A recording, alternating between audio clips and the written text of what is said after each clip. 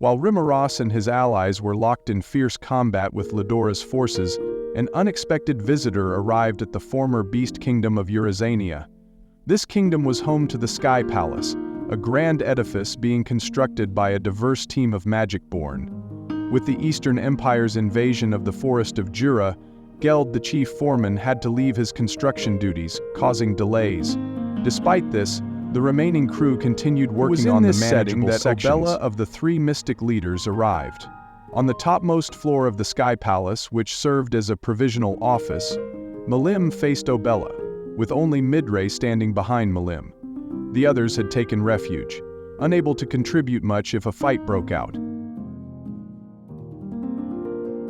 Milim, who had seen Caroline and Frey off earlier, chose not to participate in the war. Her primary concern was defending her nation, knowing the Empire might invade her lands. Additionally, she was reluctant to kill humans herself, solidifying her decision to stay. As Obela arrived, Milim asked her, "What do you need from me?" Midray, silently watching with faith in Milim, observed Obela's response. Obela removed her god-class armor and knelt before Milim, introducing herself as a former member of the Seven Primordial Angels and a faithful servant of Veldanava, the Star King Dragon. With her mesmerizing appearance, Obela's humble manner surprised Milim, who had been prepared for a fight. As Obela explained her absence due to assignments in another world during Milim's birth, Milim remained doubtful. Despite looking strong, Obela assured her that she was not there to fight. Instead, she was there to give formal greetings and a word of warning, raising her head with a suddenly stern expression as she stared at Milim. Moving their discussion to a temporary reception room, Obela greeted Milim again and then provided a detailed update on current events. Hearing that her aunt Velgrin the Flame Dragon had been captured by Feldway, Milim was immediately concerned for Rimuru. However, Obela cautioned that any attempt to assist him now would be too late. Infuriated, Milim demanded why Obela hadn't come sooner. Obela, bowing her head, expressed deep regret for her delay, explaining that her current duty was to defend Feldway's mystic palace. Despite her reasons, she felt ashamed for disappointing Milim, which helped Milim calm down. Appreciating Obela's honesty, Milim acknowledged Rimurus's cautious nature and expressed her trust in his ability to handle any situation. She warned Obela against harming him. Obela, although unable to act openly against Feldway, hinted at the possibility of severing ties with him, if necessary. Her sincerity and the clear sparkle in her eyes convinced Milim of her genuine intentions. Except for a tiny and general suffering in the body, it was a tiny and general suffering in the mind. When Milim asked about Obela's goals, she learned that Obela disapproved of Feldway's attempt to revive Veldanava. Instead, Obela believed Milim, Veldanava's daughter, should be their rightful master. Milim asked if Obela would be her ally, to which Obela humbly replied, stating she wished only to serve Milim. Milim, wary of betrayal, asked Obela if she was truly ready to turn against Feldway. Obela confidently responded that Feldway's actions were contrary to Veldanava's will, which prioritized Milim's happiness. Obela's unwavering stance reaffirmed her sincerity, and she offered her loyalty to Milim. Recognizing Obela's devotion, Milim accepted her into her team. Midray, her loyal companion, had no objections and welcomed Obela. Milim joyfully declared she now had her own Big Four, similar to Rimuru. Midray, delighted by his new title as the leader, eagerly agreed. Milim's newfound camaraderie with Obela and the official formation of her Big Four marked a significant development. This alliance promised to strengthen Milim's position and bring a sense of rivalry to the dynamic between her and Rimuru, with Midray proudly supporting her leadership. Despite being named part of the Big Four, Obela accepted the news with calm composure. To her, Milim's words were akin to the will of God, making Milim her top priority. However, this devotion posed a dilemma for Milim and Midray. Milim pondered what to do with Obela and wished for Rimron's input. Midray suggested either keeping Obela as a spy or letting her stay. To solve this, Milim directly asked Obela for her preference.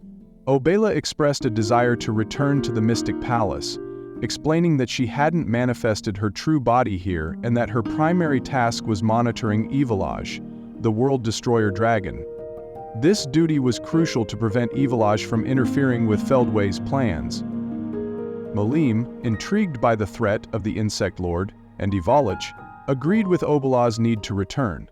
Obela revealed that Feldway had been tasked with monitoring Epilogue by Veldaneva, but intended to focus on reviving Veldaneva instead.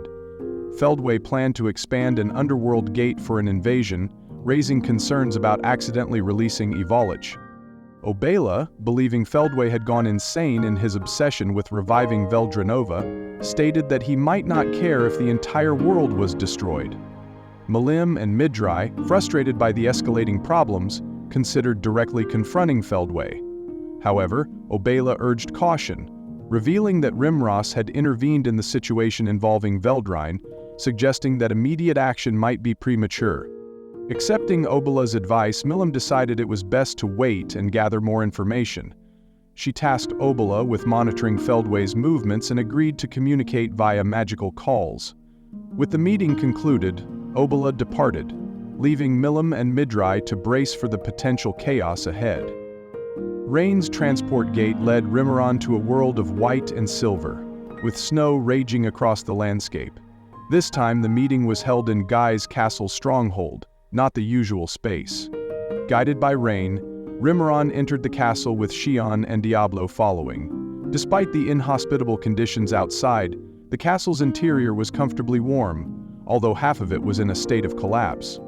Guy greeted Rimuru warmly, inviting him to relax while waiting for Milim and Dagrel to arrive. The large meeting hall filled with circular tea tables and scattered chairs was already hosting familiar faces like Luminous, accompanied by Holy Emperor Louis and her butler Gunther, and Leon with knights Arlos and Claude. Rimuru took a seat, while Xion and Diablo remained standing. Ramirez arrived loudly, annoyed at being left behind. Rain, unaware of the mistake, apologized, while Misery, also present, appeared equally battered but maintained a stern demeanor. Ramirez had brought Veldora and Beretta with her. Veldora's presence irked Luminous, but he remained oblivious, confidently settling in. Rain apologized for her mistakes, but Rimuru reassured her, acknowledging the haste in their travel. Guy reminded Rimuru to address Rain informally, reinforcing a friendlier atmosphere. As they discussed, Luminous and Leon playfully pointed out Rimuru's habit of dropping formalities, which he agreed to continue with kindness. Rimuru, who, acknowledging the haste, expressed her gratitude and respect for Rimuru by remembering that limit that he. With Misery and Rain guiding Milim and Dagrel over, Rimuru relaxed and enjoyed some snacks. Soon Milim arrived, bustling with energy and loudly voicing her frustration at being summoned without warning. Frey supported her complaint, but Guy reminded everyone that honorifics weren't necessary among the strongest present. Acknowledging Guy's point, the group settled into a more relaxed tone. Carolyn and Frey, both part of the Million class, questioned the reason for the meeting. Guy, noting Frey's recent awakening as a true demon lord, expressed his approval. Milim, embarrassed by the attention, tried to deflect the conversation. She had orchestrated events to ensure her allies' growth, a plan that ultimately worked, much to her feigned ignorance. Rimross, taking the opportunity to address Frey, asked her to drop the honorifics, only for her to counter that he should do the same. Rimuru, feeling uneasy about addressing Frey informally due to her intimidating aura, found himself teased by Guy. Xion and Diablo, eager to support Rimuru, added their own humorous and over-the-top comments.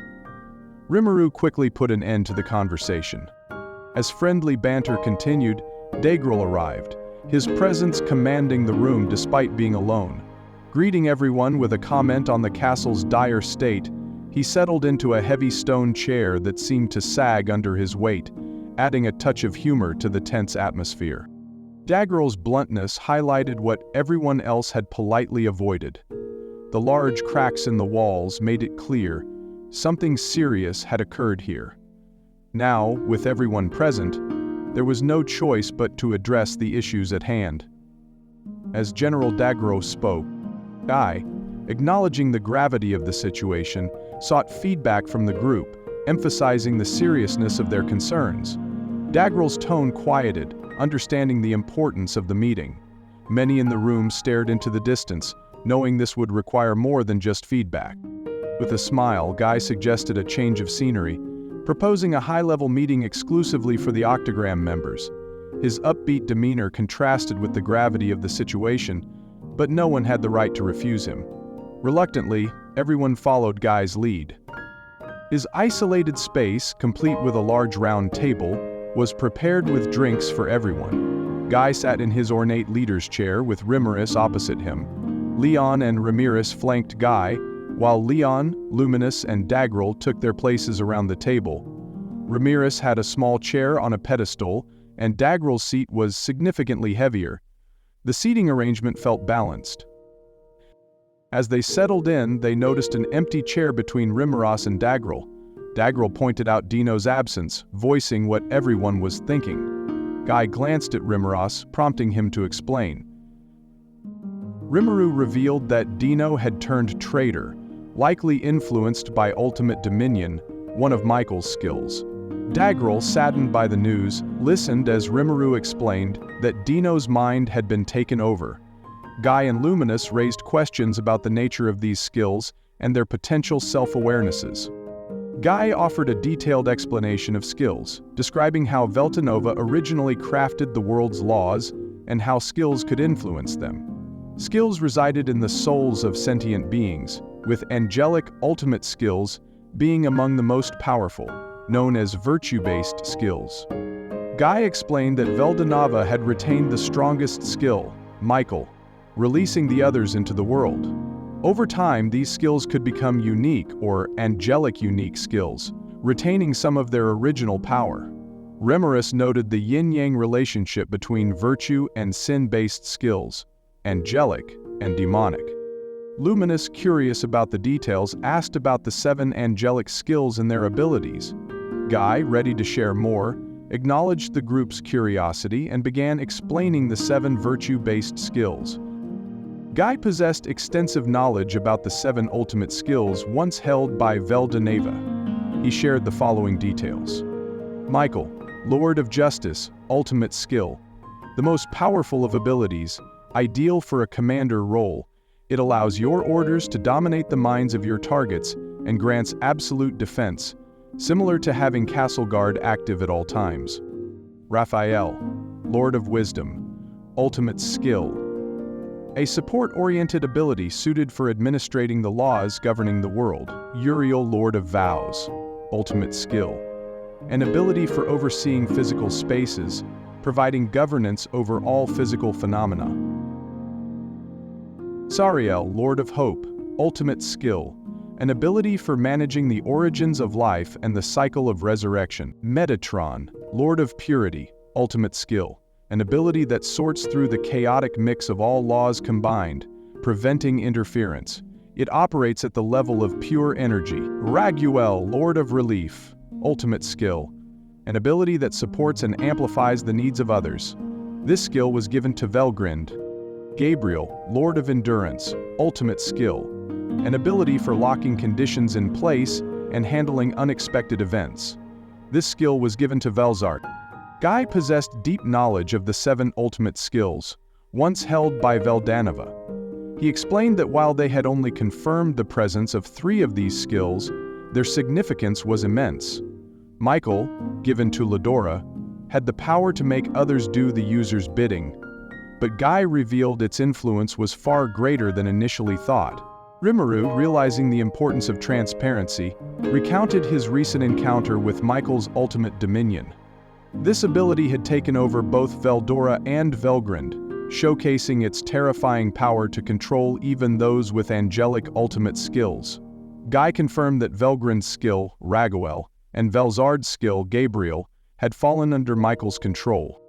The room was filled with concern, especially Dagarol, who knew the extent of Belzer's danger.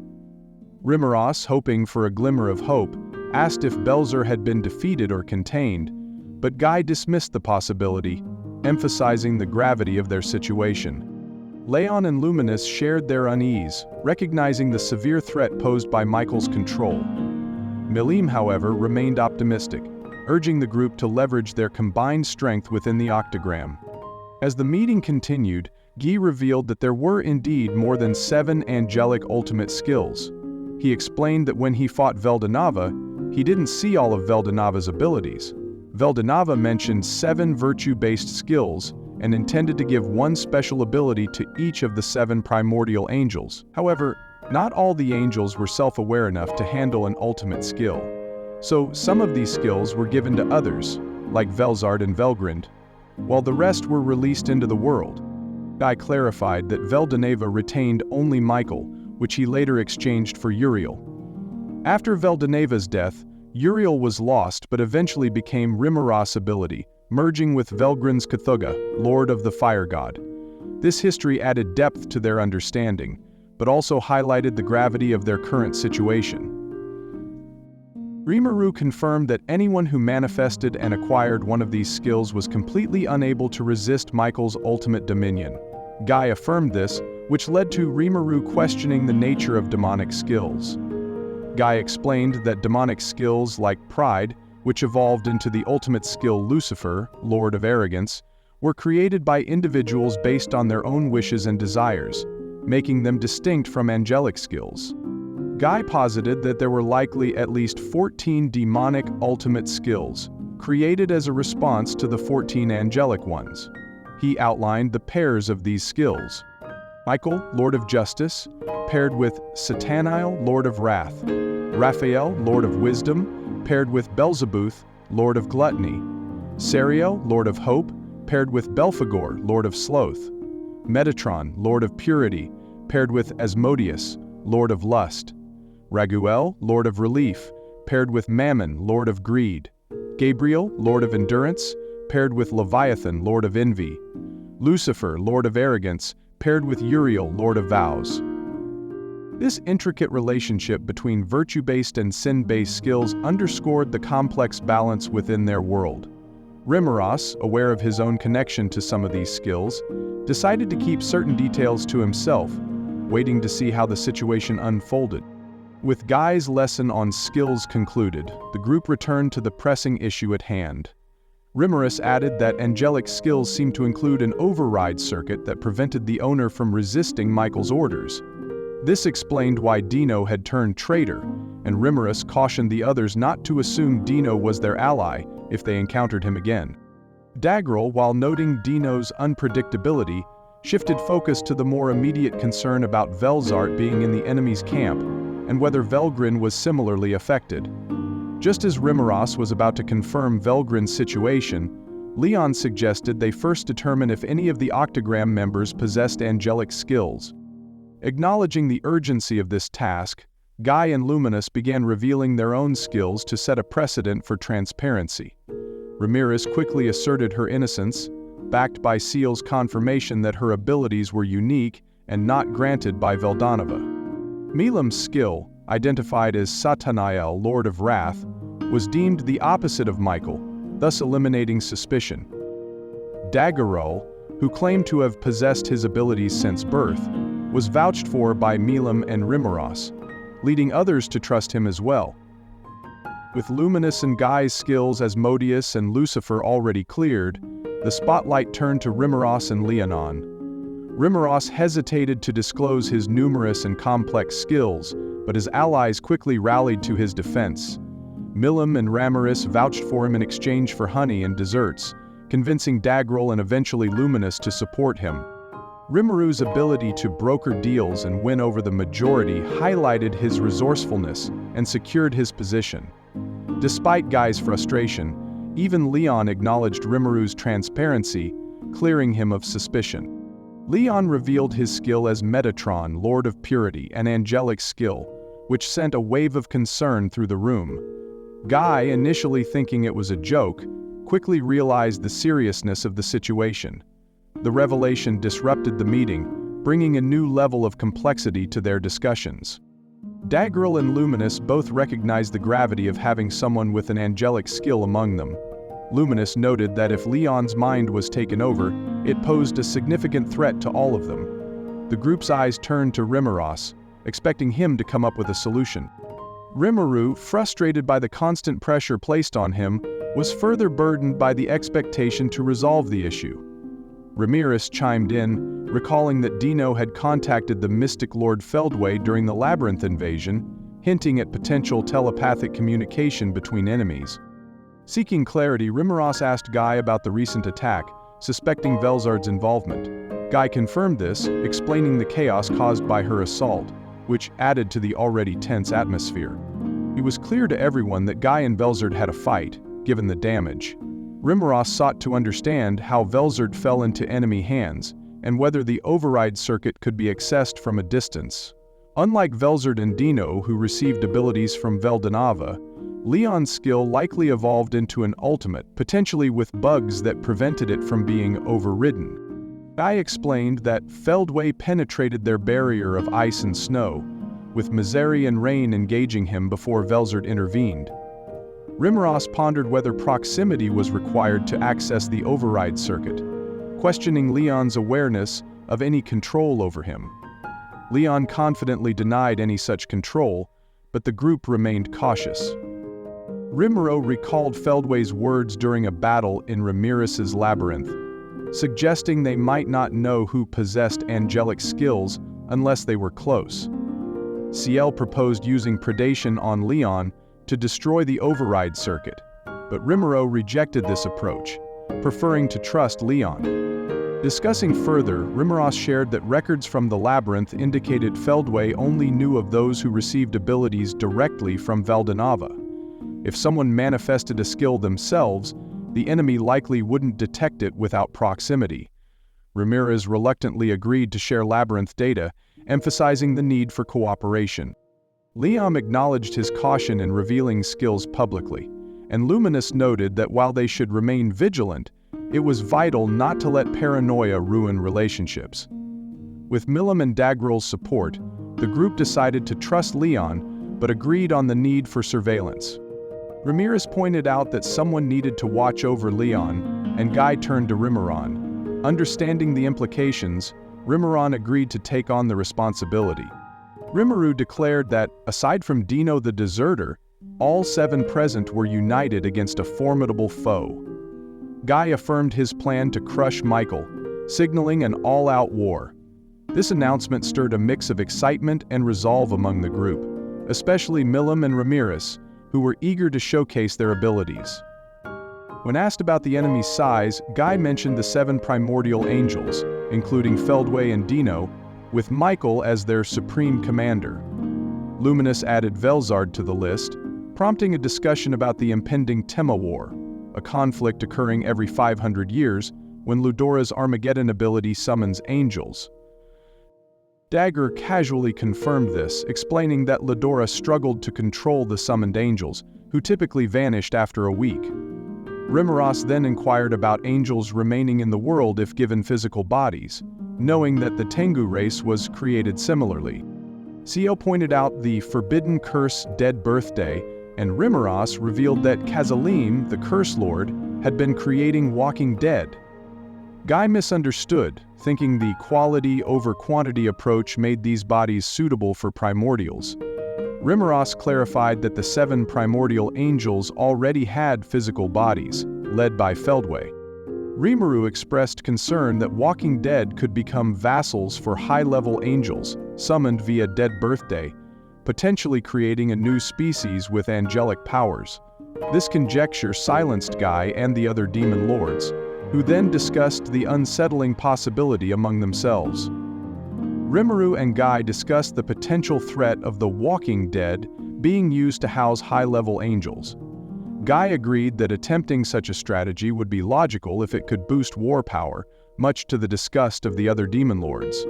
Rimuru emphasized the need to consider worst-case scenarios, leading to a debate among the group.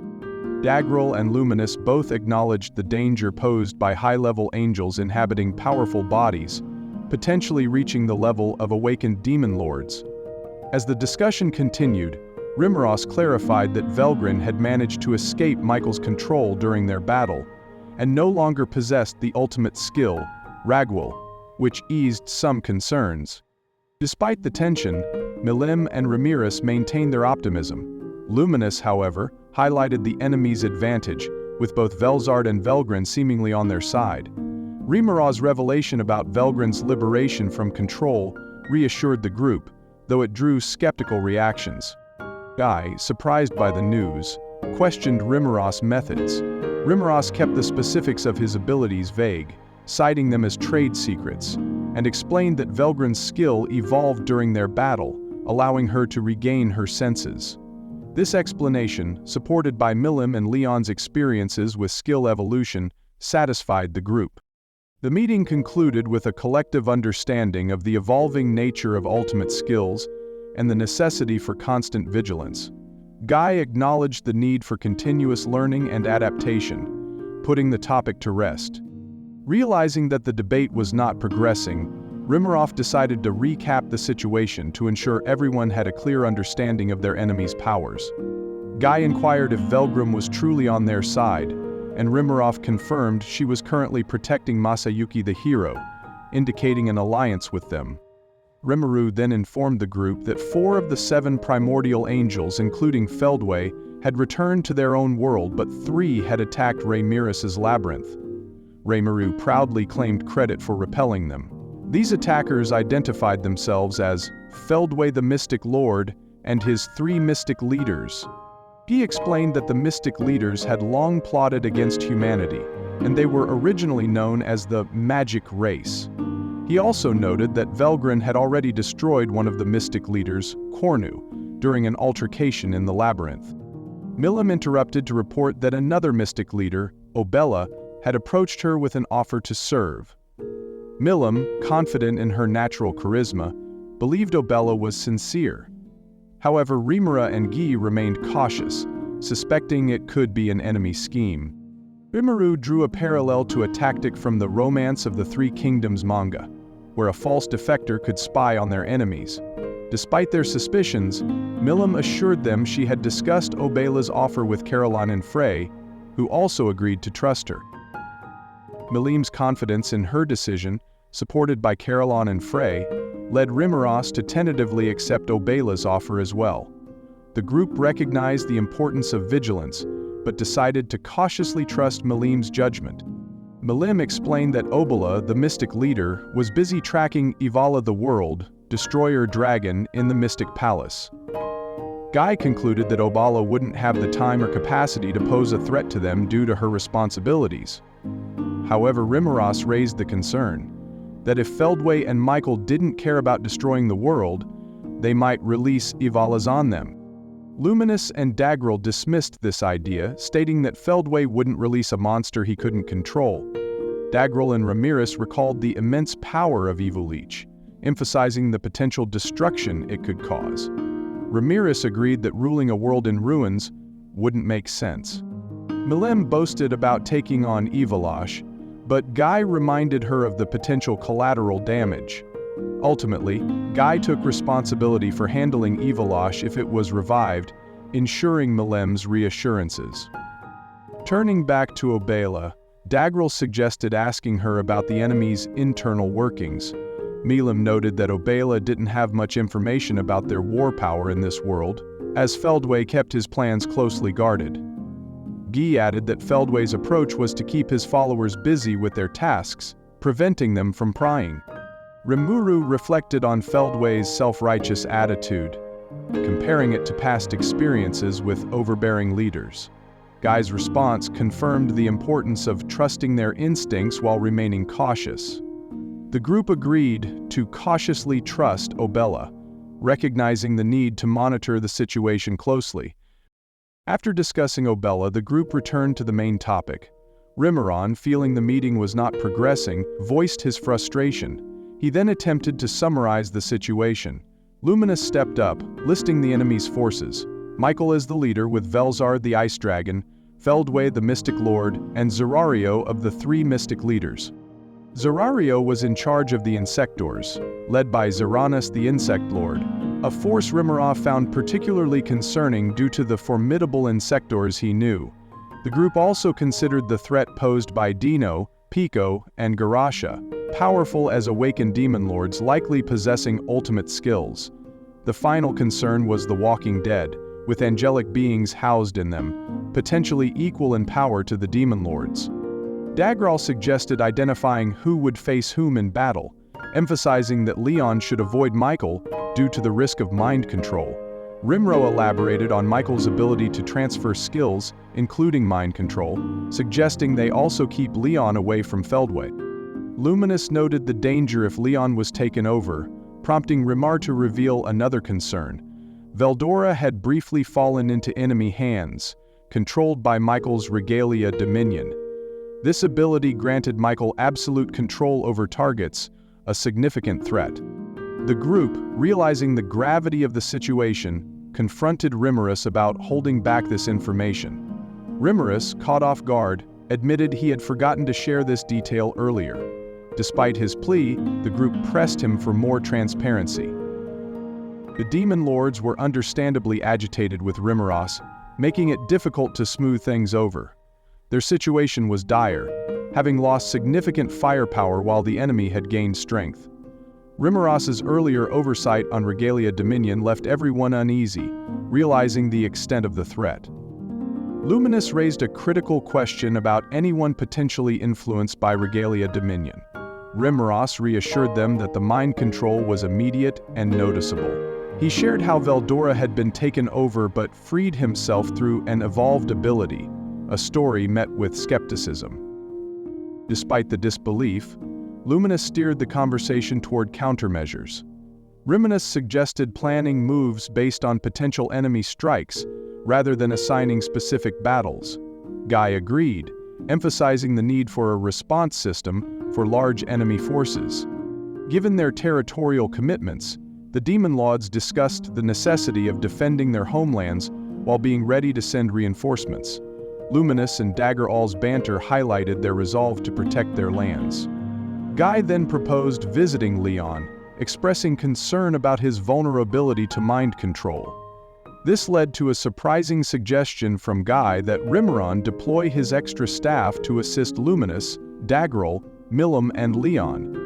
Rimuru was taken aback by the demand, recognizing the need to bolster defenses while navigating their alliances.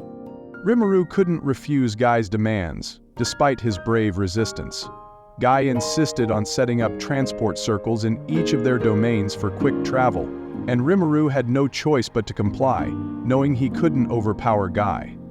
The next challenge was deciding who to deploy and where. Rimuru needed individuals with consistent transportation and thought communication skills, the ability to work independently, and strong resistance to mind control.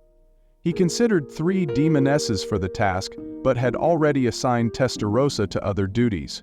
Carrera and Ultima would have to be his main players, along with a few members of his cabinet. For Milim's domain, Rimuru suggested sending Geld to resume construction, along with Gabil and Ultima. Milim agreed, mentioning Midre's interest in sparring with Gabil. Rimuru saw this as an opportunity for Gabil to take a break from Ultima's intense training. Next, Rimuru turned to the Holy Empire of Lubelius. Knowing Luminous's preference, he asked for her requests. Luminous chose Xion, appreciating her violin skills, and Rimuru proposed adding Adelman and his assistants. Luminous, recalling past interactions with Adelman, accepted the plan. Daggerall, unfamiliar with Rimuru's underlings, initially didn't mind who was sent. Rimuru proposed Carrera, known as Joan, the original, which alarmed Daggerall. He expressed concerns about Carrera's wild nature, and Luminous shared her own exasperation with Ultima, known to them as Violet. Both had history with these formidable demonesses. Despite their protests, Rimuru insisted on sending Carrera to Daggerall. However, Daggerall vehemently objected, fearing for his domain's stability. Understanding his concerns, Rimuru recognized the importance of selecting personnel with not just strength, but compatible personalities. As Rimuru navigated these requests, it became clear that deploying his resources wisely was crucial. Rimuru decided to ask Daggerall more questions about his domain, the Holy Void of Damergania. It was a barren land, largely reclaimed by sand dunes, and Dagral viewed Carrera with extreme disdain, seeing her as a vengeful destroyer who casually used nuclear magic spells. Even Milam's nickname, the Destroyer, seemed mild compared to how Dagral viewed Carrera. Dagral insisted Carrera was a significant threat, and Leon backed him up with tales of her violent tendencies. Faced with their firm opposition, Carrera realized he had no choice but to believe their stories. Considering his options, Rimuru suggested sending Carrera to Leon instead, thinking Guy could keep her in check. However, Leon vehemently refused, expressing strong objections and anger. Guy then clarified that Carrera liked to pick fights and would be a distraction during the war. Milam unexpectedly offered to host Carrera in her domain. Providing a solution, Rimuru agreed and decided to send Ultima to Dagral instead. He moved quickly before Milam could change her mind, finalizing the assignments for Reminisce, Milam, and Dagral's lands. This left Leon's golden land of El Dorado. Rimuru questioned the need to send his people there, given that Guy would be present and could watch Leon. He also needed his forces to defend his nation amidst the impending war. The three demonesses could teleport back home if necessary, but Rimuru wanted to ensure strong defenses and support for key projects. Rimuru decided that Geld and Gabil would go to Milam's domain to resume construction. Geld was strong in defense, and Gabil, skilled in both offense and defense, would be a valuable addition. Adelman and his crew, who Rimuru initially wanted to focus on Labyrinth defense, were suitable for Luminus's domain due to Adelman's mastery of magic and teleportation. With his assignments for Malim, Luminous, and Dagral finalized, Rimulus was left with the challenge of finding someone to send to Leon. Guy chided him for being stingy, pointing out that Rimulus had plenty of million-class underlings. Rimulus, however, was concerned about leaving his own nation unprotected. Guy suggested Veldora or Benimaru, but Rimuru firmly refused. Benimaru had just gotten married and had 2 wives, both of whom were pregnant. Sending him away on assignment during such an important time would be unthinkable. Rimuru then proposed sending Diablo, realizing he had overlooked him earlier. Diablo was strong and capable of handling himself, and Rimuru reasoned that deploying both Shion and Diablo would prevent any arguments. Shuna, being his real secretary, would keep things running smoothly in their absence. Guy, however, was skeptical and voiced his concerns. Despite this, Rimuru insisted that he was offering his best aces and couldn't spare more personnel. Drawing on his past experience as a general contractor, he recalled how his HQ chief handled similar demands by asserting they had already provided the best crew available. After a tense moment, Guy reluctantly agreed to accept Diablo. Leon then extended an invitation for Rimuru to visit his nation alongside Diablo, though Rimuru had to decline bringing Chloe due to her need for bed rest. Rimuru accepted the invitation, planning to visit once their schedules aligned. He assured Leon that he would re-educate Diablo if any trouble arose, emphasizing his commitment to maintaining order. Once back in the large reception hall, Guy announced his plan to set off with Leon, urging everyone to follow the agreed-upon actions. Carilon and Frey voiced their concerns, seeking clarity on the plan. Guy's tendency to rush decisions without detailed explanations was evident, but it fell to Rimuru to provide the necessary summary. Rimuru briefed the group on their enemies, emphasizing that Velsar had not betrayed them but was under external control. The decision to limit the conference to the 7 demon lords had been wise, as including attendance would have hindered progress. Rimuru acknowledged Guy's mental strength in managing the diverse and idiosyncratic demon lords. Frey and Carilon expressed their amazement and concern, understanding the gravity of their situation. Veldora, with his usual over-optimism, attempted to lighten the mood, while Ramirez reminded him to stay serious. Frey questioned Veldora's ability to resist Regalia Dominion. Rimuru explained that Veldora could repel it under normal circumstances, but the enemy had targeted him during a moment of vulnerability.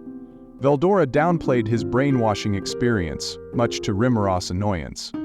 Dagral requested a last-minute reshuffling, asking for Veldora instead of Ultima. Rimuru declined, emphasizing that Veldora was his friend and equal, not an underling. He couldn't make decisions for Veldora without considering his desires.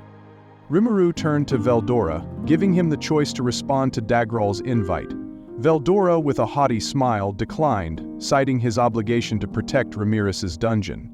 In reality, Rimuru realized Veldora planned to stay in the labyrinth, avoiding any real responsibility.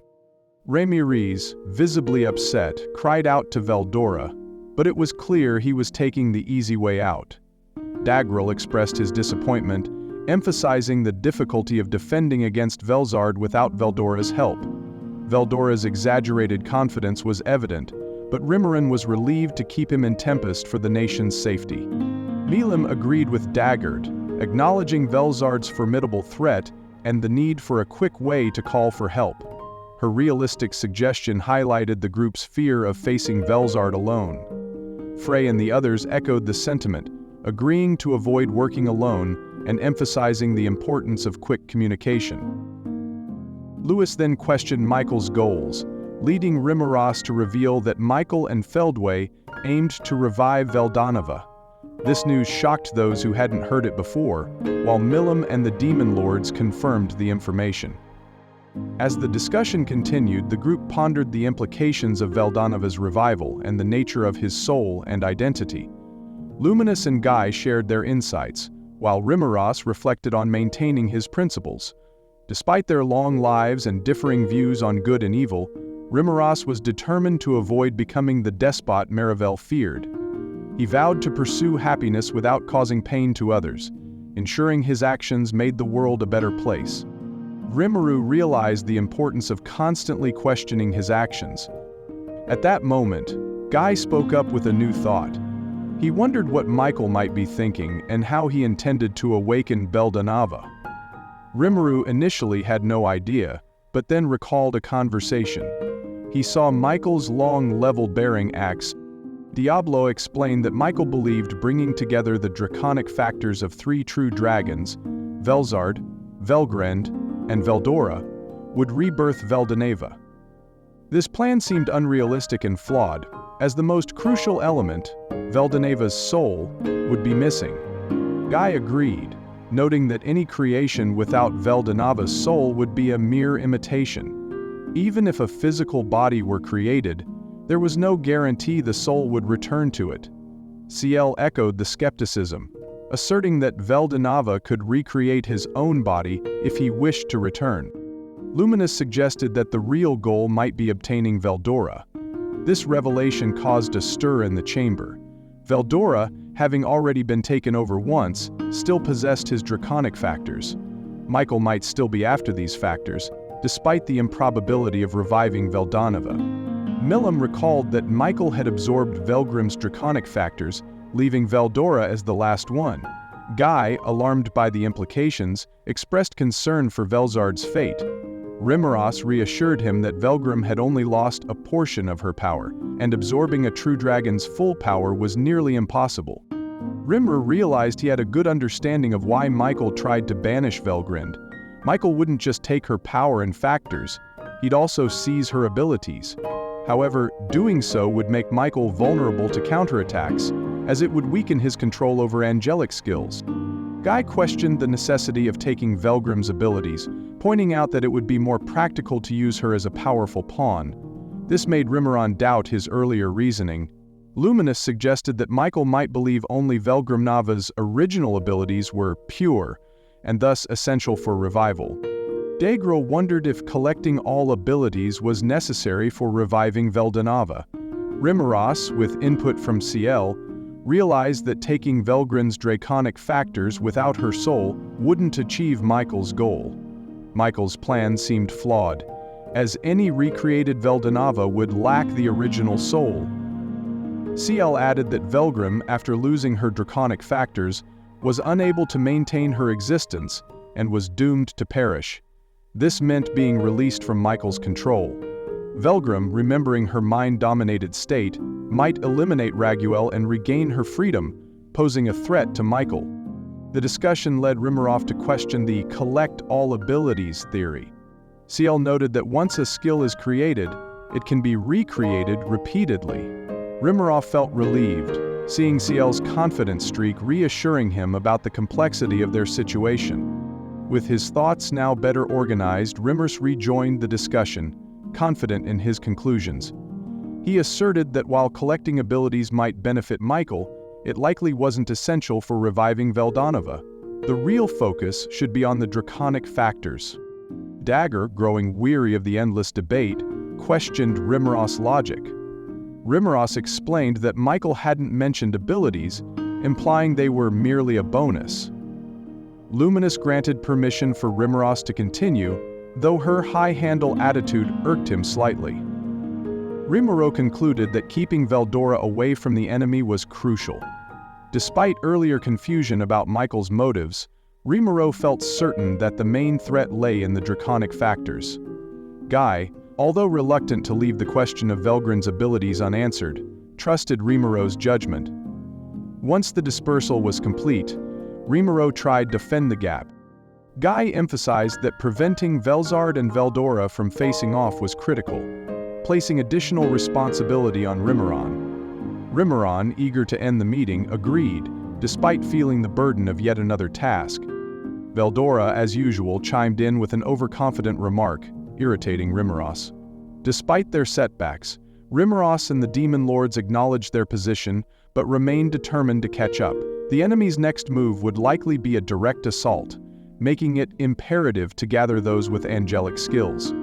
Understanding that Veldora was the primary target, Rimuros planned to take measures to protect him. In the worst-case scenario, he could even remove the override circuit from Leon, though he preferred to avoid such drastic action. Guy concluded the Walpurgis Council, acknowledging the lack of cooperation, but relieved that the meeting was finally over. Elmesia Elru Talion, the heavenly emperor of the sorceress dynasty of Talion, noticed Leon Cromwell's unusual demeanor and inquired about his concerns. Leon, a demon lord, had stopped at Talion on his way home after the Walpurgis Council. Guy is going to be visiting my lands. I'm afraid I can't stay for very long in here, so let's skip the pleasantries and get straight to business, Leon replied, his tone impatient. You always were impatient like that, But if these are the circumstances, I can hardly blame you, Elmesia responded, understanding the gravity of the situation. Leon's visit to Thalion without an appointment highlighted the special treatment he received, and his direct approach left no room for formalities. An observer unfamiliar with their relationship might find the scene astonishing. Leon and Elmesia's relationship dated back to a time before Leon became a demon lord, even before he became a hero. During his travels in search of Chloe, Leon arrived in Thalion, where he met Elmesia's mother, Sylvia Elru. Sylvia, a high elf and a renowned genius in sorceress science, was also the best pupil of Twilight Valentine, a vampire and demigod. Sylvia was a formidable woman. Had she been there to help, perhaps her husband, Elmesia's father, wouldn't have died. However, she was pregnant with Elmesia at the time. In the years that followed, Sylvia became Leon's instructor, teaching him everything she knew about swordsmanship and magic. This training allowed Leon to grow immensely and become acquainted with Elmesia. Leon's close relationship with Sylvia and Elmesia granted him access typically reserved for family and close friends. This long-standing bond was why he could secure an audience with Elmesia now, even without an appointment. The Elmesia's blessing, Leon began to speak directly. He inquired if she had deployed intelligence operatives, to which Elmesia openly admitted. Leon then probed her knowledge about the demon lord Rimuros's victory over the Eastern Empire. Elmesia acknowledged being aware up to the actions of the primals but lacked details on subsequent events. Leon, seeking to gauge her reaction, revealed the sequence of events, including Velgrim's appearance, Veldora's mind control, and Rimuros's eventual victory. Elmesia, shocked, realized the enormity of Rimuros's achievements and understood why he hadn't detailed it to her earlier. Elmesia's disbelief transformed into curiosity and respect for Rimuros's capabilities. When Leon assured her of his honesty, They discussed the preposterous nature of Emperor Ludora being overtaken by his own skill and becoming Michael. Elmesia, reflecting on Reminisce's actions, acknowledged that he preferred to be underestimated. She regretted not pressing him for more details earlier, given the severity of the situation. Despite this, she found solace in knowing Veldora was friendly, and Velgrind was now on their side. Leon admitted that defeating Velgrim was beyond his abilities, even if he faced Guy with a minuscule chance of victory. Elmesia teased him about not beating himself up over it, but Leon remained focused on his main concern. He requested Elmesia's help in contacting his master Sylvia to address his predicament with the ultimate skill Metatron. Elmesia understood the gravity, recognizing Leon's need to escape Michael's control.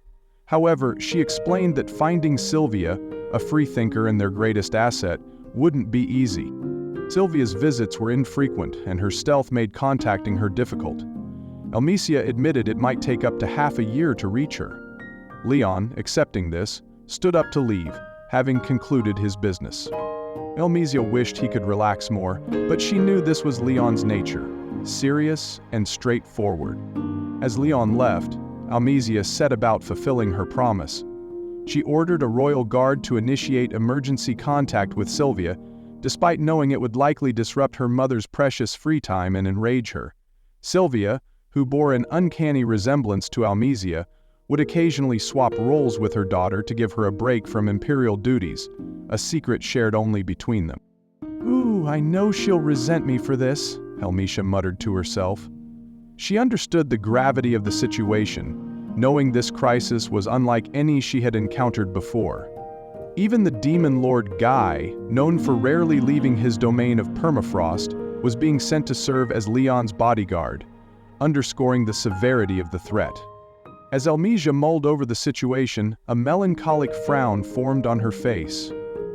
"All this time I've lived, and I've never seen anything as dire as this." The weight of the current crisis was a heavy burden, and the thought of it deeply depressed her. As 5 months passed since the Walpurgis Council, things remained unexpectedly peaceful. Michael showed no signs of activity, and though Feldway and his mystic force remained untraceable, Reminisce chose to remain optimistic, using the time to bolster defenses. A significant development was the re-establishment of contact with Dino, thanks to the curse Zygian had placed on him during their fight. This curse created a connection, allowing Rimuru to converse with Dino, much to his advantage. Rimuru reached out to admonish Dino, who, despite being an ally, often seemed to laze around and indulge at Rimuru's expense. Rimuru found Dino more useful as a source of enemy information while embedded with them, highlighting the old adage that a useless ally can be more dangerous than a talented enemy. Now, let's see how the conversation with Dino unfolded. Rimuru initiated contact with Dino, catching him off guard by speaking directly into his mind. Dino, clearly surprised and reluctant, tried to downplay his actions, but Rimuru pressed on, emphasizing the gravity of the situation. "Oh, it's nothing too complicated. So, I'm led to understand that you tried to pick a fight with us," Rimuru asked, cornering Dino with his questions.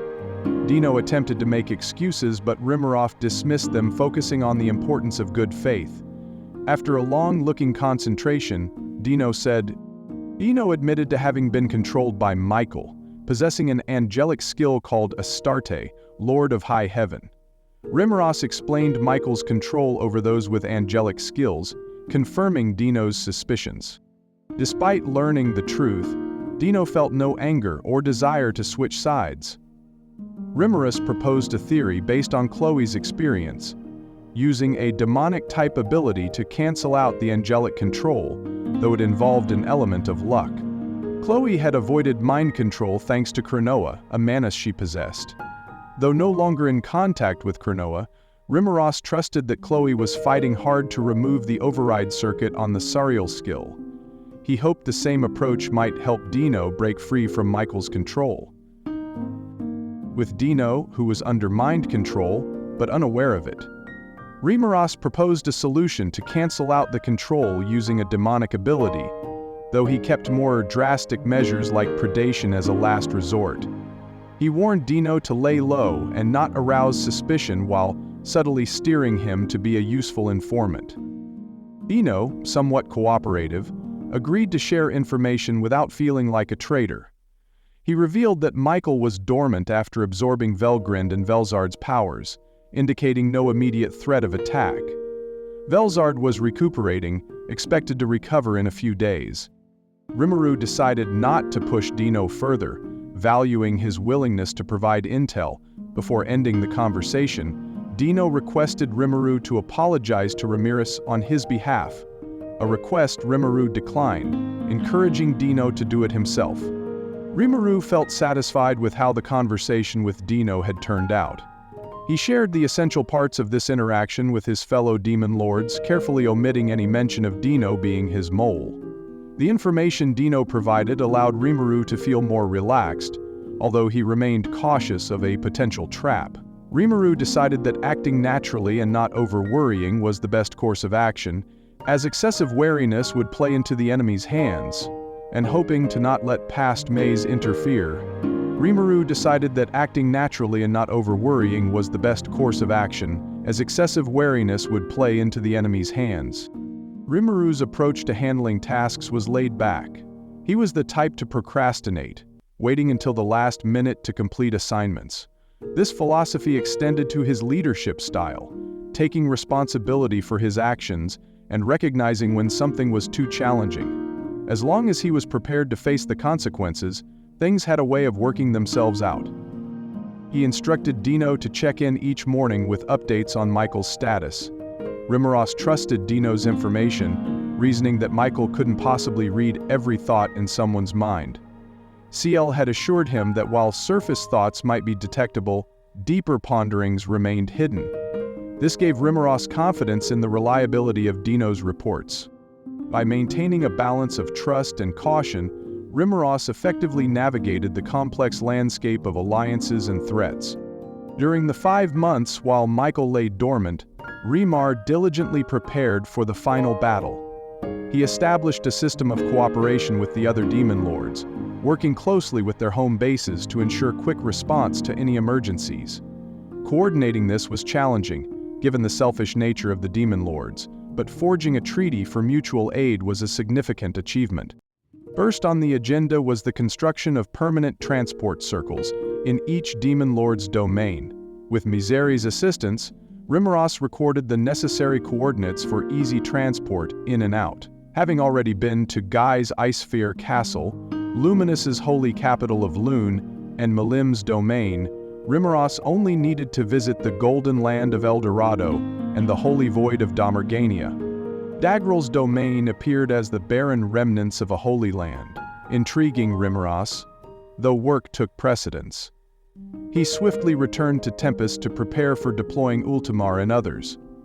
Conversations revealed that Milim, Dagrel, and Reminisce were incapable of transport-based travel, each having valid reasons for their limitations.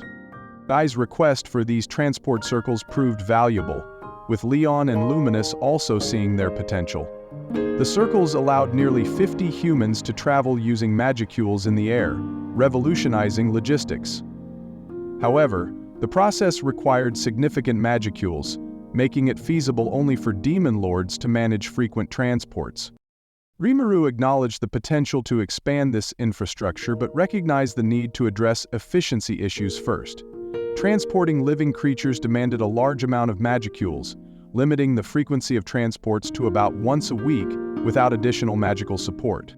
As the transport circles in the demon lord's domains were completed, Rimuru's preparations showcased a balance between practicality and innovation. During the 5 months while Michael lay dormant, Rimuru diligently prepared for the final battle. He established a system of cooperation with the other demon lords, working closely with their home bases to ensure quick response to any emergencies. Coordinating this was challenging, given the selfish nature of the demon lords, but forging a treaty for mutual aid was a significant achievement. First on the agenda was the construction of permanent transport circles in each demon lord's domain. With Misery's assistance, Rimuru recorded the necessary coordinates for easy transport in and out. Having already been to Guy's Icesphere Castle, Luminous' holy capital of Lune, and Milim's domain, Rimuru only needed to visit the Golden Land of El Dorado and the Holy Void of Damargania. Dagrel's domain appeared as the barren remnants of a holy land, intriguing Rimuru, though work took precedence. He swiftly returned to Tempest to prepare for deploying Ultima and others. Conversations revealed that Milim, Dagrel, and Reminisce were incapable of transport-based travel, each having valid reasons for their limitations. Guy's request for these transport circles proved valuable, with Leon and Luminous also seeing their potential. The circles allowed nearly 50 humans to travel using magicules in the air, revolutionizing logistics. However, the process required significant magicules, making it feasible only for demon lords to manage frequent transports. Rimuru acknowledged the potential to expand this infrastructure, but recognized the need to address efficiency issues first. Transporting living creatures demanded a large amount of magicules, limiting the frequency of transports to about once a week, without additional magical support. As the transport circles in the Demon Lord's domains were completed, the first transport circle was finished in Tempest, placed in an isolated chamber of the labyrinth to prevent enemies from accessing it. Next, Rimuru, accompanied by Ultima, set up a circle in Damargania. Given the urgency, Rimuru took on the task personally, despite typically delegating such work. Damargania, a vast ancient city ruined by a cataclysmic battle between Guy and Milim, remained isolated due to constant sandstorms that corroded everything. Chiel's analysis suggested that the residual force from their battle leaked through dimensional rifts, causing the current desolate state. Dagra ruled over this dangerous land, with Skyspire Tower as a central edifice within the relatively safe Holy Void. Weaker giants and humans were unable to survive outside this barrier, making the region extremely hazardous. Rimuru personally installed the Magic Circle, a magisteel saucer with incantations carved by Ciel. Ultima's demons were tasked with handling the finer details. As Rimuru prepared to leave, Dagrel expressed concern about the demons potentially causing trouble. Rimuru reassured him that Veyron and Ultima would manage any issues, and left quickly to avoid further complications. After completing the transport circle in Damargania, Rimuru moved on to Lubelius. He installed the magic circle at the location specified by Luminous, with the Overcomers and his foreman, Gobq, taking over the construction of the transport facility. Confident in their abilities, Rimuru left the rest of the work to them, assured they would handle the necessary details. Rimuru's next task involved arranging accommodations for Xion, Adalman, and their respective personal forces. Luminous offered rooms in her temple, which Rimuru gratefully accepted. However, Xion's enthusiasm for cooking worried him. Xion expressed concern about not having a kitchen to cook in, equating the importance of daily cooking practice with playing an instrument. Rimuru found her perspective amusing and misguided, especially considering her violin talents. Despite her past kitchen mishaps, Xion's dishes now at least tasted good, albeit with a risk of excessive seasoning. Luminous, unfazed by the potential chaos, offered Xion a kitchen and invited her to cook alongside Hinata. Rimuru was stunned by Luminous's bravery, knowing the potential disaster that could ensue. Realizing the situation was out of his control, he advised Adalman to have fun, though even the devoted Adalman seemed disturbed by the prospect. With his work in Lubelius done, Rimuru quickly departed, leaving the newly formed cooking trio to their culinary experiments. He hoped for the best, knowing that Luminous, Xion, and Hinata would make the most of their time together. The third stop was Milim's domain, formerly known as Irizania, a place Rimuru was familiar with. Instead of the towering Holy Mountain, a gigantic building under construction dominated the landscape. Rimuru, along with Gabil, Carrera, and Esprit, waited for their guide at the remains of the capital. Geld had already arrived ahead of them. Gabil brought along Kakushin, Sukero, Yashichi, and Gazat, notable members of Team Hiryu. Despite the looming battle, Team Hiryu was in high spirits, grateful for a break from Ultima's grueling training sessions in the labyrinth, which often resulted in temporary death for the trainees. This harsh regimen, however, had noticeably strengthened them. As they waited for around 10 minutes, Carrera grew impatient. In this world, time was perceived differently, and precise timekeeping was less common. Rimross decided to check in with Milim via thought communication, discovering she was preoccupied with homework and had forgotten to inform Midray of their arrival. While Rimur tried to keep Carrera calm, a group of people approached, with their leader Jaggi mistaking Gabil for Rimuron. Jaggi, a fellow dragon newt with a human-like form and 2 horns, energetically addressed Gabil with admiration. Despite Gabil's attempts to correct him, Jaggi insisted on his mistake, further confusing Rimuron and the group. Rimuru deduced that Jaggi's confusion stemmed from Gabil's aura. Rimuru and his companions had learned to conceal their auras to appear human, a practice increasingly necessary with the influx of human visitors to Tempest. Rimuru and his group couldn't let the confusion continue. Carrera and Esprit were losing patience with Jaggi, who mistook Gabil for Rimuru and dismissed their attempts to correct him. Carrera's smile masked her growing irritation, while Esprit took action, reaching out to Jaggi with a forceful but not overly aggressive move. Jaggi, however, reacted swiftly, engaging in a brief but intense exchange with Esprit. Their acrobatic combat moves left them evenly matched, with Jaggi impressed by Esprit's skills. Carrera, watching with a joyous smile, had no intention of intervening, while Gabil, traumatized by past experiences with the demonesses, hesitated to speak up. Rimuru, realizing he needed to step in, tried to assert his authority and asked Jaggi to call his superior. Jaggi, however, dismissed Rimuru's request, prompting Carrera to lose her patience. She delivered a powerful kick, sending Jaggi flying, followed by Gabil's spear strike. With Jaggi subdued, Rimuros addressed the Magicborn, dragging him away, ensuring they understood that nothing had happened. It turned out that the confusion was due to Milim's side, not Jaggi. Milim admitted that they had held an impromptu tournament to decide who would greet Rimuros, with Jaggi emerging as the victor. Midray, the organizer, was the real culprit behind the mix-up. Despite the misunderstanding, Rimuros acknowledged Jaggi's strength, comparing him favorably to Phobio. Although Midray apologized for his poor management, Rimuros shifted focus to the task at hand. Carolon and Carrera quickly expressed their desire to test their strengths against each other, while Rimuros and Frey expressed concerns about the potential dangers, especially given the nearby construction site. Carolon insisted on the importance of gauging his newfound strength before the impending battles. Milim supported Carolon's request, emphasizing the limits of their current training.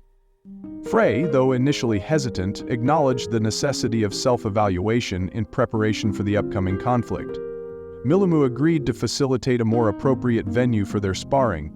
He decided to pair Carolon with either Benimaru or Zegion, and suggested Kumara for Frey.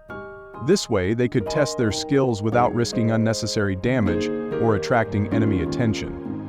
With the plan in place, Rimulus left Gable and Carrera with Milim, while he returned to Tempest with Carolon and Frey.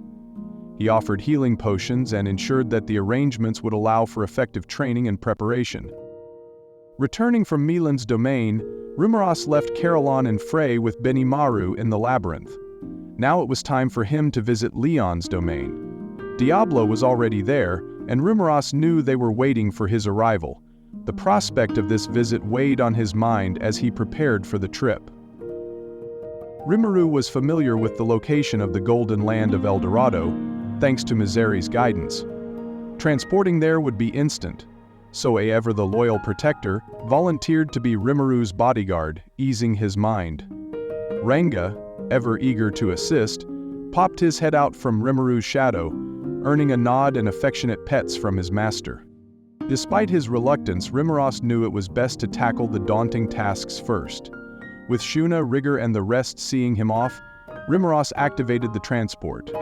Leon's domain, the Golden Land of El Dorado, was an extraordinary small continent, possibly larger than Australia. This meticulously organized metropolis was a testament to man-made harmony with nature. The landscape, initially rich with natural beauty, had been magically rearranged by Leon to maximize output, resulting in a stunning cityscape. Upon arrival, Rimuru was greeted by Arlos the Silver Knight, Leon's second in command. Arlos, revealing his face this time, appeared strikingly beautiful but clearly male. He belonged to the demonoid race, a long-lived, magic-versed species that still retained human roots. Arlos's teleportation skills swiftly transported them to the main gate, showcasing his impressive magical abilities. The city itself, with its gleaming buildings and spiral streets leading to a central chalk-colored castle, was an engineering marvel. The entire city formed a powerful, layered magic circle, providing foolproof magical defense.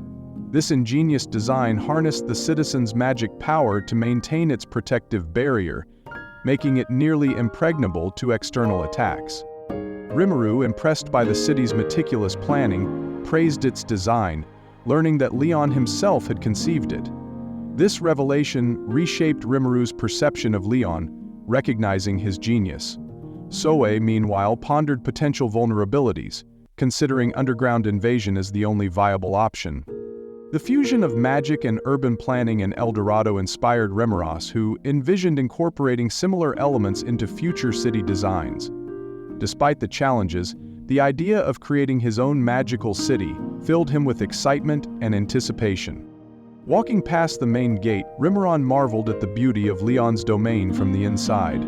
The cityscape featured a robust waterfall cascading off a man-made cliff, flowing through canals and providing charming views at every turn.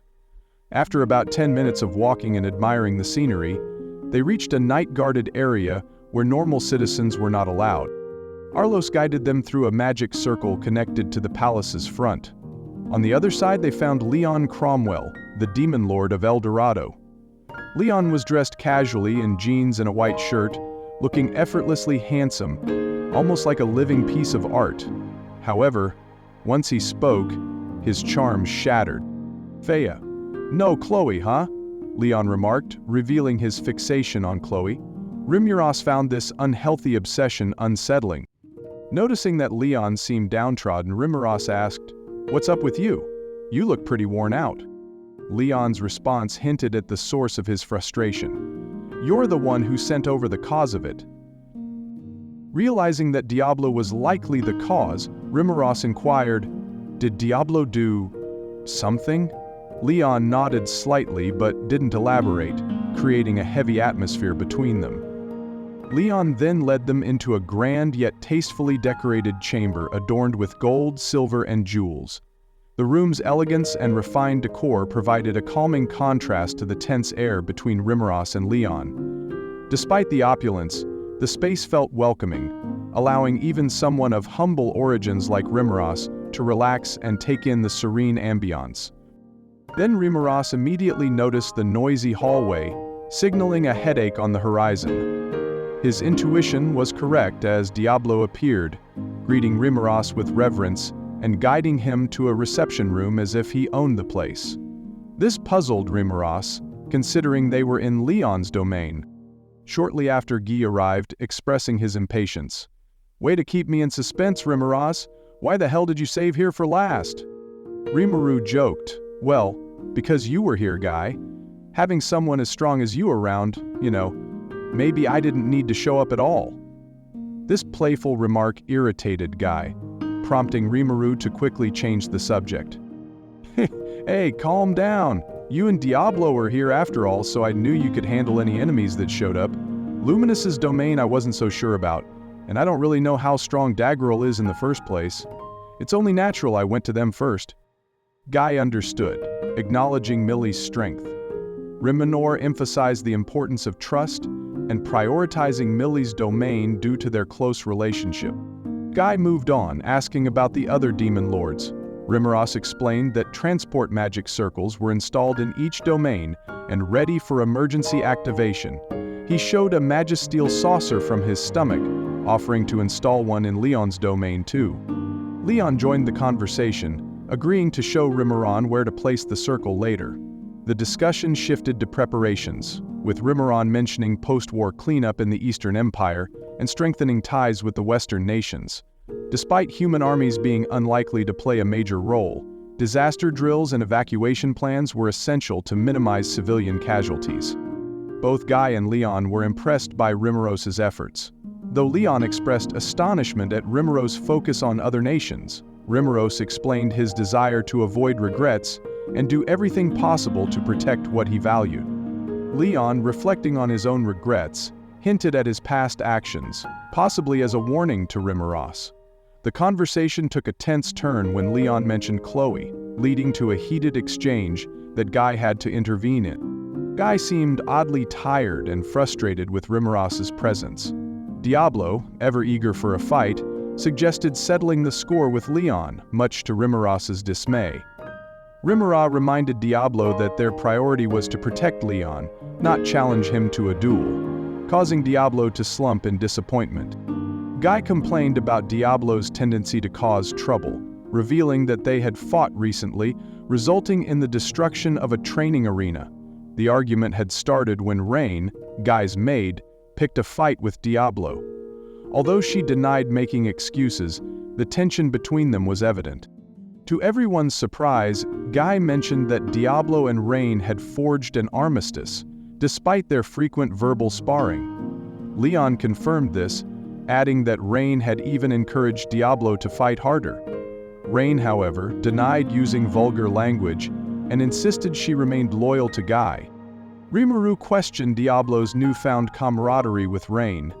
Diablo explained that he had regaled Rain with stories of Rimuru's wisdom, leading to her admiration for him. Rain confirmed this, accentuating her statement with a curtsy. Rimuru, bewildered by the situation, looked to Guy for guidance. Guy apologized for his employee's behavior, and Rimuru reciprocated, acknowledging that Diablo was equally troublesome. Miseri, usually silent, expressed her concern about being lumped in with Rain's antics. Rimuru chose not to intervene, recognizing the futility of getting involved in their internal disputes. After some more chit-chat, Rimuru was led to a hidden enclave behind the palace's throne room and audience chamber, where he installed the transport magic circle. Given its massive weight, moving it again would be a challenge. With his work done, Rimuru prepared to leave, sensing that Leon desperately wanted him to take Diablo and Rain away. However, removing them would have disrupted their war preparations, so Rimuru decided to leave them with Leon, who would have to be patient. Just as Rimuru was about to depart, Leon emphasized, "And please, take care of Chloe for me." Rimuru nodded in affirmation, which seemed to satisfy Leon.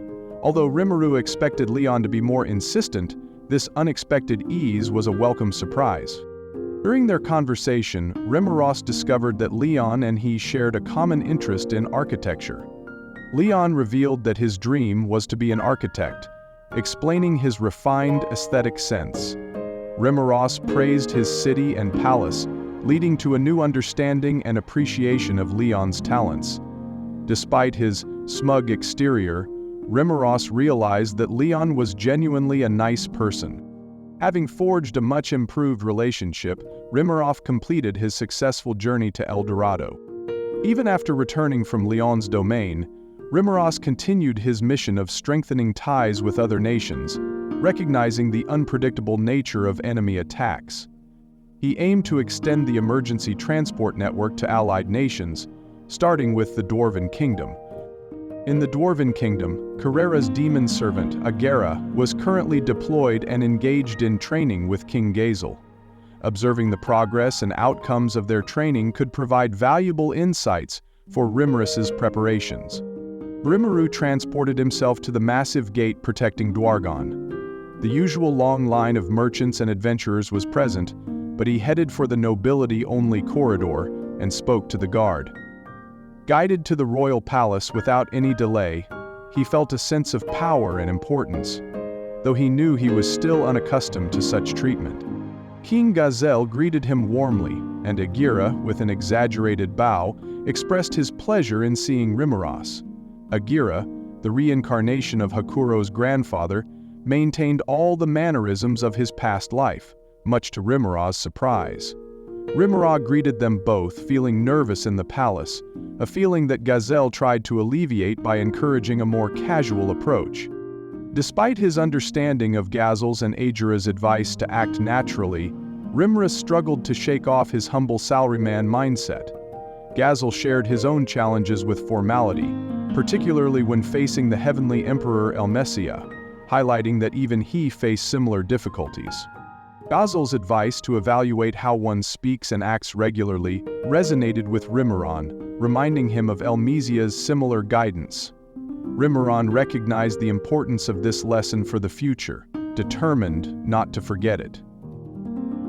In a less formal reception room, Rimuru and Gazel sat with drinks in hand discussing the recent events. The primary objective was to compare notes and assess their current situation. Gazel asked if the Great War could be avoided, to which Rimuru reluctantly responded that it seemed doubtful. He explained the effort to create a transport network of magic circles with the other demon lords for emergency travel. Gazel noted the constant crises and expressed relief that Velgren was back on their side, minimizing the threat he perceived from Michael. Rimuru, however, cautioned that the foe they faced was exceedingly powerful, far surpassing the Empire in strength. Gazel admitted he was half resigned to their fate, recognizing the overwhelming power of Velzard and the impossibility of a small nation like Dwargon winning against such a force. Despite this, he was prepared to retaliate if necessary, showing his readiness to fight a hopeless battle. Rimuru acknowledged the dire situation, emphasizing the need for necessary measures, even if the odds seemed insurmountable. He pointed out that a battle between two true dragons would be akin to a natural disaster, something they couldn't escape. When asked if he had a way to win, Rimuru candidly admitted he didn't, but was taking every possible measure to improve their chances. Gazel, appreciating Rimuru's determination, chuckled and nodded in agreement. Rimuru requested Gazel's help, proposing the installation of a transport magic circle in Dwargon. Gazel readily agreed, impressed by the purity of the refined magisteel Rimuru had used. Rimuru admitted to using his skills to achieve this, recognizing the urgency posed by the enemy. With Gazel's approval, Rimuru swiftly installed the magic circle in the designated spot. With my main goal complete, we settled down to chat and catch up. Gazel was quick to praise Aegira's training, acknowledging the long journey ahead to master the sword. Aegira, the founder of the Crestwater style, humbly accepted the praise, revealing he had once demonstrated the ultimate hidden art, the multi-layered blossom flash, to Hakuro. Gazel then sought Rimuru's thoughts on ultimate skills, wondering if it was possible to defeat someone with an ultimate skill through pure swordsmanship. Rimuru explained that while unique skills typically couldn't counter ultimate skills, there were exceptional cases. He emphasized the importance of willpower, comparing it to the power of a spiritual life form, and suggested that obtaining a god-class weapon could elevate one's strength to that level. Gazel, looking at his well-worn but legendary sword, revealed the damage it had sustained in battles, particularly against Kondo. Rimuru offered to seek Kurobi's help in reviving the sword using crimson steel, a material that had previously rejuvenated Gamble's vortex spear. Gazel eagerly accepted the offer, understanding the potential to restore his cherished weapon. Rimuru took the blade, acknowledging the significant favor he was doing for Gazel, and prepared to entrust it to Kurobe for restoration. Gazel's power and Aegira's swordsmanship indeed made them formidable, capable of holding their own against strong adversaries like Kondo. However, Rimuru cautioned Gazel about Velzard, emphasizing that she would be an entirely different level of threat. Gazel acknowledged the gravity of facing a true dragon, understanding the rashness of engaging Velzard in battle. Despite the danger, his duty as a king meant he couldn't abandon his citizens. Rimuru reminded Gazel of the cell phone, a magic device allowing direct communication. This was crucial for emergency contact, especially if Velzard were to threaten Dwargon. Gazel appreciated the device, understanding its importance in coordinating efforts during critical moments. They exchanged contact information, with Rimuru ensuring that Gazel knew how to use the phone for direct communication.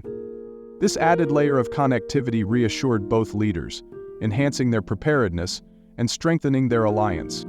With smiles exchanged, Rimuru felt confident that while the chances of Dwargon being targeted were low, their ability to stay in touch during an emergency was now secure. Rimuru, after spending some productive days in the Dwarven Kingdom, journeyed to the kingdom of Reminisce. Ghidorah, now apprenticed to Diablo, was stationed there, assisting Testarossa. His mission involved gathering as much intelligence as possible from within the Empire to ensure a solid foundation for Masayuki's enthronement. Despite his busy schedule, frequently traveling between the two nations, Ghidorah had temporarily settled in Reminisce. Rimuru saw this as an opportune moment to discuss their plans and progress with him. The Reminisce capital was bustling with activity, a significant change since Rimuran's last visit. Although construction was ongoing, the improvements were evident. A newly completed rail station outside the capital served as a crucial stopover point for traffic between Blumund and Dwargon, with warehouses lining the nearby streets to accommodate the variety of goods passing through. Due to the anticipated economic boom, the Reminisce royal family prioritized getting the station facilities operational, despite being financially strained. Rimuros's financing covered most of the construction costs, and Tempest was contracted to lay the Magitrain lines. This investment promised substantial returns through usage fees and land rights, making it a lucrative deal for Tempest. Queen Migerin initially spearheaded urban development, but took a break for childbirth, leaving Yom, the king, to fill her role. Despite his self-professed lack of education, Yom displayed natural intelligence and diligence in urban planning. His efforts earned him respect from the kingdom's nobility and officials, even after Migerin returned. To support Yom, Yomaras provided low-interest, collateral-free loans, ensuring the arrangement fostered mutual respect and partnership rather than creating an imbalance. This approach aimed to prevent unnecessary obligations and maintain a healthy, cooperative relationship between the nations. With economic development as the focus, large-scale construction in the Reminisce capital was steadily advancing, laying the groundwork for a prosperous future. Upon arriving at the gate of the Reminisce capital, Rimuras took a moment to observe the bustling city. Given the tense times, he opted for a discreet arrival, teleporting with Soki and Ranga rather than staging a grand royal visit. Rimuras had contacted Ghidorah to arrange for an express wagon to avoid drawing attention. To his surprise, Ghidorah himself stepped out of the carriage, demonstrating his meticulous nature. Ghidorah humorously mentioned that failing to greet Rimuran personally might incur Diablo's wrath, though Rimuran took the comment seriously. He reassured Ghidorah that he could report any issues with Diablo, emphasizing that Ghidorah answered directly to him as well. Despite looking like an old man, Ghidorah was treated as an old friend by Rimuras.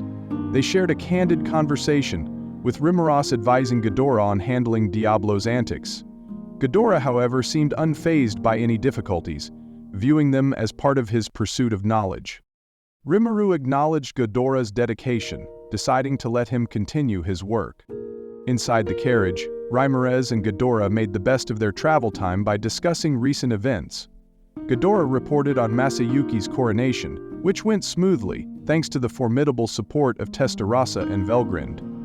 The citizens, awed by Velgrind's display of power, welcomed the new emperor without resistance. Ghidorah mentioned that although some voiced disapproval, Testarossa was addressing those concerns effectively. With Moss's skills in gathering information and neutralizing threats, opposition was swiftly managed. Reminisce humorously noted that any brave opponents would be ideal recruits for his nation. Laughing together, Reminisce and Ghidorah shared a sense of camaraderie and mutual understanding. Inside the castle, Rimuran was greeted by King Yom, Queen Murin, and the full set of ministers and officials. Among them was Edmaris, the former king of Reminisce, looking notably different with a thinner frame and a shaved beard. Although this was an unofficial visit, the main purpose was to discuss the great threat facing them. Reminisce, being a newborn nation with limited financial resources, was highly dependent on Tempest's investment. Their military was still recovering, and they lacked the budget for mercenaries. Rimuras intended to offer as much support as possible, recognizing their alliance. Yom, speaking for everyone, inquired about the current situation. Rimuru explained that countermeasures with other demon lords were in place, but the outcome remained uncertain. Ghidorah had already reported this, and he promptly showed Rimuru where to place the transport magic circle. Yom acknowledged the importance of evacuation plans, although he admitted that if Tempest were taken down, there would be nowhere safe to run. He expressed his determination to survive for his newborn daughter Mieme. Rimuru offered advice on not crowding the baby, to avoid waking her and incurring Majoran's ire. During the conversation, Yom and Grukith revealed a humorous rivalry over Mieme's affection. Grukith's delusional claims to the throne amused Rimuru, who sided with Yom on the matter. Despite the lighthearted banter, Rimuru emphasized the importance of taking threats seriously and offered practical advice based on his experiences. In a formal conference held in an assembly hall dating back to Pharmas's glory days, Rimuru and Yom's government discussed the looming threat. The meeting proceeded smoothly, with Rimuru emphasizing the importance of preparing for possible evacuations rather than seeking war support. The transport magic circle, while crucial, could only accommodate 50 people at a time, making it vital to prioritize who would use it. Rimuru advised them to decide this in advance to avoid chaos during an emergency. The primary purpose of the circle was to transport needed war power rather than just evacuating dignitaries. In the event of a battle, the newly established Knight Corps, trained by Grusith, would be called upon, with reinforcements from other nations as needed. Rimuru acknowledged that Pharmanus was a lower priority in terms of strategic importance, but he committed to helping them rebuild if the kingdom fell. This approach aimed to minimize casualties and use limited resources effectively. Yom appreciated Yomuru's efforts, understanding the limitations while also recognizing the support provided. The ministers, although reluctant, accepted the plan, realizing the importance of practical arrangements. The meeting underscored the mutual respect and trust within their alliance, ensuring that Pharmas was as prepared as possible for any potential threats. With the groundwork laid, Rimuru errand and Pharmas concluded successfully. Yom then took them around to see some of the most impressive construction sites in Pharmanus. The capital, still using the same city as Pharmas, was undergoing significant rezoning to address inequalities. The central part of town, encircled by defensive walls, was the noble quarter, while poorer neighborhoods extended to the city's edges. To address this, they were digging up the road through the heart of town to build a large tunnel that would house a subway, connecting the station next to the capital to the city itself. Yom praised Muren's efforts in using magic for geological surveys and planning. Magic allowed for efficient assessment and improvement of the ground, making construction smoother and more cost-effective. This innovative approach, blending magic and technology, impressed Muren. The tunnel, with reinforced ceilings, was planned to serve as an air raid shelter. Yom explained that they had dug several tunnels for sleeping quarters and rooms with latrines, equipped with wood chips to prevent odor, functioning similarly to composting toilets. This setup ensured the city was well prepared for a long siege if needed. Rimuru admired the city's defensive barrier and the regular evacuation drills they held. Yom confirmed that the ministers didn't demand too much because they were confident in their preparedness. He emphasized the importance of being constructive and maintaining a positive outlook, showcasing his growth as a leader since Rimuru first met him. Back on the surface, Yom took them to the training grounds to observe the progress of the new Pharmanus Knight Corps under Grusith's command. They had around 500 knights of B rank or higher, and 3,000 of C rank or lower. While the full force could be around 40,000 able-bodied citizens, their primary focus was peacekeeping duties, as their numbers wouldn't be effective against a large angel force. Grusith and Rommel had focused their training on defending the city using Legion magic, and their mission was to ensure the safety of residents in case of an air attack. Rimuru appreciated their cautious strategy, avoiding reckless combat. Grusith mentioned his recent surge in power, which Rimuru attributed to Caroline's awakening and evolution. Grusith was determined to use his new strength to protect the citizens, living up to his title as Knight Captain. They also discussed Razin's role in training Grukith. After seizing the body of an otherworlder named Shogo, Razin had gained remarkable power, combining magic knowledge with martial arts skills. This had impressed Grukith and the others, who saw Razin as a formidable presence in the Western nations. When asked about Razin and Ghidorah's absence, Yom explained that they were training, constantly honing their skills. Reminisce, curious about their progress, accepted Yom's offer to see how Ghidorah and Razin were doing. Arriving at a field about an hour away by carriage, Reminisce and his companions found a simple cottage amidst vast plains. There they were greeted by Razin, Ser, Grigori, and Ghidorah, who spoke for the group. Despite Yom's presence, the respect was directed at Reminisce, reflecting their loyalty to him. Curious about Sari and Grigori's politeness, Reminisce learned that they admired him due to Ghidorah's teachings and wished to join his force. Ranga, jumping out from Reminisce's shadow, offered Grigori a chance to test his skills, which led to a humorous interaction as Ranga eagerly dragged Grigori away for a sparring match. Sarah, preferring a less intense challenge, voiced his desire to test his skills against someone lower in rank than Ranga. The discussion revealed Razin's and Ghidorah's dedication to training and improving their skills. Razin, despite his formidable abilities, acknowledged the need to support Yom and protect the kingdom. Yom, expressing his desire to get stronger while recognizing his limits, showed a mature understanding of his role as king. Razin's promise to protect Princess Mieme as her future apprentice. Also the promise to return for his beloved Alonza when she was ready to return to her family.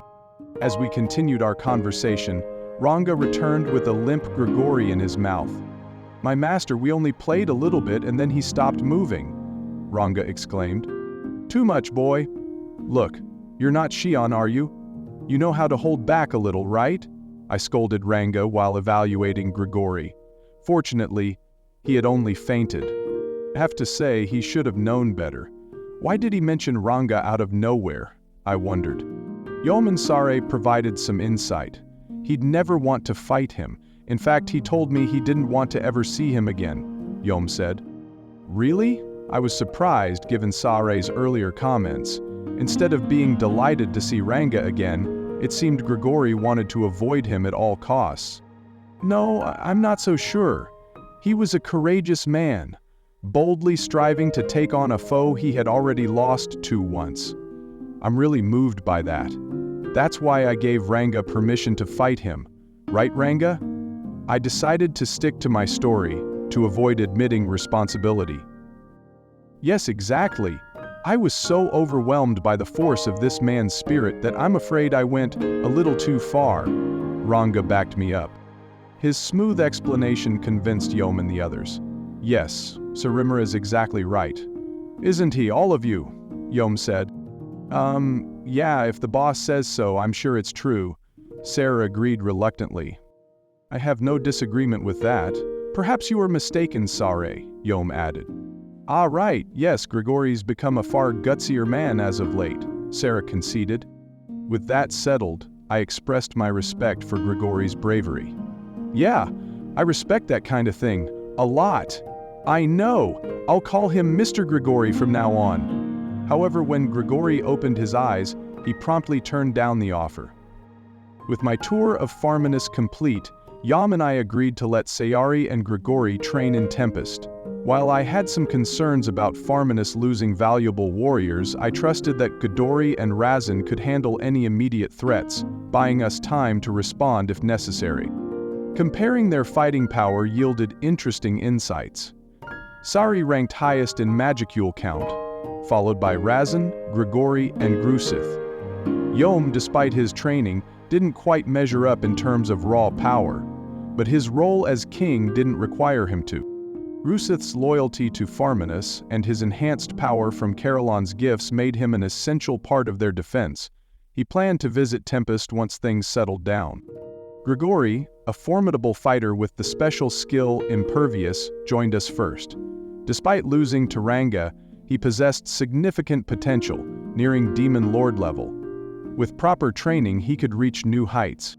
Sari, the former chief knight of the Master Rooks, also joined. His skills, though not always matched by luck, were undeniable. As a saint with impressive EP, he presented intriguing training opportunities. Razin, with a slightly higher Magicule count than Grigori, had exceptional power, enhanced by unique skills gained from Shogo Taguchi's body, including Berserker and Survivor. CL's insights on unique skills clarified how they bond to a person's heart core, soul, or other aspects, affecting their transferability. CL expressed confidence in the ability to copy skills rather than steal them, explaining how Michael's abilities allowed him to perform extraordinary feats. Razin, after obtaining 2 unique skills, realized he could use them far better than Shogo, thus dominating Sour despite having perhaps half his magicules, showcasing his abilities. In the initial stages, Sara, with his unique skill all-rounder, could identify and learn any technique after watching it once. Aware of this, Razin taught Sara every technique and magic spell he knew. Sara, determined and persistent, regarded Razin as his master. Eventually, Ceres surpassed Razin in strength and skill. However, Ghidorah still managed to defeat Ceres. Comparing their existence points, EP, revealed interesting dynamics. Ghidorah's information. 1. Doc existence point P.1.1. 2. 6. 6. 6. 6. Race high-level chaos. Elemental metal demon. URL. High-level servant. 2. Pucci.magic. Dark magic. Elemental magic. Ability. Ultimate gift grimoire. Tolerances. Cancel melee attack. Cancel ailments. Cancel spiritual attack. Cancel natural elements. Resist chaos attack. Cancel natural elements. Resist chaos attack. Cancel natural elements. Resist chaos attack. Cancel natural elements. Resist chaos attack. Cancel natural elements. Resist chaos attack. Cancel natural elements. Resist chaos attack. Cancel natural elements. Resist chaos attack. Cancel, goddess. Ghidorah's EP was higher than Ceres's, indicating his growth and strength post-reincarnation. His off-the-charts magical knowledge and cunning nature made him a formidable force. Ceres' all-rounder skill was powerful, but could be countered with straightforward melee strikes, avoiding magic or art techniques. Ghidorah's ultimate skill, Grimoire, part of the same family as Adelmont's Necronomicon, granted him abilities such as Hasten Thought, Universal Detect, Lord's Ambition, Cast Cancel, Analyze and Assess, All of Creation, Mental Strike, Browse Knowledge, and Share Concept. This ultimate skill gave Ghidorah an edge, making him stronger than Ser. Segura, understanding Sara and Grigori's abilities provided clarity on their training.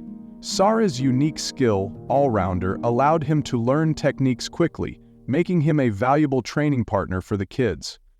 Grigori, with his special skill Impervious and significant potential, also posed as a strong trainee. The Crusaders, like Arnaud and Renard, showcased their strength with EPs close to 500,000.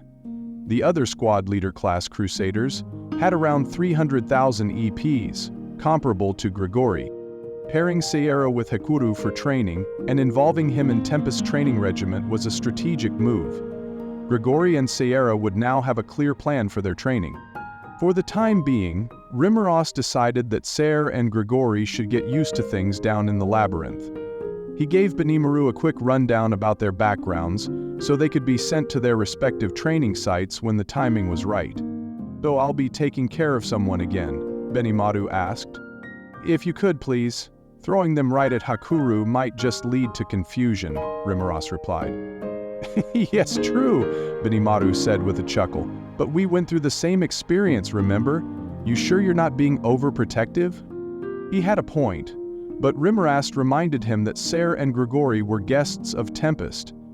If they were moving in for good, that'd be another thing, but he didn't want them to get too reckless.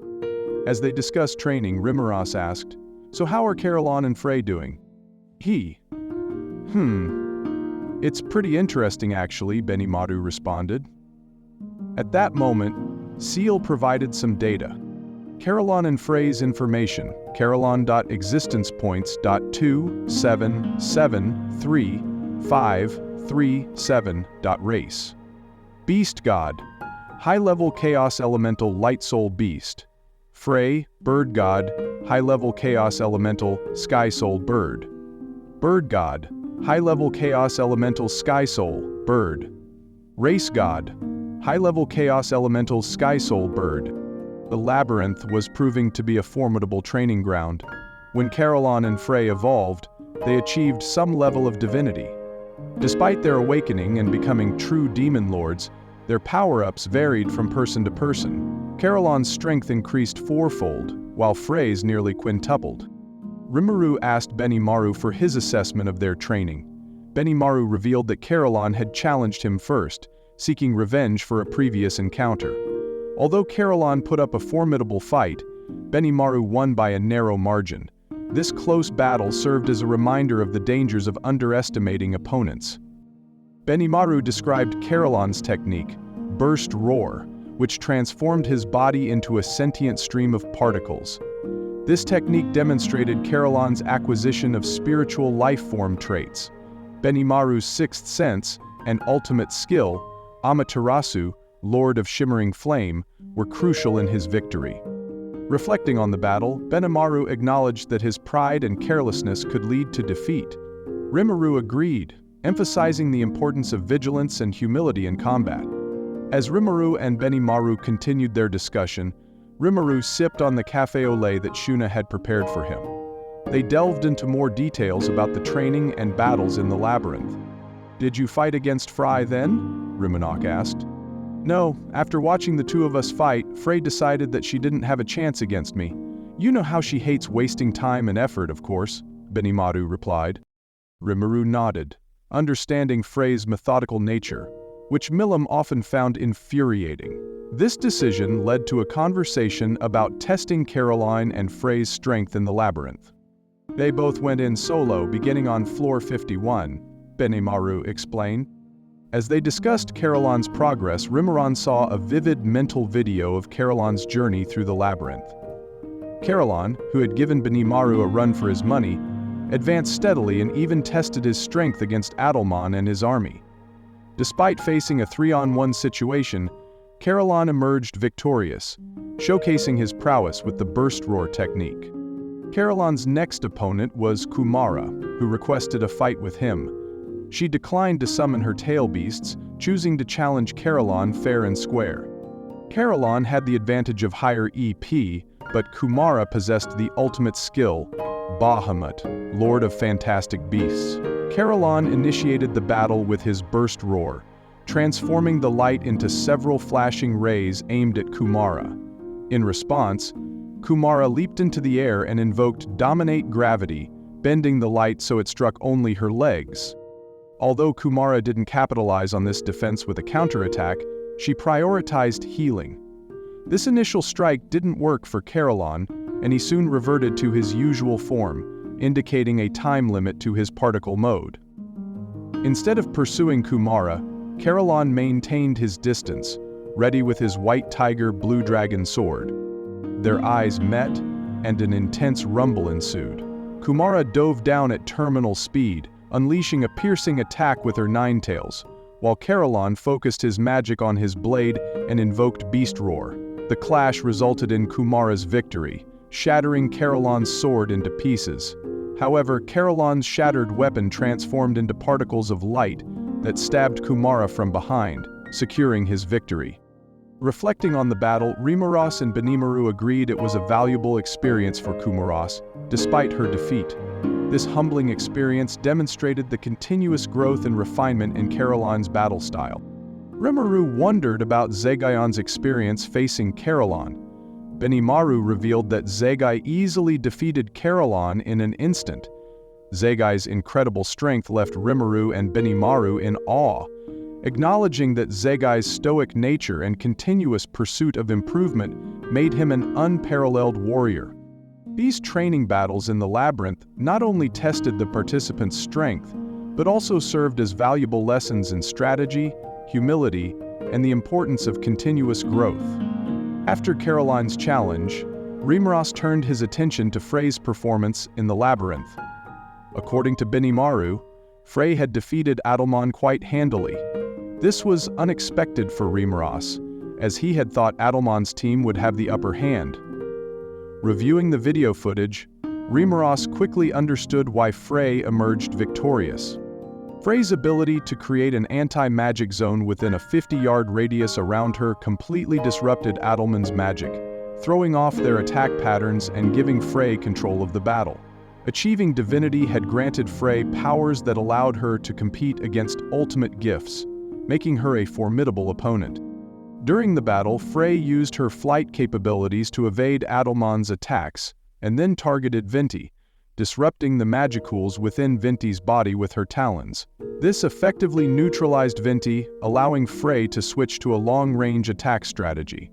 With Adelman unable to cast flight magic, Frey took advantage, eventually taking down Alberto and leaving Adelman with no chance of victory.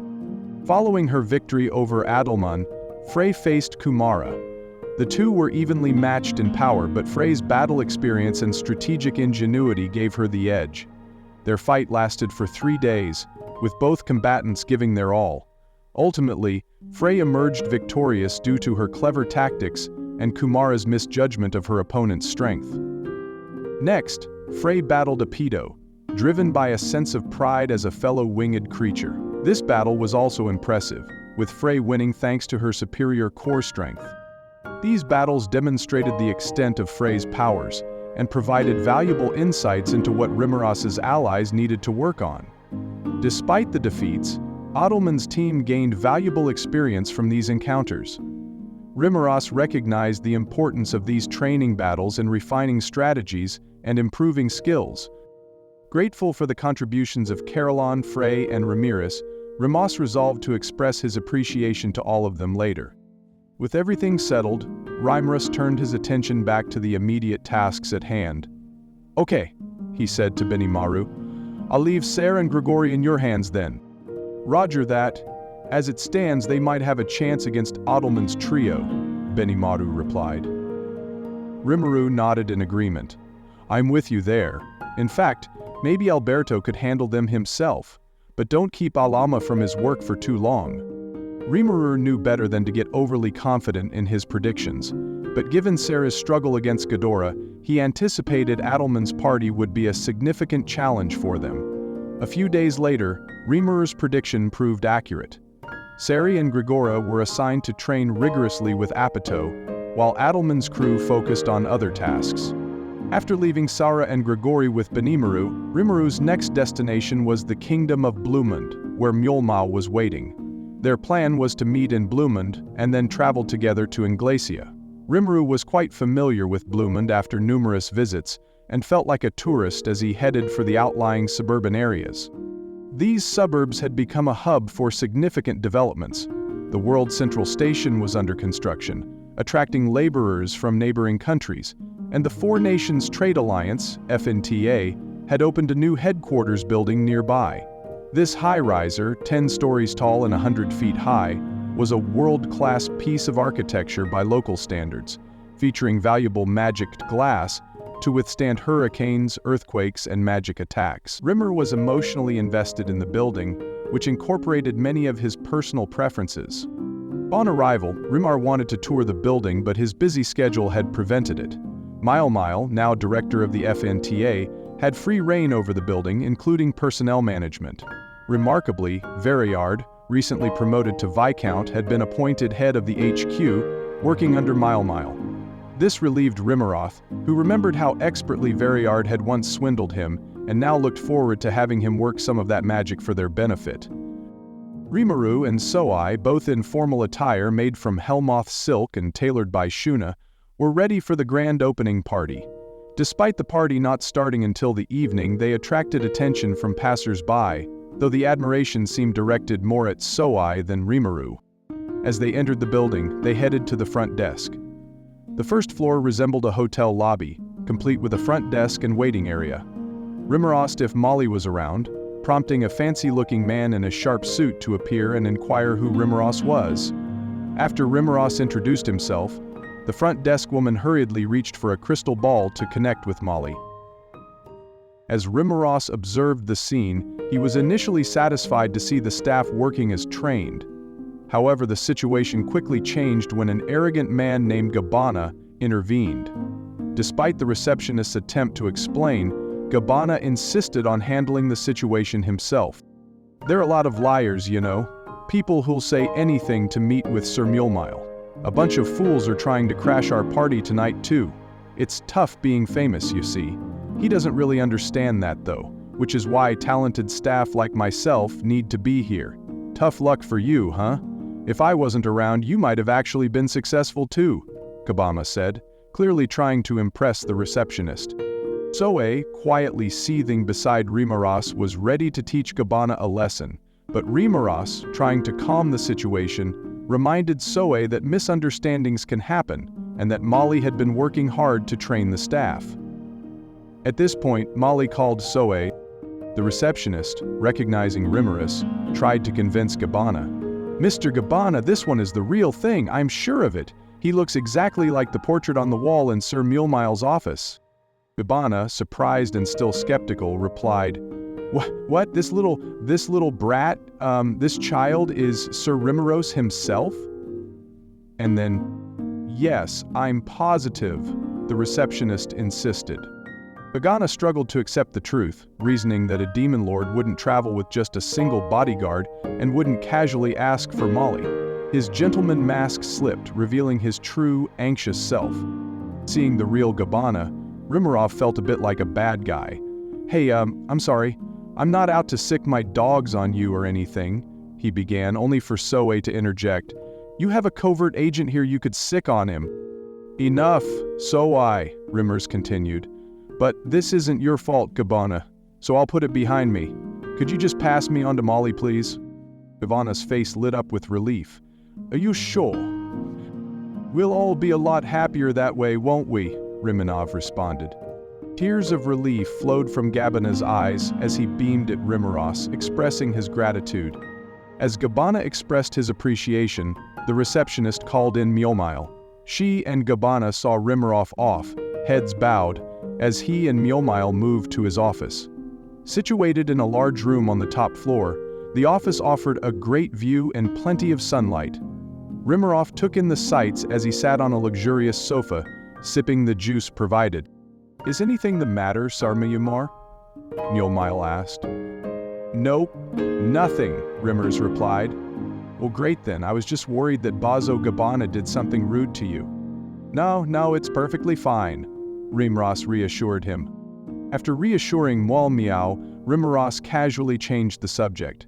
"But Molly, I see that you have a portrait of me in this office. What's up with that?"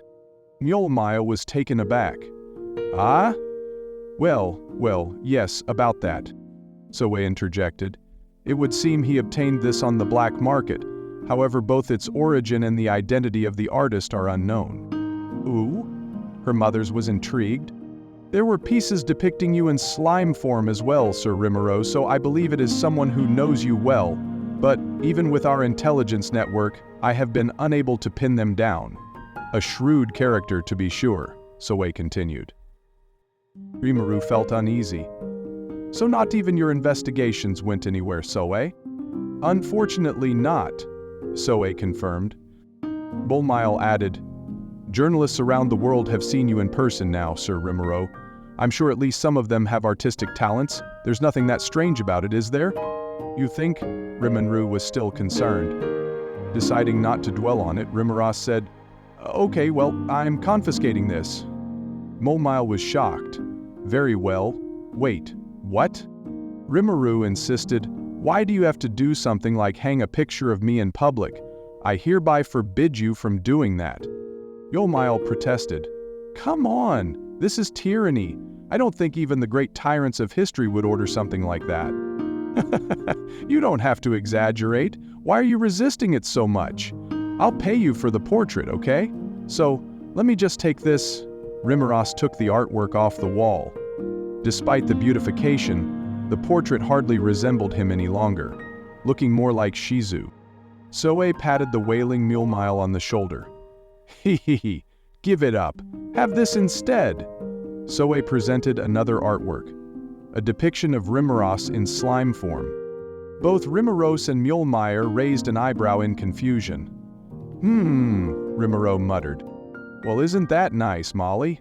Hopefully this'll be enough inspiration for you," Rimuru said. No, I'm not sure this works, you could say," Mulmile replied, unimpressed. Curious, Rimurov asked, "But why do you have something like that, Zoe?" "These were pieces we seized in the midst of our investigations. A few other examples have appeared in the market as well, and we've retrieved all of them," so I explained. "Oh, just of me as a slime?" Rimur asked. Zoe hesitated. "Yes." After a pause, Zoe continued, "Well, one of them was taken from me by Diablo." "What? That bastard!" Rimuras exclaimed. Zoe apologized. "I resisted him with everything I could, but he overpowered me. I'm deeply sorry." "It's all right, I'll be sure to retrieve it from Diablo then. That, and I'll tell him to stop getting in your hair," Rimuras assured him. Milmild muttered, "What, so Sir Zoe gets to keep his art?" "Well, why not?" Rimurus responded. "At least Zoe attracts normal women. You can bet they'll be safe with him." Milmild nodded and the subject was closed for now. Rimurus resolved to thoroughly investigate the source of these portraits in the future. As evening approached, Rimurus and Milmild got down to business. Rimurus expressed his satisfaction with their progress and inquired about future plans. Milmild suggested enjoying the party that night and holding a conference the next day to address all the questions they had received. Rimuru complimented Milmild for his thorough planning and asked for an update on current dealings. Milmild reported that their plans were progressing smoothly, with Reg successfully consolidating power and almost no one openly defying them anymore. Milmild praised Veriard's exceptional talent, noting his unique methods for expanding their influence. Rimurov reassured Milmild, reminding him that it's a boss's mission to reward their team for getting the job done, and that being overly talented could hinder accurate judgment of others' achievements.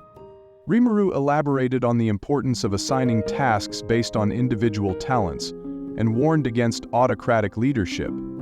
He emphasized the need for a balanced approach, where the top person in a company supports their team rather than doing everything themselves. Milmild, despite his talent, recognized that his role was to manage things effectively and make it easier for everyone to work under Veriard. Rimular affirmed that the Four Nations Trade Alliance, FNTA, didn't need to rush growth and aimed to create a firm where people trusted and supported each other. This careful management approach resonated with Milmild, and he appreciated Rimuras's perspective. Although Milmild laughed jovially, Rimuras clarified that his praise was directed at Milmild's leadership, not his own. After Milmire finished briefing Rimuran, it was almost time for the party. Milmire mentioned the large-scale event would attract nobility from many nations, ensuring Rimuran would receive a lot of attention. Concerned about dealing with hangers-on and intimidating people, Rimuran acknowledged he had to attend the event since prominent figures like Gazel, Yom, and King Doram of Blumund were on the invite list. Zoe, ever vigilant, offered to shoo them away, but Rimura quickly declined, fearing a bloodbath. Instead, he decided to rely on his communication skills to manage the situation. Zoe agreed to keep a prudent distance while performing his bodyguard duties, ensuring Rimura's safety without causing a scene. Ranga, always eager to help, emerged from Rimuro's shadow to offer his support, bringing a smile to Rimuro's face and easing his nerves. With Zoe and Ranga by his side, Rimuru felt more confident as he headed towards the party venue. As the party venue on the 9th floor came into view, Rimuru noted the buffet tables set up with a variety of foods prepared by the kitchen staff.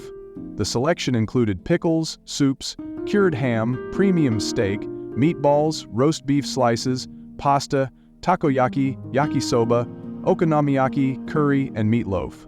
The menu, though unconventional for a business party, featured popular items from Tempest's dining halls. Rimuru questioned the choice of food, but Momil reassured him that guests might actually be expecting such a menu, referencing the food served at the Founders Festival. Momil's casual attitude put Rimuru at ease, realizing he might be overthinking the situation. Surveying the venue, Rimura's attention turned to Veriard, who greeted him with a friendly smile. Despite some bad memories associated with Veriard's smile, Rimurus couldn't help but respect him, especially given Blumund's readiness to change the nation's structure without bloodshed. King Doram's gamble and Veriard's expertise were impressive. Well, everything looks thoroughly taken care of around here, Sir Variard. Having you in command is a tremendous relief. Keep supporting Mule for me, okay? Rimuru said. Of course, and please call me just Variard.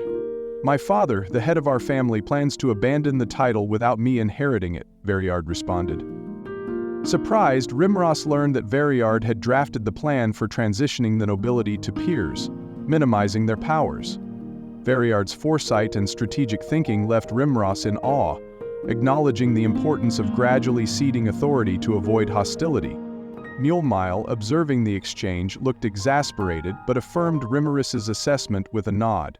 The party began smoothly with Mule giving the first speech, followed by a few words and a toast from King Doram. The atmosphere quickly became informal, though it maintained an air of refinement due to the presence of royals. As expected, Rimuru soon found himself surrounded by a crowd eager for his attention.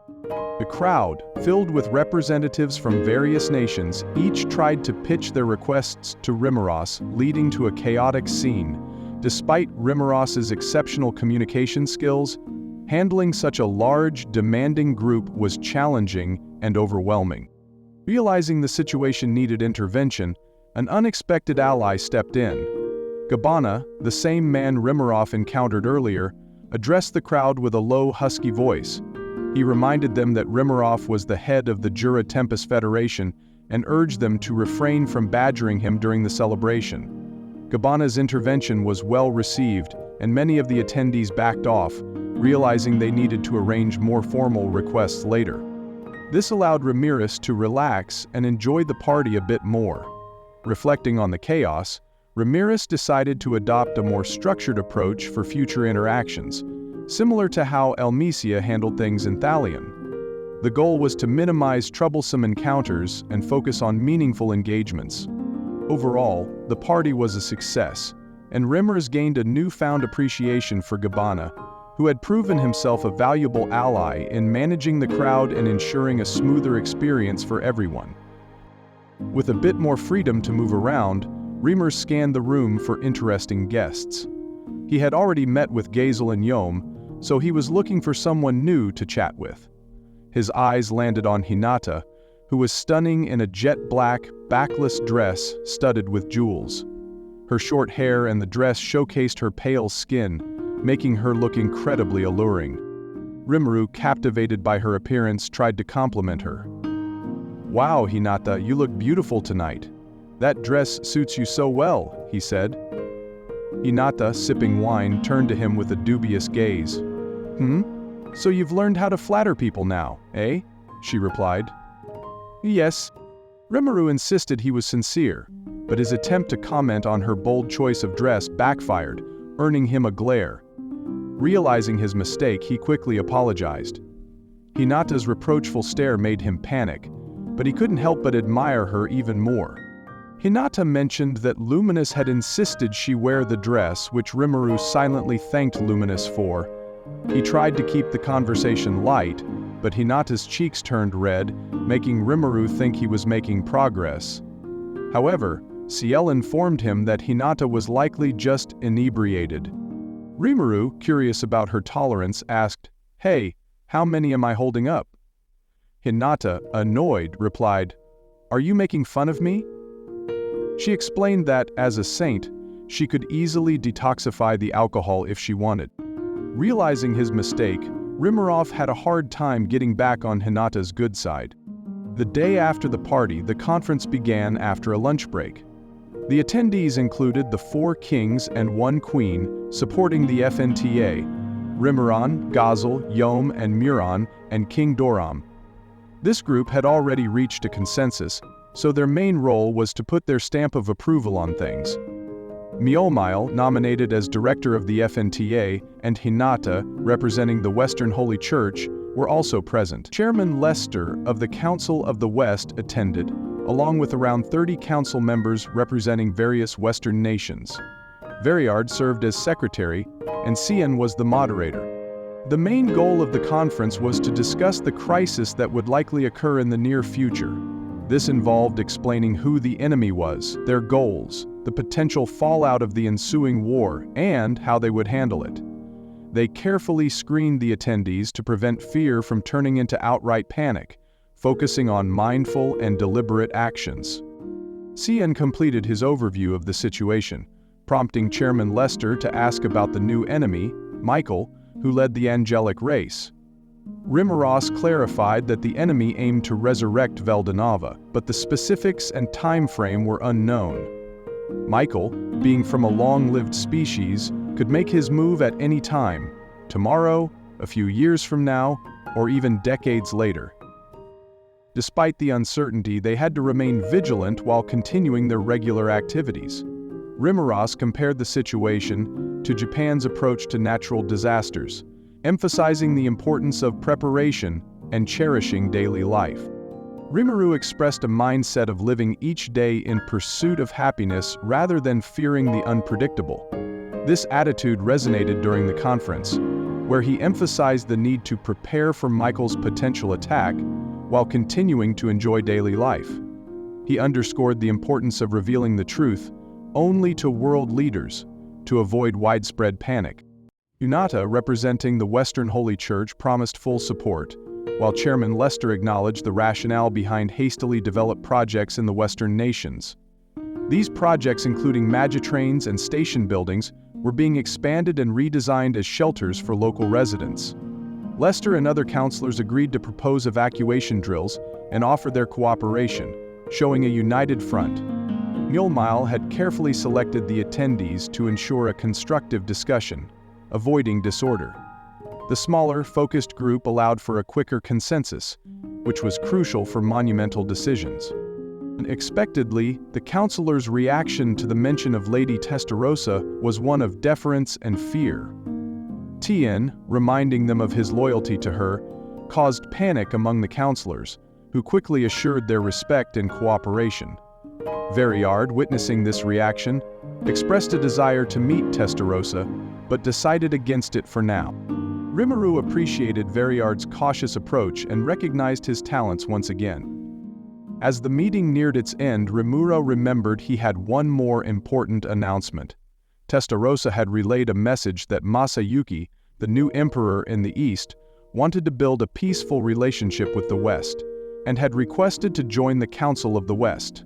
Rimuru casually mentioned this, causing a significant stir among the attendees. Gazelle, Yolm, Molmeal, and Cien, who were informed in advance, remained composed, but others like King Doram and Veriard were visibly shocked. The reaction made it clear that this was a major announcement, more impactful than Rimuru anticipated.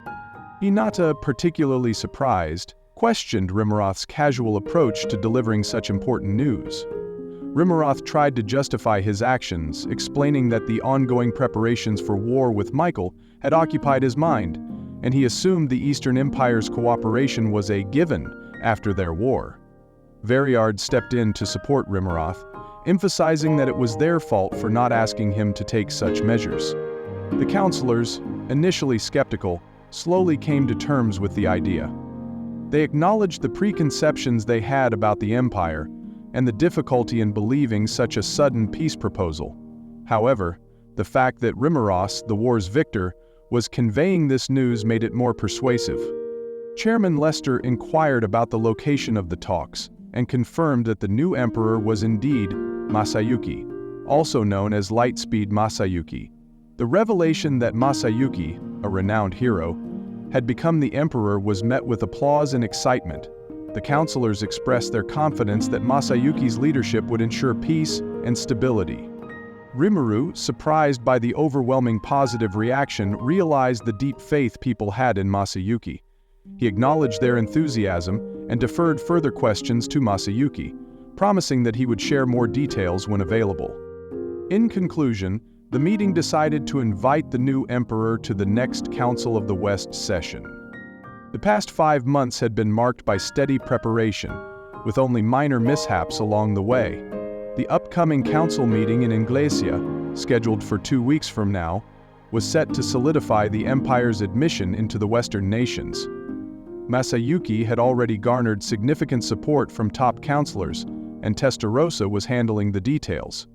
On the surface, humanity appeared united under a single mission: With the demon lords fully prepared, the main concern was the potential strength of the enemy force. As Rimross reflected on these developments, he received a sudden communication from Dino. This wasn't his regular morning check-in, which indicated something important was happening. Hey, it's Dino, can you hear me? Of course I can. Any moves? Rimurs replied. Dino, sounding somewhat incoherent, mentioned there was so much going on that he didn't know where to begin.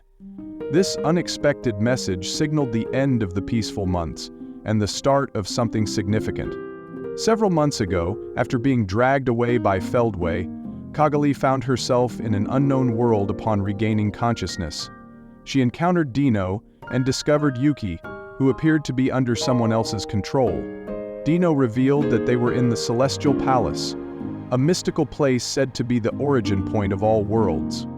Kagali struggled to comprehend her situation, realizing that both she and Yuki had been controlled by powerful beings. Dino remained unhelpful but confirmed that they were indeed stuck in the Celestial Palace, a place with no apparent way to escape using magic. Kagali's subordinates, Ter and Footman, were with her, and they discussed their predicament.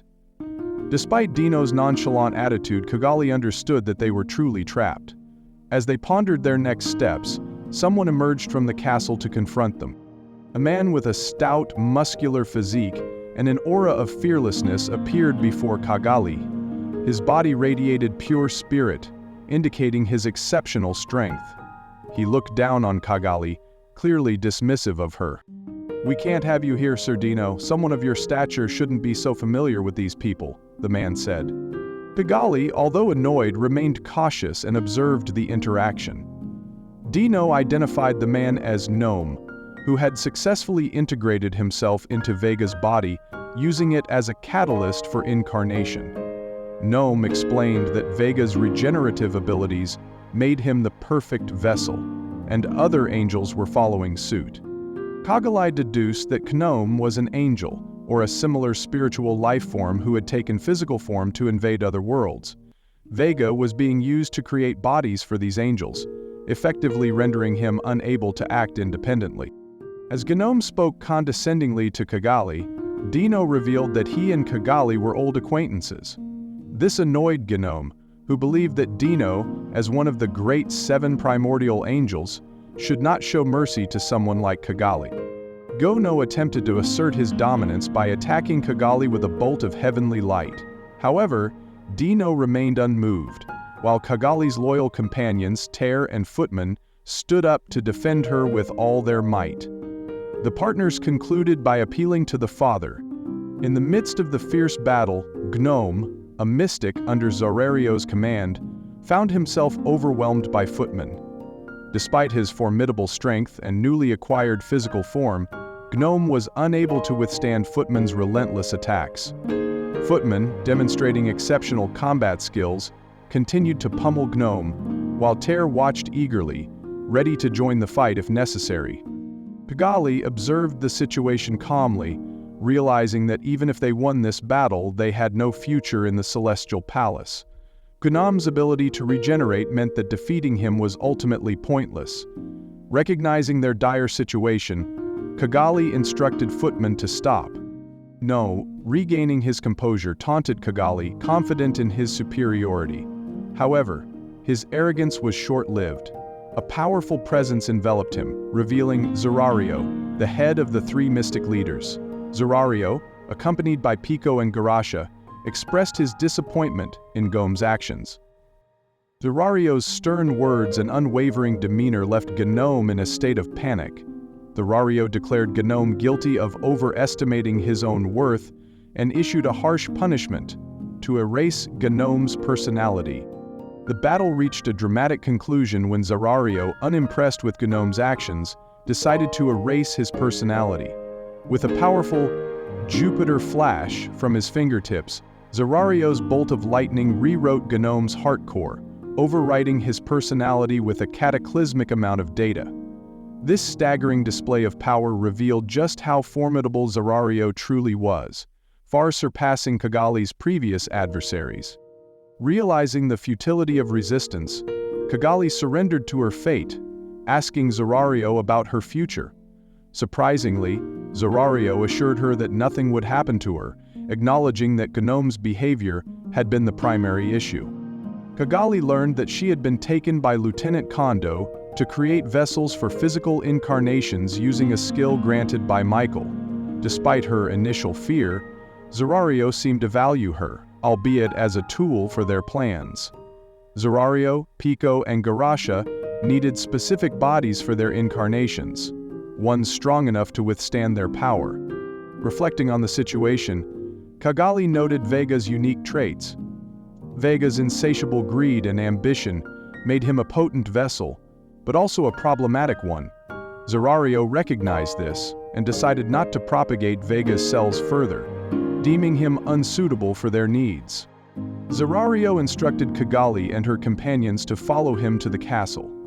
Despite her apprehension, Kigali complied, accompanied by Footman Tyr and Yuki. As Dino, Pico, and Garasha were left alone, their banter quickly filled the small house. Dino, often the target of Pico and Garasha's teasing, reacted with his usual mix of annoyance and amusement. "Till now, what are we gonna do?" Pico asked. "What can we do? It's none of our business," Garasha replied, matter-of-factly. "Yeah," Danielle agreed, trying to stay out of unnecessary trouble. "That's what I sure think, yeah. But Pico, don't try to ingratiate yourself with Dino too much. I can't have you turning out all weird on me too." "Okay," Pico responded, slightly mockingly. "Hey, why are you talking about me like I'm some kind of failure?" Dino protested. "Well, aren't you?" Pico shot back. "You're the lamest angel ever, totally a fallen angel," Garasha chimed in. "Oh, shut up. I bet you think that sounds really cool, but shut up," Dino retorted, his voice echoing through their small abode. Kigali was amazed by the grandeur of the castle, far surpassing any she had encountered before. Zorario guided her to a room with large cultivation tanks resembling a laboratory. Inside one of the tanks floated a human-shaped figure, akin to Vega. Upon Zorario's arrival, the staff, including Dallas, greeted him respectfully. Zorario promptly canceled the project, and Dallas obediently ordered the staff to shut down the cultivation tank. Zorario had granted names to the staff to foster individuality, but their transformation was still in progress. During an invasion, Zorario lost control of some troopers due to their weak sense of ego. In response, he named the top management, hoping to strengthen them. However, the changes were minimal, leading him to seek a suitable vessel for possession. Zorario wrote that if shipwreck both arrived and departed, the vessel might be found in a number of places. Zorario realized that using Vega's body as a cultivation base was unfeasible due to its corruption. Instead, they planned to use the Walking Dead they had created to incarnate powerful seraphim. These vessels were reserved exclusively for the seraphim to amass great power. Suddenly, the sound of shattering glass interrupted them. Vega, now awake and furious, targeted Gnome and absorbed him, boosting his power. Vega's ego trip ended when he faced Zorario, who gave him a choice: join them or fight. Vega quickly submitted, and Zorario accepted his allegiance. Losing Gnome was unfortunate, but it further strengthened Vega, aligning with their need for exceptional talents. Zorario's will was absolute, and the staff complied without complaint, treating Vega as a close ally. That's it. Watching the exchange between Vega and Zorario, Kigali couldn't help but feel exasperated. Vega's attitude was intolerable, yet Zorario seemed to tolerate it without concern. It was clear to Kigali that Zorario didn't view Vega as a threat at all, showcasing just how far above everyone else Zorario's strength truly was. As Vega noticed Kigali and Yuki, he greeted them with an unsettling familiarity. Kigali knew she couldn't stand against Vega, especially with Yuki still under control. For now, she decided it was best to play along with him. "Yeah, I guess so, friends. Right? We're all in a pretty different set of circumstances right now, after all," Kigali replied. Vega, undeterred, inquired about their location. Kigali explained that they were in the Celestial Palace with no apparent means of escape. Vega, in his typical fashion, shrugged off the situation, eager to enjoy his newfound power. Cagalli felt a twinge of jealousy at Vega's carefree attitude. Zerario, meanwhile, seemed indifferent to Yuki, making it difficult for Cagalli to discern their true intentions. She contemplated using the forbidden curse, Dead Birthday, as a last resort, but knew it would require extensive preparations. Determined to find a way to make herself and her companions useful, Cagalli resolved to abase herself if it meant survival. She realized that their resolve would soon be tested, as Michael and Feldway had returned. The audience chamber in the center of the castle was filled with an eclectic assembly of powerful beings. Michael sat closest to the empty throne, with Feldway standing beside him, casting glares at the rest of the audience. Dino's group and the newly born Walking Dead were also present. Obela and her associate Oma, who had been summoned on short notice, stood out. Oma, transformed into a mystic beast with a single all-seeing eye and a stitched mouth, communicated via telepathy, lending an eerie air to the gathering. Additionally, Feldway had forged an alliance with the Insectors, once his foes. Leading this group was Zeranis the Insect Lord, accompanied by the powerful and unusual 12 insect masters, now numbering 8. These included formidable figures like Zeth, Chief Insectoid General, and his peers Betop, Mujika, Tishorn, Torin, Abalt, Cyril, and Period, each with their unique and imposing characteristics. The presence of these powerful beings made the large chamber feel smaller and more oppressive. Cagalli, overwhelmed by the sight, remained silent, observing the unfolding events. As the meeting with Michael commenced, Feldway started by expressing gratitude and outlining their progress, mentioning Lodora's disappearance and their success in banishing Velgrind. However, Zerario interrupted, highlighting a critical issue. Velgrind was still alive and had caused Cornu's fall. This revelation shocked the audience, including Zeranis, and displeased Feldway. The Demon Lord Rimuru was proving to be a significant obstacle, complicating their plans to resurrect Veldanava. With Velgrind's survival and Cornu's absence, their project faced a major setback. Dino, seizing the moment, shifted the blame onto Feldway, suggesting that the failure was due to a lack of proper execution. Zerario, while not fully agreeing with Dino, remained silent. Feldway's crankiness was justified after the unexpected revelation about Velgrind. His primary focus now was to secure the true dragons, as their draconic factors were crucial for reviving Veldanava. Although they already had Velgrind's factors, her return to the world presented a new challenge. Feldway had been careless, underestimating the possibility of her revival. With Velgrind back, he had another formidable adversary to contend with. Despite her diminished power, the situation was distressing, especially after losing Cornu. His immediate plan was to add Velzard to their side, ensuring she retained some degree of free will. This would counter Velgrind and aid in capturing Veldora. However, the complications arising from Velgrind's opposition necessitated a re-evaluation of their strategy. Felgray realized they needed to bolster their fighting strength beyond just himself and Michael. Dino's remark about the failure at the end prompted Feldway to rethink his approach. That is why they decided to recruit Velzard as an ally instead of banishing her, recognizing that this approach would solidify their position. With Velzard's override circuit still active, adding her to their side safely and securely was feasible. Michael proposed providing physical bodies for everyone to handle any arising challenges. Feldway agreed, planning to focus on preparations and putting Veldora on hold for the time being. Zerario then reported the failure of using Vega to create body vessels, confirming that only the Walking Dead could serve this purpose. As they pondered the allocation of the 9 Walking Dead vessels, Zeranis offered them up, stating the Insectors had no need for them. Zerario suggested that only those with a strong will should receive the vessels, as weaker individuals would be useless in the upcoming war. Feldway and Michael considered summoning Seraphim with Armageddon to possess the bodies, but acknowledged the uncertainty of their willpower. Zeranis proposed that his children could consume any excess Seraphim if needed, but Feldway decided to hold off on that plan. Ultimately, they agreed to reserve the vessels for Zerario and the top leaders, ensuring a more reliable and powerful force.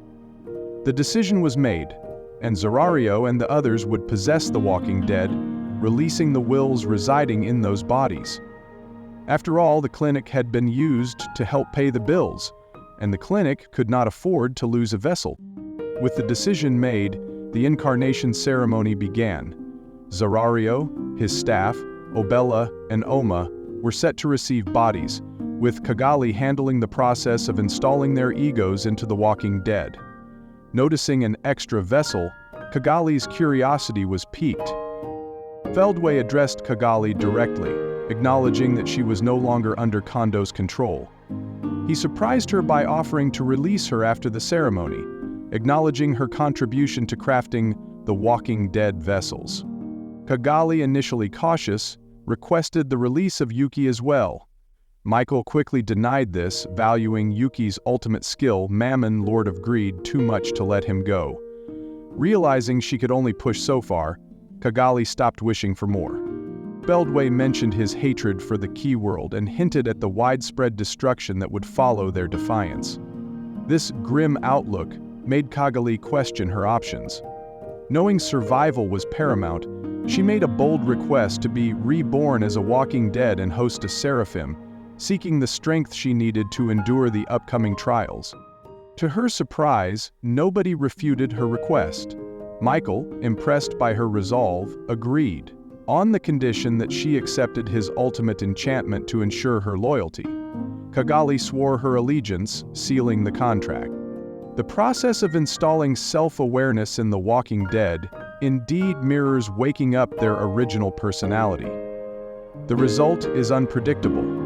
Sometimes the strongest will prevails, and other times a new, mixed ego emerges. This uncertainty loomed over Kigali as she conducted the ritual on the bodies, including the one she intended to occupy. After awakening the 8 bodies, Kigali performed the same ritual on herself. She transferred her consciousness from her artificial body to the walking dead vessel, hoping to gain the strength she needed. And the results were, as the incarnation ceremony concluded, Zerario and the others began to awaken, each experiencing their own transformation. Zerario felt the immense power of his new physical form, ready to wield it in the Key World. Bela awakened with her noble will intact, proving her resilience against any challenge. Halus discovered the presence of another personality within him, Tornwat, whose warrior skills enhanced Daelus's abilities. Exclamation point. Found herself stronger, with her sense of self unchanged. Exclamation point. Integrated a being named Zero into its consciousness, maintaining its indomitable will, RCA and Alaya. Combined their knowledge and skills to become a magical warrior, completely overtaking the ego of Sana. Rias retained his unique skill, Murderer, driven by a grudge against Amrata and sought more strength. Mai Furuki determined to survive for her sickly younger brother left behind in the other world, she swore to return to him someday. All 8 had awoken, each transformed and empowered by the process. However, one figure remained in a deep sleep. Kigali's dream took her back to a much older time, when she was a young princess living in a utopian kingdom ruled by her father, a kind and gentle king. Their nation, founded on the ruins of an advanced elven civilization, thrived in its natural bounty. But her father changed, becoming the cruel sorceress Dinas Jahil. He conducted brutal experiments, ultimately transforming Kigali into a walking dead, stripping her of her beauty and identity. Despite her suffering, Kigali invoked the forbidden spell Dead Birthday, creating companions like Tear, Footman, and Clayman to stave off her loneliness. These children, unlike her, retained their beauty but chose to hide behind masks in solidarity. This small act of kindness gave her the hope and strength to endure. And she was determined to rebuild and create a land where everyone could live happily. Kigali's dream of restoring her homeland and creating a haven for her people was tragically short-lived. The Chaos Dragon's attack left the land cursed, and her followers transformed into dark elves. Despite being impervious to the curse, Kigali pretended to be affected, hiding her true form behind a mask and lamenting her difference from others. The mask provided some solace, but also deepened her sadness. With Ter and the others by her side, Cagalli found some relief. Together, they abandoned their homeland, leaving behind their unfulfilled dreams and memories. After a long period of wandering, Cagalli and her followers finally discovered a new safe haven. Once life had settled down, Cagalli decided to visit her homeland again to recover treasures and see the land for herself, making a clean break from the past for the future. On reaching her destination, she encountered Thalion Grimwald, the hero who had fought the Chaos Dragon but was now on the brink of death. Despite his grievous injuries, Thalion maintained his sense of humor and spirit. Cagalli, revealing her true form, offered to use her magic to give him another chance at life, warning that it might cost him his memory and make him her puppet. Thalion, undeterred, accepted her offer with a half-smile, seeing it as an opportunity. Thus, the negotiations concluded, and through Cagalli's magic, Thalion became a walking dead, surviving the ordeal.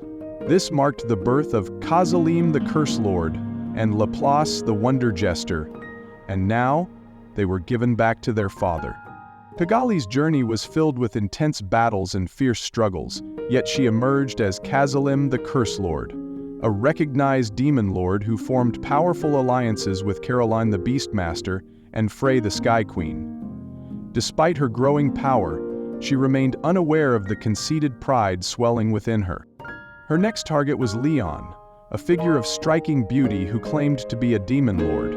Cagalli's jealousy led to a grievous mistake, underestimating Leon, resulting in the loss of her physical body and leaving her to wander as a spiritual entity. Determined to regain her form, she used her remaining Curse Lord power to prepare her resurrection, but failed in her final summoning. Desperate and on the verge of perishing, Cagalli begged for help, lamenting her misfortune. Isolated and without aid, she continued to lead her companions, suppressing her own despair. In a surprising twist, Yuki Kagarizaka extended a helping hand. Despite Cagalli's earlier attempt on his life, Yuki offered her a place to rest. Years passed with Cagalli still residing within Yuki, advising him using her unique skill, Shimmer. Despite their combined ingenuity, they faced formidable opponents, particularly Maribel Rozo. Maribel's resources and strategic prowess made her a daunting adversary, forcing Cagalli and Yuki to acknowledge the need to eliminate her to advance their plans.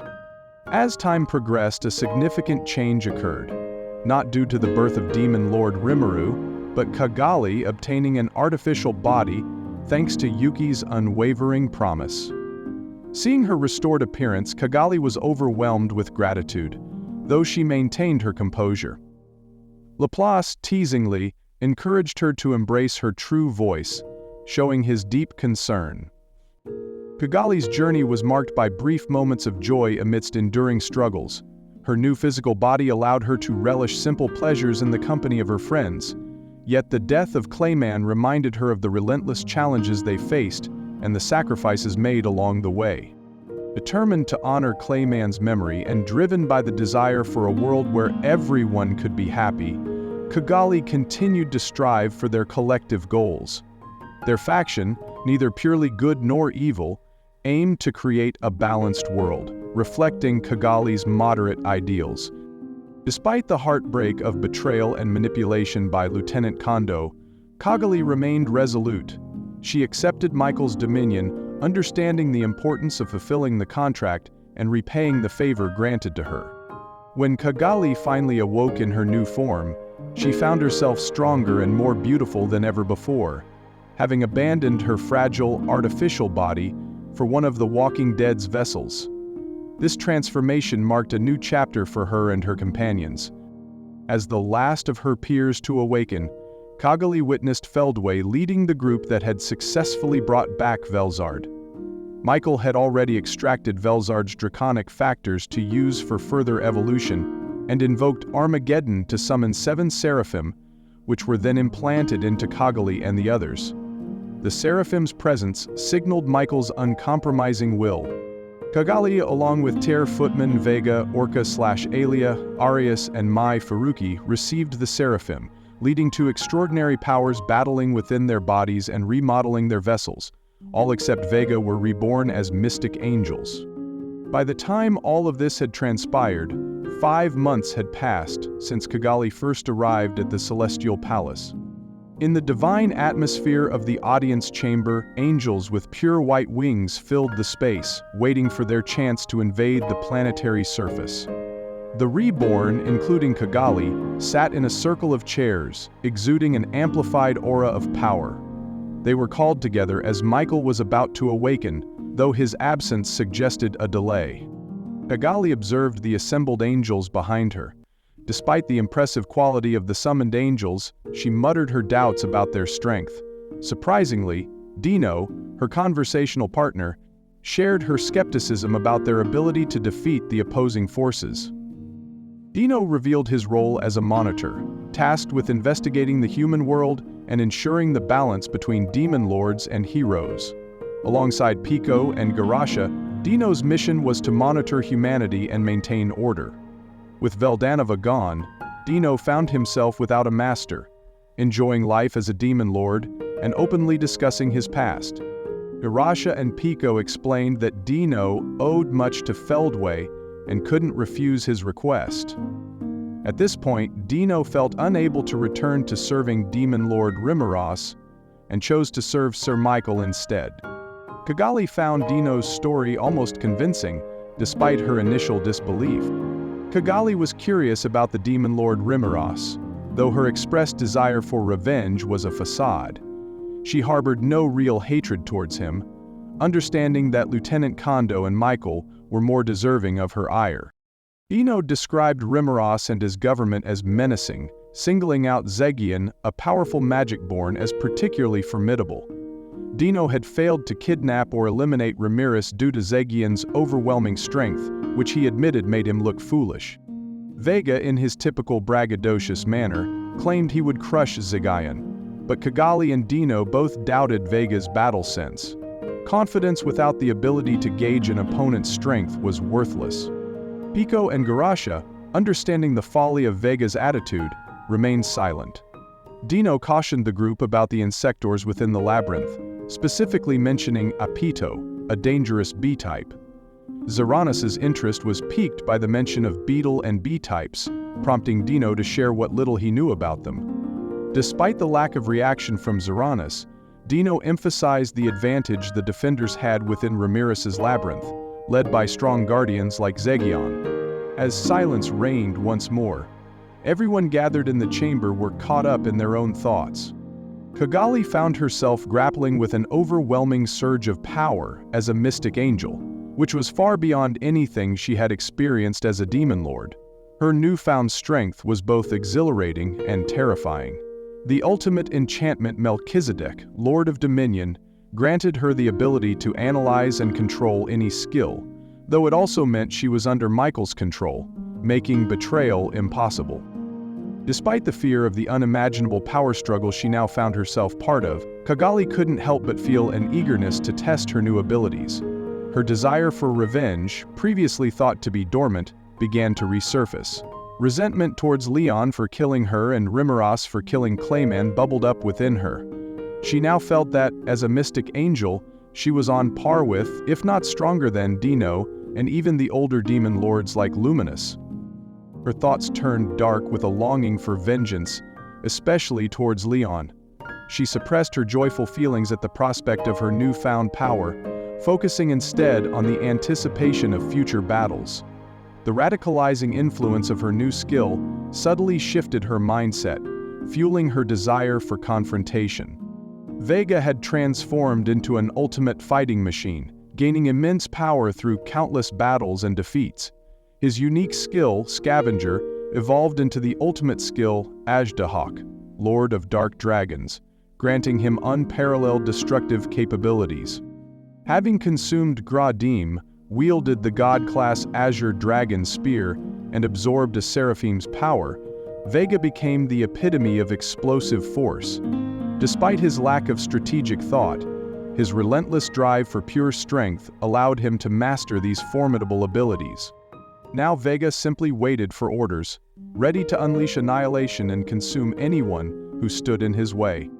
Dino found himself reflecting on his complex situation and his unwavering loyalty to Valdenova. His sense of self had developed over time, leading him to become a demon lord and observe the intricate dynamics of the world. Despite his contentment with his role, his betrayal of Reminisce and the subsequent fallout weighed heavily on his mind. Controlled by Michael's skill Astarte, Dino felt trapped, unable to defy Michael and Feldway. Yet Reminisce's trust in him, symbolized by the blue butterfly mark connecting their hearts and minds, provided a peculiar sense of thrill and purpose. Reminisce's calculated approach and direct communication with Dino turned him into an unwilling spy, gathering valuable intelligence on the enemy. Despite the weight of his responsibilities and the complications arising from his divided loyalties, Dino's innate positivity and adaptability allowed him to navigate his predicament with a light-hearted attitude. As he waited for Feldway and the others, Arius found himself in a curious state of reflection. Although conversations buzzed around him, he couldn't grasp their content, but he instinctively knew better than to voice his complaints. Under Kagali's complete control, his transformation into a mystic angel brought newfound power, but also reinforced his subservience. Despite this, Arius felt a sense of elation. His unique skill Murderer had evolved into the ultimate enchantment Sandalphon Lord of Judgment, thanks to Michael's intervention. This transformation brought a profound sense of power and satisfaction, even though it was beyond his control. As he awaited his call to action, Arius relished in his newfound strength, feeling pleased and ready for the challenges ahead. This newfound omnipotence, despite the constraints, brought a sense of fulfillment that he had never experienced before. Orca and Alea's internal struggle led to an unexpected unity, resulting in the birth of Orlia, a fusion of both beings. Despite the chaos, this unification felt surprisingly pleasant. Orlia emerged as a first-rate warrior and magic user, equipped with the ultimate enchantment multi-weapon. This skill enabled her to create a variety of god-class weapons from her accumulated experiences. Confident in her newfound power, Orlia felt prepared to face any adversary without fear. Mai Furuki found herself in despair once again. Despite being brought back to life with incredible power, she still hadn't fulfilled her wish to return to Japan. Her unique skill, Drifter, had evolved into the ultimate enchantment world map, allowing her to visualize any location in the world and travel there instantaneously. However, this ability was limited to her current world, preventing her from crossing dimensions to reunite with her brother. This realization was a huge disappointment for Mai. She remained under Michael's control, her heart closed off as she continued to follow orders. Despite her tragic circumstances, she held onto a glimmer of hope, determined to find a way to make her wish come true. Zerario found himself in a challenging situation. Grateful for his new physical body, he was now able to wield his full strength in the key world without losing energy. However, acquiring the angelic skill Israfil, Lord of Trials, presented a new problem. This skill, obtained naturally as part of his incarnation, made it impossible for him to go against Michael without appearing rebellious. Zerario viewed Feldway as a colleague and had qualms about Michael's unwavering authority. He trusted their current objectives, but wasn't sure if he would support them indefinitely. The acquisition of Israfil complicated his ability to part ways if necessary. He pondered how much Michael knew about his possession of the skill, recognizing Michael's full control over angelic abilities. Determined to maintain his autonomy, Zerario vowed not to let anyone rewrite his thoughts. He regretted not opposing the domination of the true Dragon Sisters earlier, now finding himself in a similar predicament. Zerario's rational thinking led him to focus on how to manage this new challenge, determined to maintain his will and navigate the complex dynamics within their group. Obila found herself grappling with the ultimate skill, Azrael Lord of Salvation, which she acquired during her evolution. As a primordial angel, she already possessed managerial abilities that rendered most skills unnecessary. This angelic skill was both powerful and potentially problematic, given her intentions to betray Michael. She was particularly concerned about the possibility of falling under Michael's control without realizing it. To counteract this risk, Obala considered implementing self-suggestion to destroy Azrael if any contradictions arose in her mind. This drastic measure, while extreme, was within the realm of possibility for ultimate spiritual beings like her. Obala's unwavering loyalty lay with Milim, whom she viewed as the rightful successor to Veldanova. She believed that Feldway's actions, whether voluntary or not, had gone too far. Her true feelings revolved around ensuring Milim's future and respecting the creator's legacy. With these thoughts in mind, Obala remained resolute, prepared to take necessary actions to safeguard her autonomy and support her beliefs, even if it meant breaking away from Feldway and facing potential consequences. The audience chamber, once filled with a divine atmosphere, now crackled with intense energy as Michael, Feldway, and Velzard took their seats. Michael's command to begin marked the start of a pivotal strategy conference. The room was charged with anticipation, each person contemplating the weight of their discussions and the battles to come. Kigali, feeling the immense power within her, pondered her role and potential in the unfolding plans. Vega waited for orders, ready to unleash his devastating abilities. Dino reflected on his complicated loyalties and the trust placed in him by Rimuru. Arius, with his new powers, felt both constrained and empowered. Orlia, now a formidable fusion, embraced her strength and versatility. Mai Furuki grappled with her unfulfilled wish and the constraints imposed on her. Zerario and Obala, both wary of the angelic skills they had acquired, considered their positions and the implications of their newfound abilities. As they all gathered, each individual's thoughts and plans intertwined, setting the stage for the discussions that would shape their next moves. The atmosphere in the audience chamber grew even more intense as Mai projected a three-dimensional view of the key world. Each demon lord's domain was highlighted, illustrating the strategic points of interest. Michael requested feedback on how to tackle their targets, emphasizing the importance of a focused attack.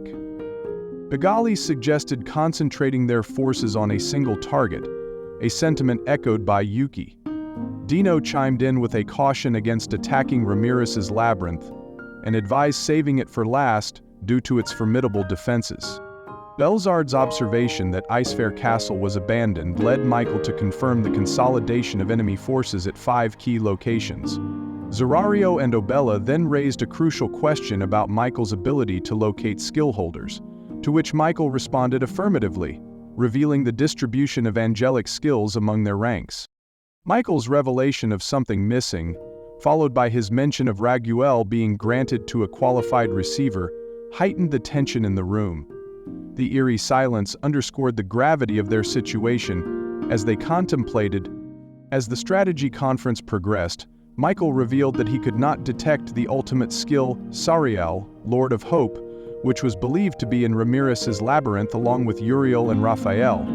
This led to the assumption that these skills were beyond his reach due to Ramirez's intrinsic skill, Massacraft. Michael identified Metatron, Lord of Purity, as being located in El Dorado, the capital of Leon's domain.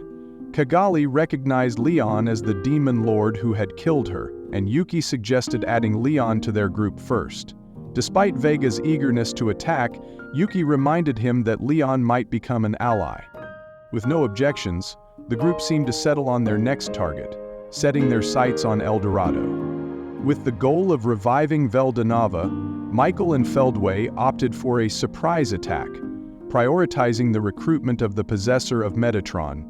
Feldway emphasized minimizing casualties, deciding to leave the rank-and-file soldiers behind and involve only the strongest warriors. Michael's ultimate dominion controlled angelic skills, but required eye contact to work effectively. Regala Dominion, which varied in control based on existence points, faced challenges with targets of similar rank. Michael's EP of 90 million, with Yuki's 2 million subtracted, made controlling Veldora difficult due to Veldora's 88 million EP. They deliberated on who to deploy for the mission. Dino chose to stay behind, while Xeranis and his forces prepared for a full-scale invasion.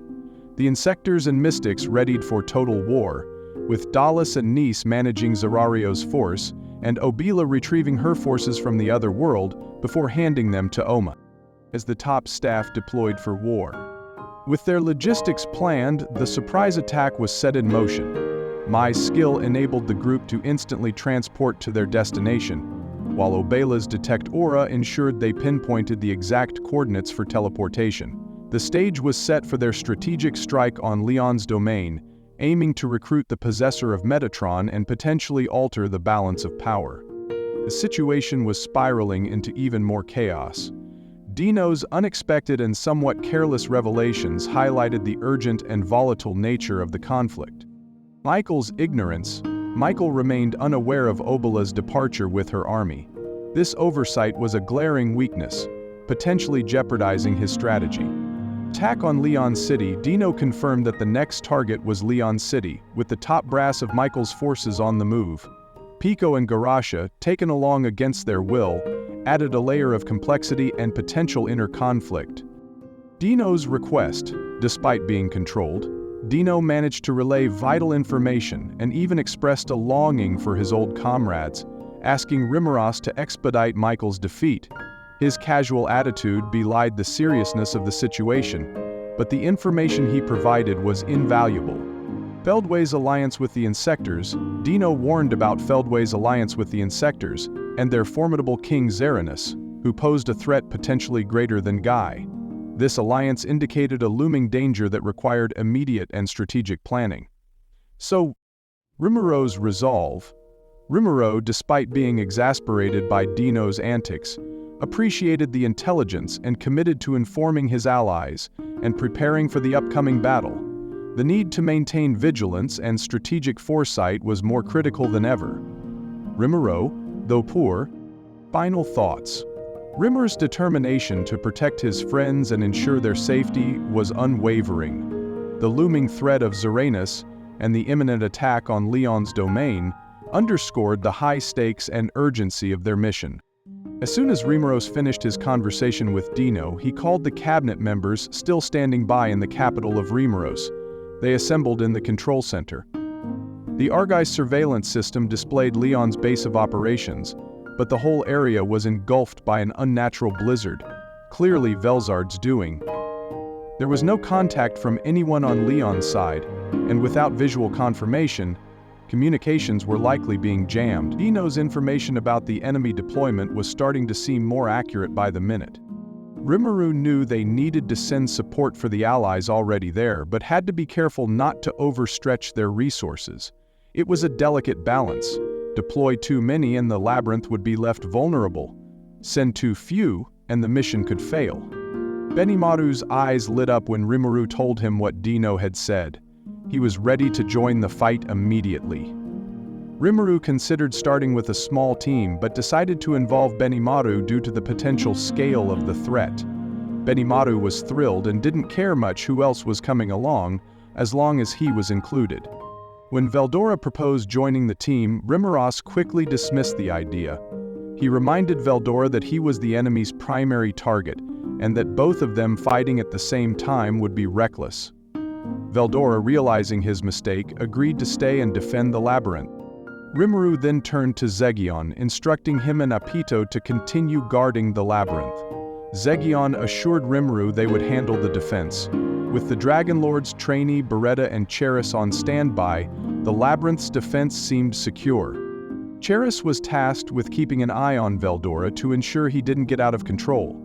Veldora, although a bit worried about being watched, was handed a manga volume by Cheris, much to Ramirez's amusement. Trainee and Beretta reassured Rimuru of their readiness and training, boosting his confidence in their defense. With the team's encouragement, Rimuru decided on the deployment team: himself, Benimaru, Ranga, Kumara, and Sowe. Rimuru felt a bit uneasy as he addressed Benimaru. "I'm sorry though, Benimaru, I made this decision without asking your opinion. But you've got a right to refuse if you want to. I know you have a couple of wives to protect after all, don't you?" Momiji and Alvis were both well into their pregnancies. The gestation periods of monsters varied widely, with Momoji's mother, Kaide, having kept her in the womb for over 300 years. The lycanthropes, on the other hand, could have embryos or eggs, reflecting the diversity within their race. Albus was ovoviparous, carrying embryos and eggs inside her body until they were ready to hatch, and had to stay in her animal form throughout the pregnancy to avoid physical strain. The science of monster ecology was still developing, leaving many aspects unexplored. Rimuru's main concern now was how Benimaru felt about going into battle with 2 pregnant wives. It was a tough question, weighing work against family. Rimuru, being single, had never faced this dilemma and was more used to prioritizing work, having even pulled an all-nighter on his own birthday. Benimaru, however, laughed off Rimuru's concern. "There is no need to worry. I'll do everything I can to protect those I love. I always wanted to have a successor to take on my will in case something happened to me. After all, I would hate to get my priorities wrong about that." Despite Rimuru's wavering, Benimaru reassured him with a smile. "I'm telling you, it's fine. Right here is the safest place in the world, and I've also asked Hakuru to guard them for me. If worst comes to worst, I'm sure he will step up and raise my progeny. So please, don't worry about me. Besides, I don't think I could possibly lose, and I also don't doubt your victory for a moment, Sir Rimuru." Sayaway nodded in approval, and everyone else seemed to agree with Benimaru. Rimuru realized he might have been overly concerned. Hakuru, in a serious tone, added, "Oh ho ho, you're a very kind leader, Sayaway Miru. I'm sure you feel that way because you were born in peaceful times. But in a war-torn world like this one, it's not exactly the mainstream way of thinking, you see. My daughter Momiji is prepared for the worst, as is Lady Alvis. And more to the point, we also believe in Sayaway Miru." Momiji and Alvis, who had quietly entered the room, showed their support as well. "Exactly. My husband couldn't possibly fall in battle," Momiji declared. Alvis nodded. "I agree with Momiji. Sir Benimaru, if you were to do something like die on us, I'd chase you down to the ends of the earth and make you pay for it. So be ready." Seeing their resolve, Rimuru felt reassured and knew there was no need to fret over it anymore. Rimuru assured the group, "All right, I get the message, yeah. I can't guarantee that we'll win this, but I will promise that we'll all make it back alive." Benimaru's confidence was unwavering as he responded, "Heh, you are in good hands, Sir Rimuru. Win, and all is well." With Soe and Benimaru together, they felt invincible. The same could be said for the Kumara and Ranga duo. Kumara added, "Yes, I will do my best as well. Defeat is impossible." Ranga, ever loyal, chimed in, "As will I, my master. No matter who the enemy is, one bite and it'll be as good as done." Rimuru, though slightly skeptical, understood their determination. "Yeah, well, now's not the time to be wavering like this. We can't get all worried before a fight this big. It's kind of funny to see us stepping up to protect Leon of all people, but let's do our best and put an end to Michael's plans." This was his declaration of war. He knew that Michael was beyond negotiation, willing to sacrifice anything for his goals. With a dangerous opponent like that, there was no room for pleasantries or diplomacy. "Let's go," Rimuru commanded, and everyone nodded in agreement. The resolve was set. With that, Rimuru was ready to transfer them all to the battlefield. While Rimuru and his team were making their preparations, the battle had already commenced. There was no formal declaration of war. It began with Vega rampaging through El Dorado. Feldway, frustrated by Vega's lack of strategic action, voiced his complaints to Kigali. Their mission was not to destroy El Dorado, but to find and capture the possessor of the angelic skill. With Michael's domination skills being used by Feldway, it kept their supreme commander out of direct combat, a tactically sound decision that Kigali accepted. 13 individuals were on the battlefield: Feldway, Velzard, Zerario, Pico, Garasha, Kigali, Yuki, Terror, Footman, Vega, Orlia, Harius, and Mai Faruqi. Their goal was clear: defeat anyone who engaged them and locate the angelic skill's possessor. Cagalli strongly believed the possessor was Leon. Even if she was wrong, they would capture all potential targets. If the city's defenses were fortified, Cagalli would lead a storming party into the city. Mai teleported the group to their destination, and Vega immediately went berserk, smashing the city's defensive barrier and creating chaos. Cagalli was appalled by his lack of discipline, considering the possibility of purging him for the sake of military order. Despite Vega's actions, the operation proceeded. Cagalli consulted Feldway, who decided to use Velzard and himself as a diversion. Zerario, Pico, and Garasha would stay with them, while the rest, under Cagalli's command, would engage the enemy and identify their target. Cagalli, with the ability to telepathically communicate with those under her locking curse, organized the tactics. She gave the order to go all out against the enemy, with the option to retreat if necessary. Everyone, eager to test their newfound power, moved en masse. Cagalli followed at a prudent distance, her mind racing with thoughts. She knew that Michael's control over her and her companions was strong, but there was a possibility that the farther they were from him, the weaker his grip might become. Her primary goal was to find a way to escape Michael's control and seek refuge in Reminisce's labyrinth, where his influence might not reach. From the beginning, Cagalli had no intention of truly pledging allegiance to Feldway and Michael. She saw them as insane, and any future with them seemed bleak.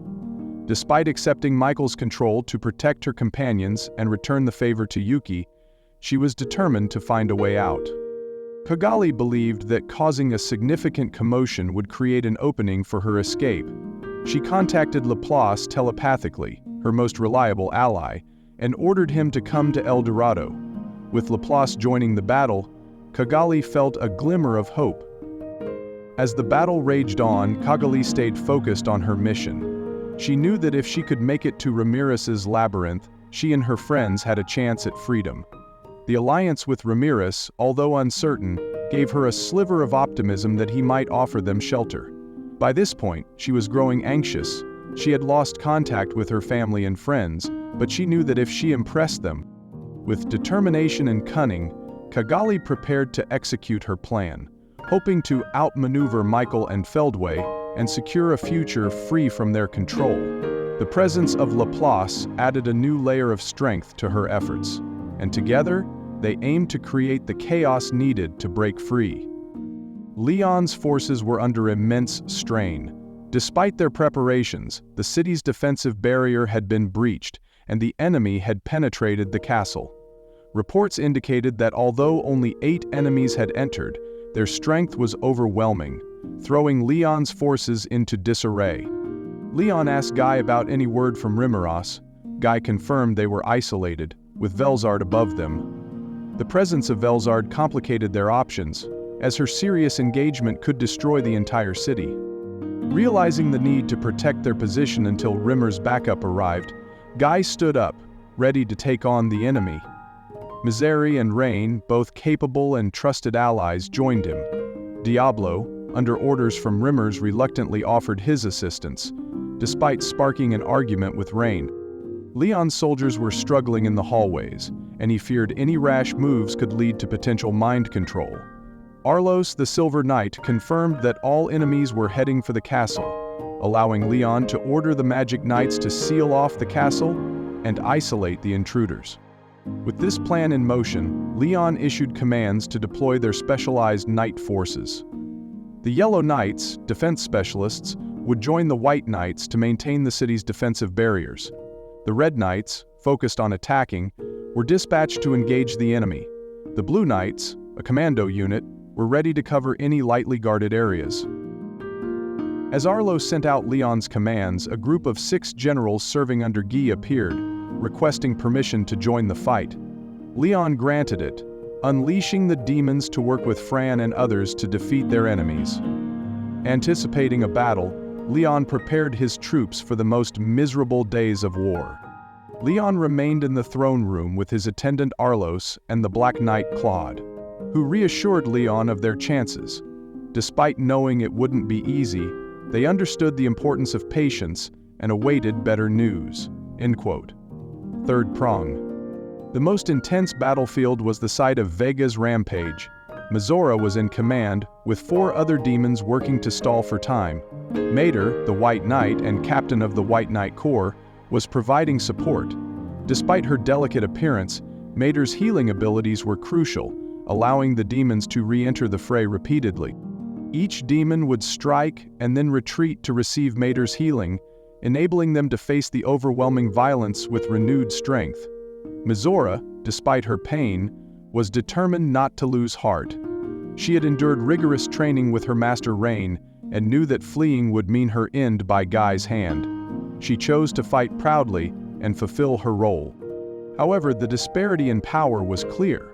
Vega's existence points numbered over 10 million, while the top-level demons barely reached 500,000. Even Misora's EP was around 700,000, and none of them possessed ultimate skills. The difference in firepower was stark. Geh, ha ha, weak, weak, weak, so weak. Or maybe I'm too strong? Sorry guys, you're so weak I don't even feel like eating any of you. I guess that means your suffering will continue for a while. But don't hate me, hate how weak you are. Vega taunted them relentlessly, trampling on their pride. Despite the taunts, the demons remained calm. Their strategy was to let Vega exhaust himself by indulging in his own violence. By exploiting his personality, they aimed to maintain a stalemate, buying time for reinforcements. The battle against Vega was intense but relatively stable, while the fight against Arius was fraught with tension. Arius, lost in a frenzy of violence, reveled in his newfound power. The ultimate enchantment Sandalphon had manifested as a handgun that required no reloading, and a bastard sword created by Orlia's multi-weapon skill. These weapons far surpassed typical god-class gear, and Arius used them to devastating effect, slaughtering knights with a style reminiscent of Lieutenant Kondo. Oxyon the Blue Knight and Khan formed a tag team to challenge Arius. Although they couldn't match Arius's weaponry, their combined skills made them formidable opponents. Khan used magic to disrupt Arius's movements, while Oxyon's graceful sword strikes kept him in the fight. Both enhanced their abilities and durability with layers of support magic, but the disparity in power was clear. Arius's existence points dwarfed those of his opponents, and even a direct strike seemed ineffective. Oxyon, a nihilistic noble, did not expect to win, but was determined to prolong the battle, ensuring Arius never reached Leon. Fighting against Orlia were Fran and Kazona, commanders of the Red and Yellow Knights respectively. Fran, a healthy beauty with auburn skin, was lightly armored and focused on offensive force, while Kazona, small and bright-faced, was clad in heavy, full-body armor. Orlia, unlike Vega and Arius, was methodical in testing her powers. She experimented with her multi-weapon skill to see what gear it could conjure. She had given a one-handed sword to Arius and a crescent bow to Mai, but for herself, she prepared a morning star and a tower shield to test both her offense and defense. Orlia's cautious approach was a lifesaver for Fran and Kazona. Using them as experimental subjects, Orlia slowly but surely came to grips with the gear she had thanks to her brand new ultimate enchantment. The battlefield was chaos, yet Mai stood on the sidelines, feeling utterly out of place.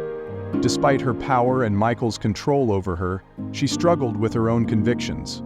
Michael's ability to brainwash even someone as trusted as Yuki had shaken her deeply, leaving her feeling powerless against him. Mai's heart wasn't in the battle. She had no desire to harm knights. She bore no grudge against. Her reluctance to fight meant that the battle didn't lean in the angel's favor as it could have. She was lost and troubled, unable to find a clear path forward. All this is going to do is bring pain to us all.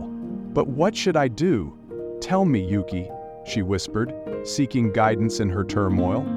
Guy's party stormed out to intercept the enemy, only to be met by a giant blizzard, courtesy of Velzard. I'll take care of her, Guy said, and no one objected. Velzard had transformed from a young girl into an adult woman, her eyes now a mesmerizing gold. This was her real mode, and it signaled just how serious she was about the battle. Guy flew up to her, and she greeted him with joy, expressing her love for him and her desire to kill endlessly. Guy, understanding the gravity of the situation, knew he couldn't afford to take it easy against Velzard. In the skies above the castle, the battle between these two immense powers began. While Guy was strong, almost reaching 40 million EP, Velzard's powers were on another level, more than twice that of Guy's. She wielded absolute power on the planet's surface, as the younger sister of the creator. Velzard had never fought all out before, always sealing her powers when fighting her sister Velgrind or playfully obliterating Veldora. She reserved her full strength for battles with Guy, relying on her superior fighting sense to match him. The battle was a stalemate, but Guy noticed something. Velzard wasn't being controlled. She chose not to resist because her desires aligned with those of Feldway and his gang. She looked genuinely happy, a face Guy remembered from their past battles. This realization frustrated Guy.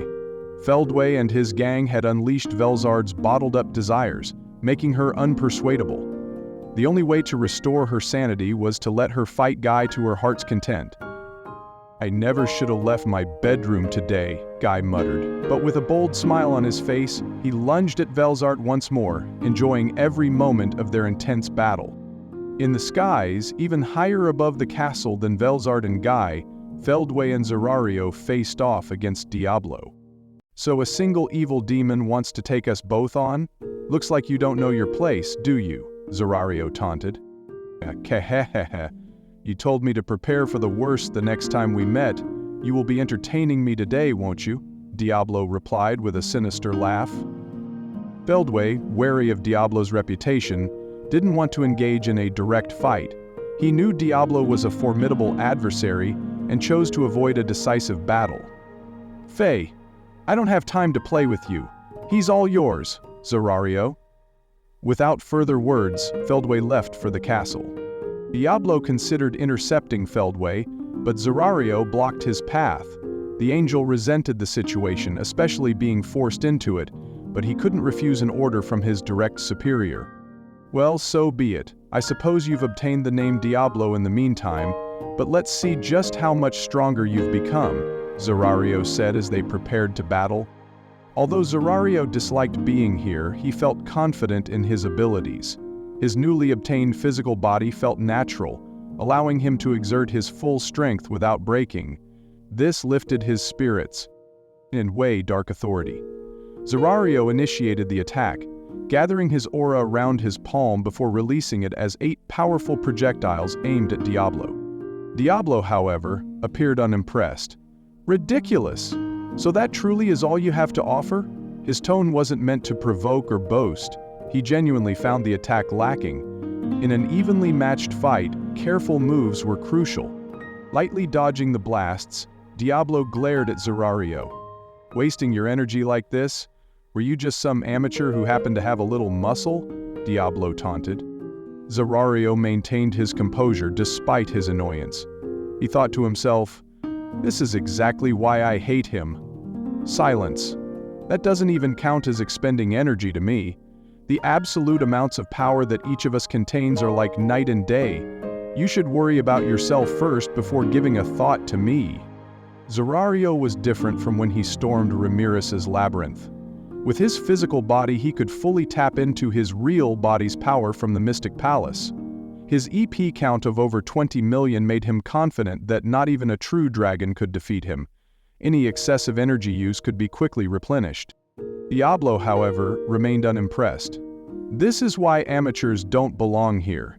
In our battles, we must either eliminate the opponent with a single blow or prepare ourselves for a prolonged fight.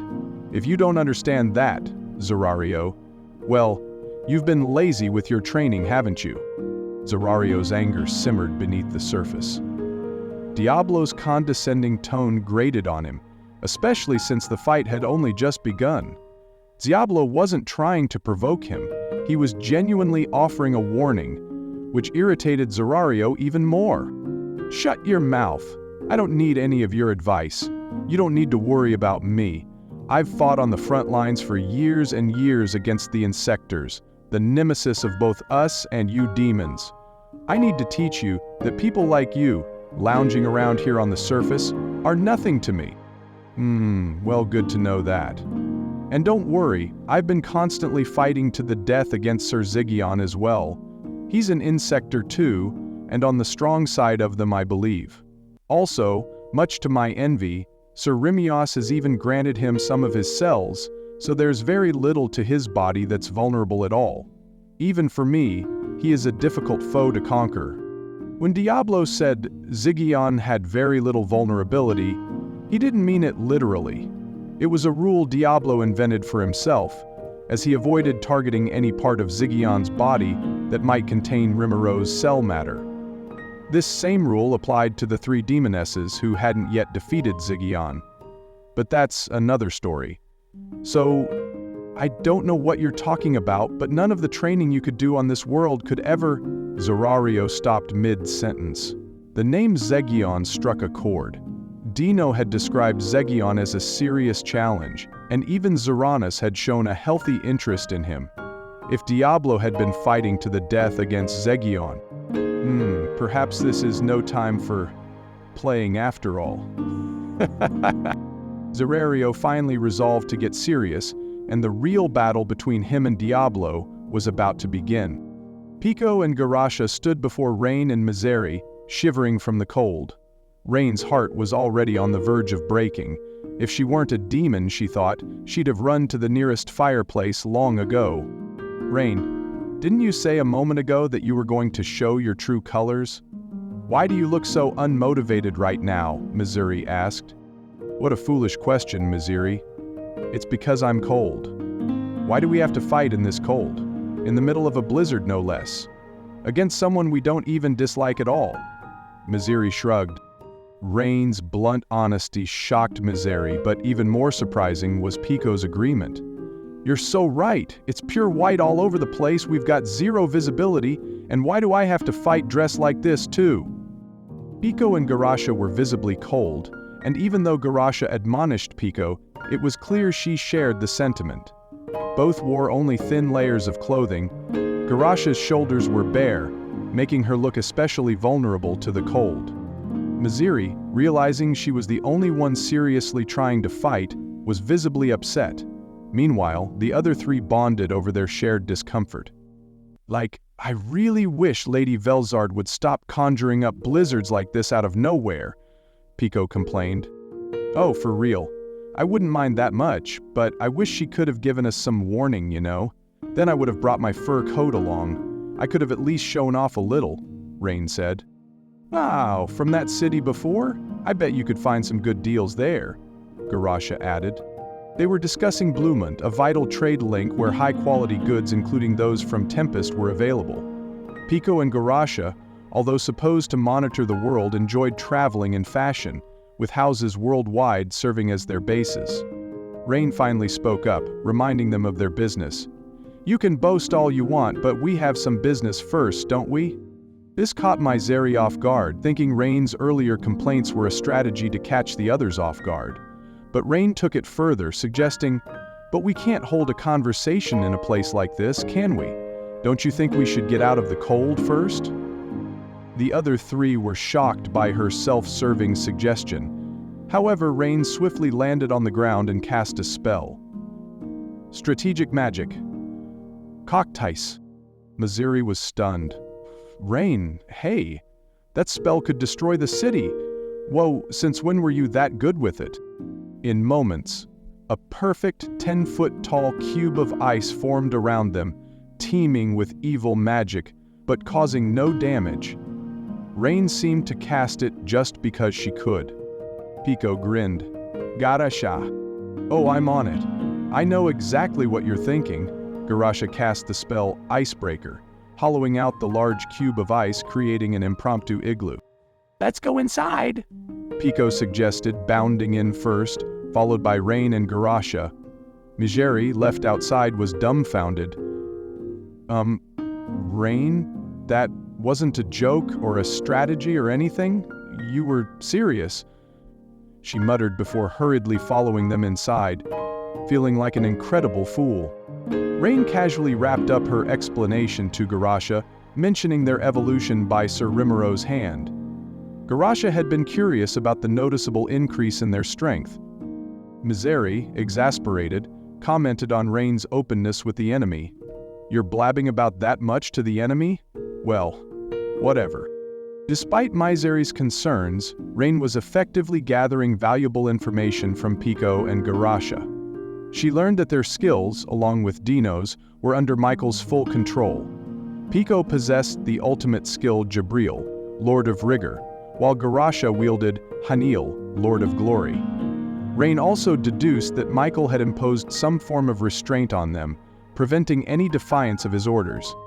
Rain hadn't revealed much intel, but casually mentioning Reminisce had its consequences. If Reminisce found out, he'd probably berate himself for not explicitly forbidding it before reprimanding her. However, Rain managed to gather valuable information in exchange for revealing their evolution by Reminisce. After that, the meeting inside the igloo turned into a gripe session, with everyone complaining about their difficulties and their bosses.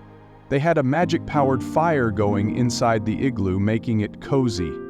Rain had brought along some sweet potatoes, which she roasted over the fire, filling the air with a pleasant aroma.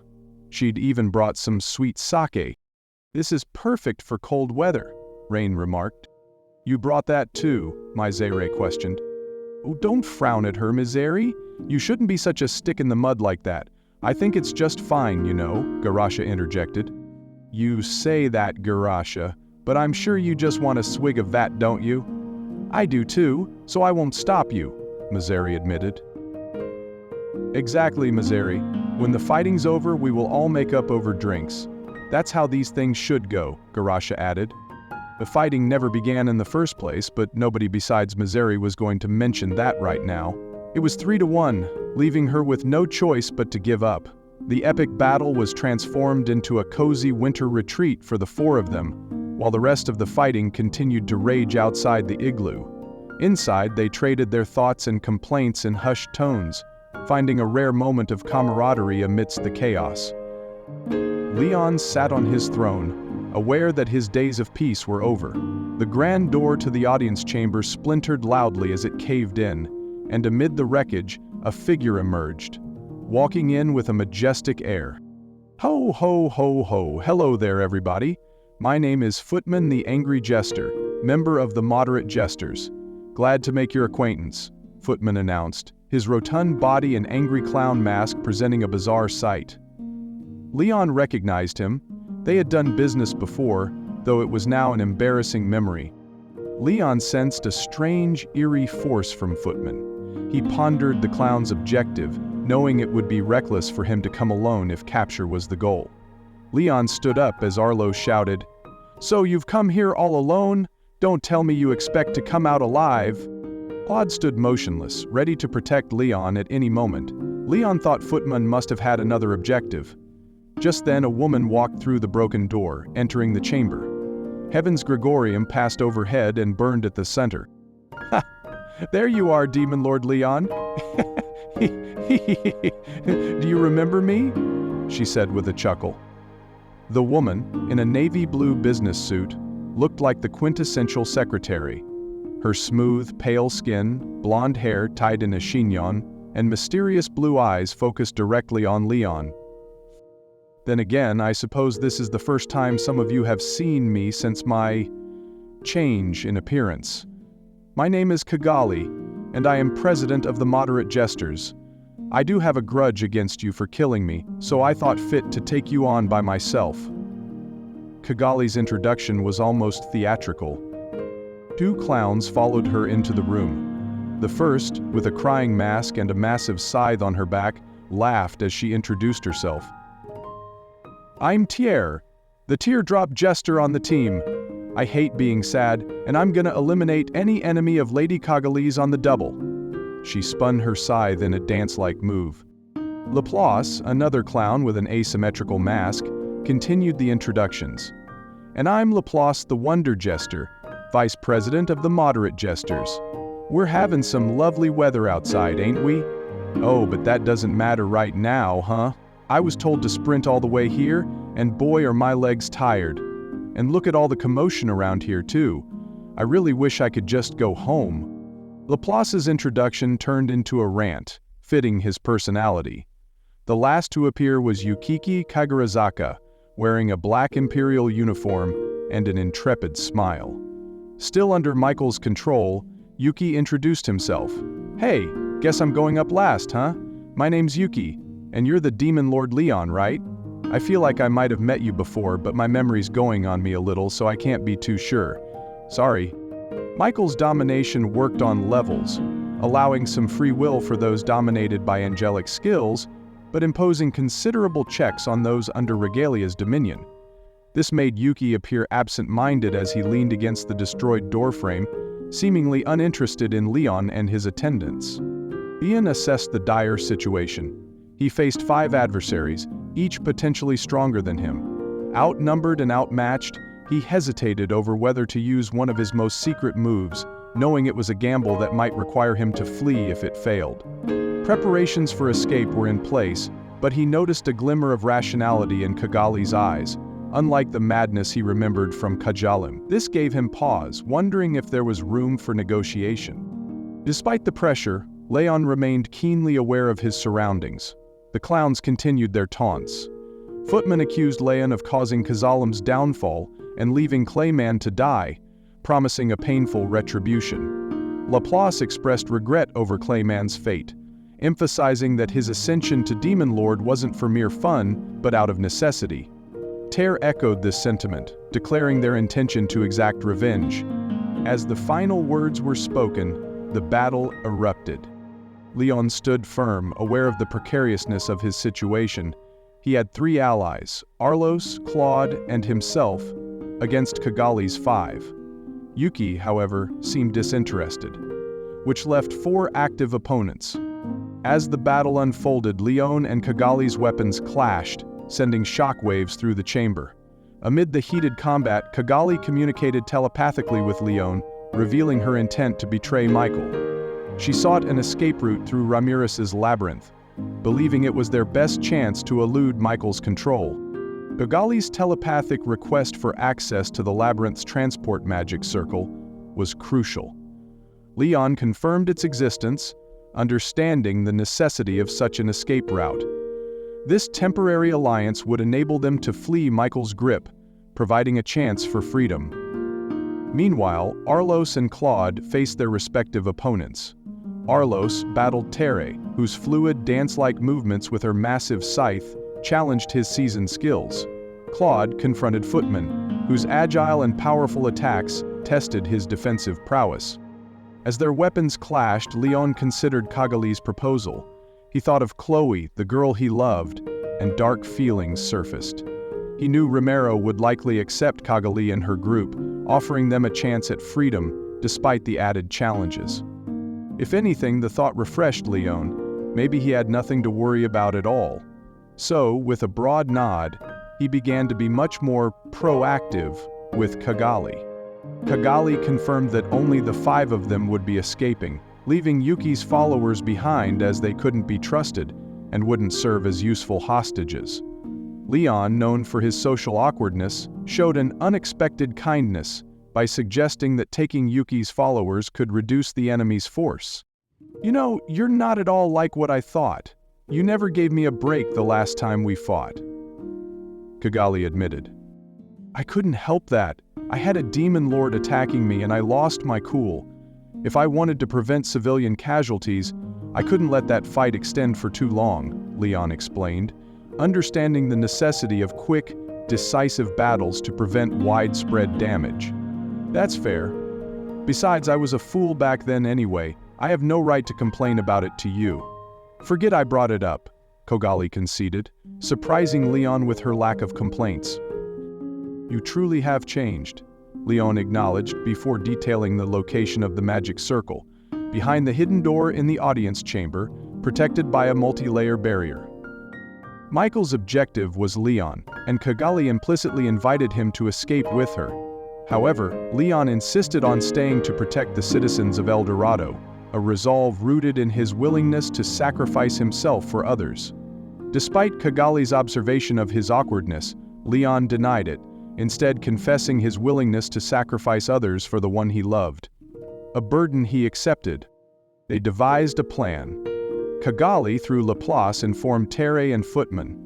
Leon communicated with Arlos and Claude, explaining the situation and why their foes weren't fighting seriously. The plan required them to bring Yuki to the magic circle if needed. Leon signaled the hidden door's location to Kigali. She pretended to be blown backward by an attack, bashing herself against the door to open it. Laplace signaled Footman and Terre, while Arlos and Claude played along, pretending to be thrown back, allowing their opponents to scramble through the door. "Sir, Yuiki," Kigali called. "Ooh, I'm up," Yuki replied, striding inside. "Okay, now we just have to have Leon activate the magic circle," Kigali thought, confident in their success. It had been a tightrope walk the entire way, but now she saw a glimmer of escape from Michael's control. Or so she thought. Alas, fate had indeed forsaken them all. Michael, stationed in the Celestial Palace, had detected Obella's treachery even before Dino could report it. He was enraged. Never in his life had he experienced such betrayal. The unraveling of his plan fueled his fury, and he realized that his own naivete was to blame. Though he wielded absolute power, he had mistaken control for camaraderie, a vague and ultimately dangerous assumption. Michael's miscalculation began to surface. He had believed in a friendship with his subordinates, but when Obela obtained Azrael, Lord of Salvation, he should have enforced stricter control. His failure to do so led to the current disaster. Furious, yet determined to rectify his mistake, Michael took rational steps. Through Feldway, he tightened his grip on his servants with angelic skills, strengthening his ultimate dominion. With this, Kigali was stripped of her sense of self. The situation turned desperate as Feldway entered through the broken door, furious at Kigali's betrayal. He shouted at her and the others, and Kigali knew her plan had failed. She attempted to order Laplace and the others to safety, but ultimate dominion had taken over, rendering her powerless to speak or act. Feldway's cold gaze locked onto Leon, declaring that he too would become their loyal servant. Leon tried to unleash Metatron's power, but it was too late. Michael's control surged through him, filling him with a false sense of ecstasy and overriding his true feelings. As Leon's mind was consumed by this new loyalty, his love for Chloe was twisted into a possessive desire under Michael's influence. Kigali lamented her fate, but soon lost even that regret under the domination. Just as all seemed lost, a voice reached out to Kigali, urging her not to give up. It was Laplace, whose unique status had spared him from complete control, but Kigali's cold response indicated that his freedom made him expendable. As she prepared to strike him down, a new figure appeared, pushing Laplace aside and deflecting Kigali's attack. The newcomer introduced herself as Sylvia, Leon's instructor, and a final ace in the hole. Her appearance was striking, with long greenish-silver hair in a large braid, and a high-end Tempestian dress that revealed denim shorts underneath. A combination that reflected both practicality and an unwillingness to sacrifice style. Laplace felt a wave of nostalgia upon seeing Sylvia, even though he had no memory of their past connection. His real name was Thalion Grimwald, and Sylvia was his wife. Despite losing his memories, Laplace instinctively knew that Sylvia was important to him. "I don't know what's going on, but I'm a man too, you know. I ain't pathetic enough to leave all this to a lil girl like you," Laplace declared, slipping back into his usual self. Laplace's eyes remained fixed on Kigali and Yuki, but he spoke to Arlos and Claude, who were sprawled out in a corner of the chamber. Both had barely enough healing potion to hold out, but their bags were nearly empty. Despite their precarious situation, they refused to leave. "Don't worry about us. Like I always tell my students, when times are tough, running away's the last thing you want to do. I need to set the example for them, you know, or else they'll never do it," Arlos said with a chuckle. "A true knight would never abandon his lord in times of need," Claude added. Both understood they were no longer a force but a liability, yet they were ready to sacrifice their lives for Leon, believing that Reminisce would come to the rescue soon. "Man, you guys are dumb, you know that?" Laplace said. Ha ha ha! High praise, coming from a clown like you, Claude responded. I don't think that was meant as a compliment, Sir Claude, but I do envy you. At least you still have it in you to laugh over this, Arlos remarked with a small smile. Seeing their resolve, Laplace rethought his approach. He couldn't afford to lose out to them. Okay, let's start over. If we kill that guy over there, the president will go back to normal, right? Well, count me in, he declared, glaring at Feldway. His gut told him that Feldway, not Michael, was the immediate threat. The battle returned to the audience chamber, with Laplace, Sylvia, and the two sorely wounded knights Arlos and Claude, facing off against Feldway, Cagalli, Leon, Yuki, Footman, and Ter. The odds were overwhelmingly against them, with 6 powerful adversaries against 4. Laplace turned to Sylvia with a question. Sylvia, quick question. What's up? Sylvia replied. How far do you think we can go with him? Be honest. Well, I don't think my answer will make you too happy. Actually, never mind, Laplace laughed, acknowledging the grim reality. Something about the exchange tugged at Sylvia's heartstrings. The presence of Laplace felt oddly familiar, though she couldn't place why. She pushed the thought aside, focusing on the enemy. Sylvia, despite her willowy appearance, was a seasoned warrior. Feldway remained motionless, intending to leave the fight to his servants. His arrogance could be fatal, Sylvia thought, but she recognized his immense strength as the head primordial angel.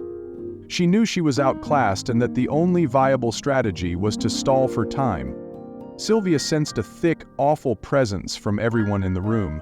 Even Arlos and Claude, though heavily injured, had the potential of demon lords in another time. But Feldway was in his own dimension, a being of immense power.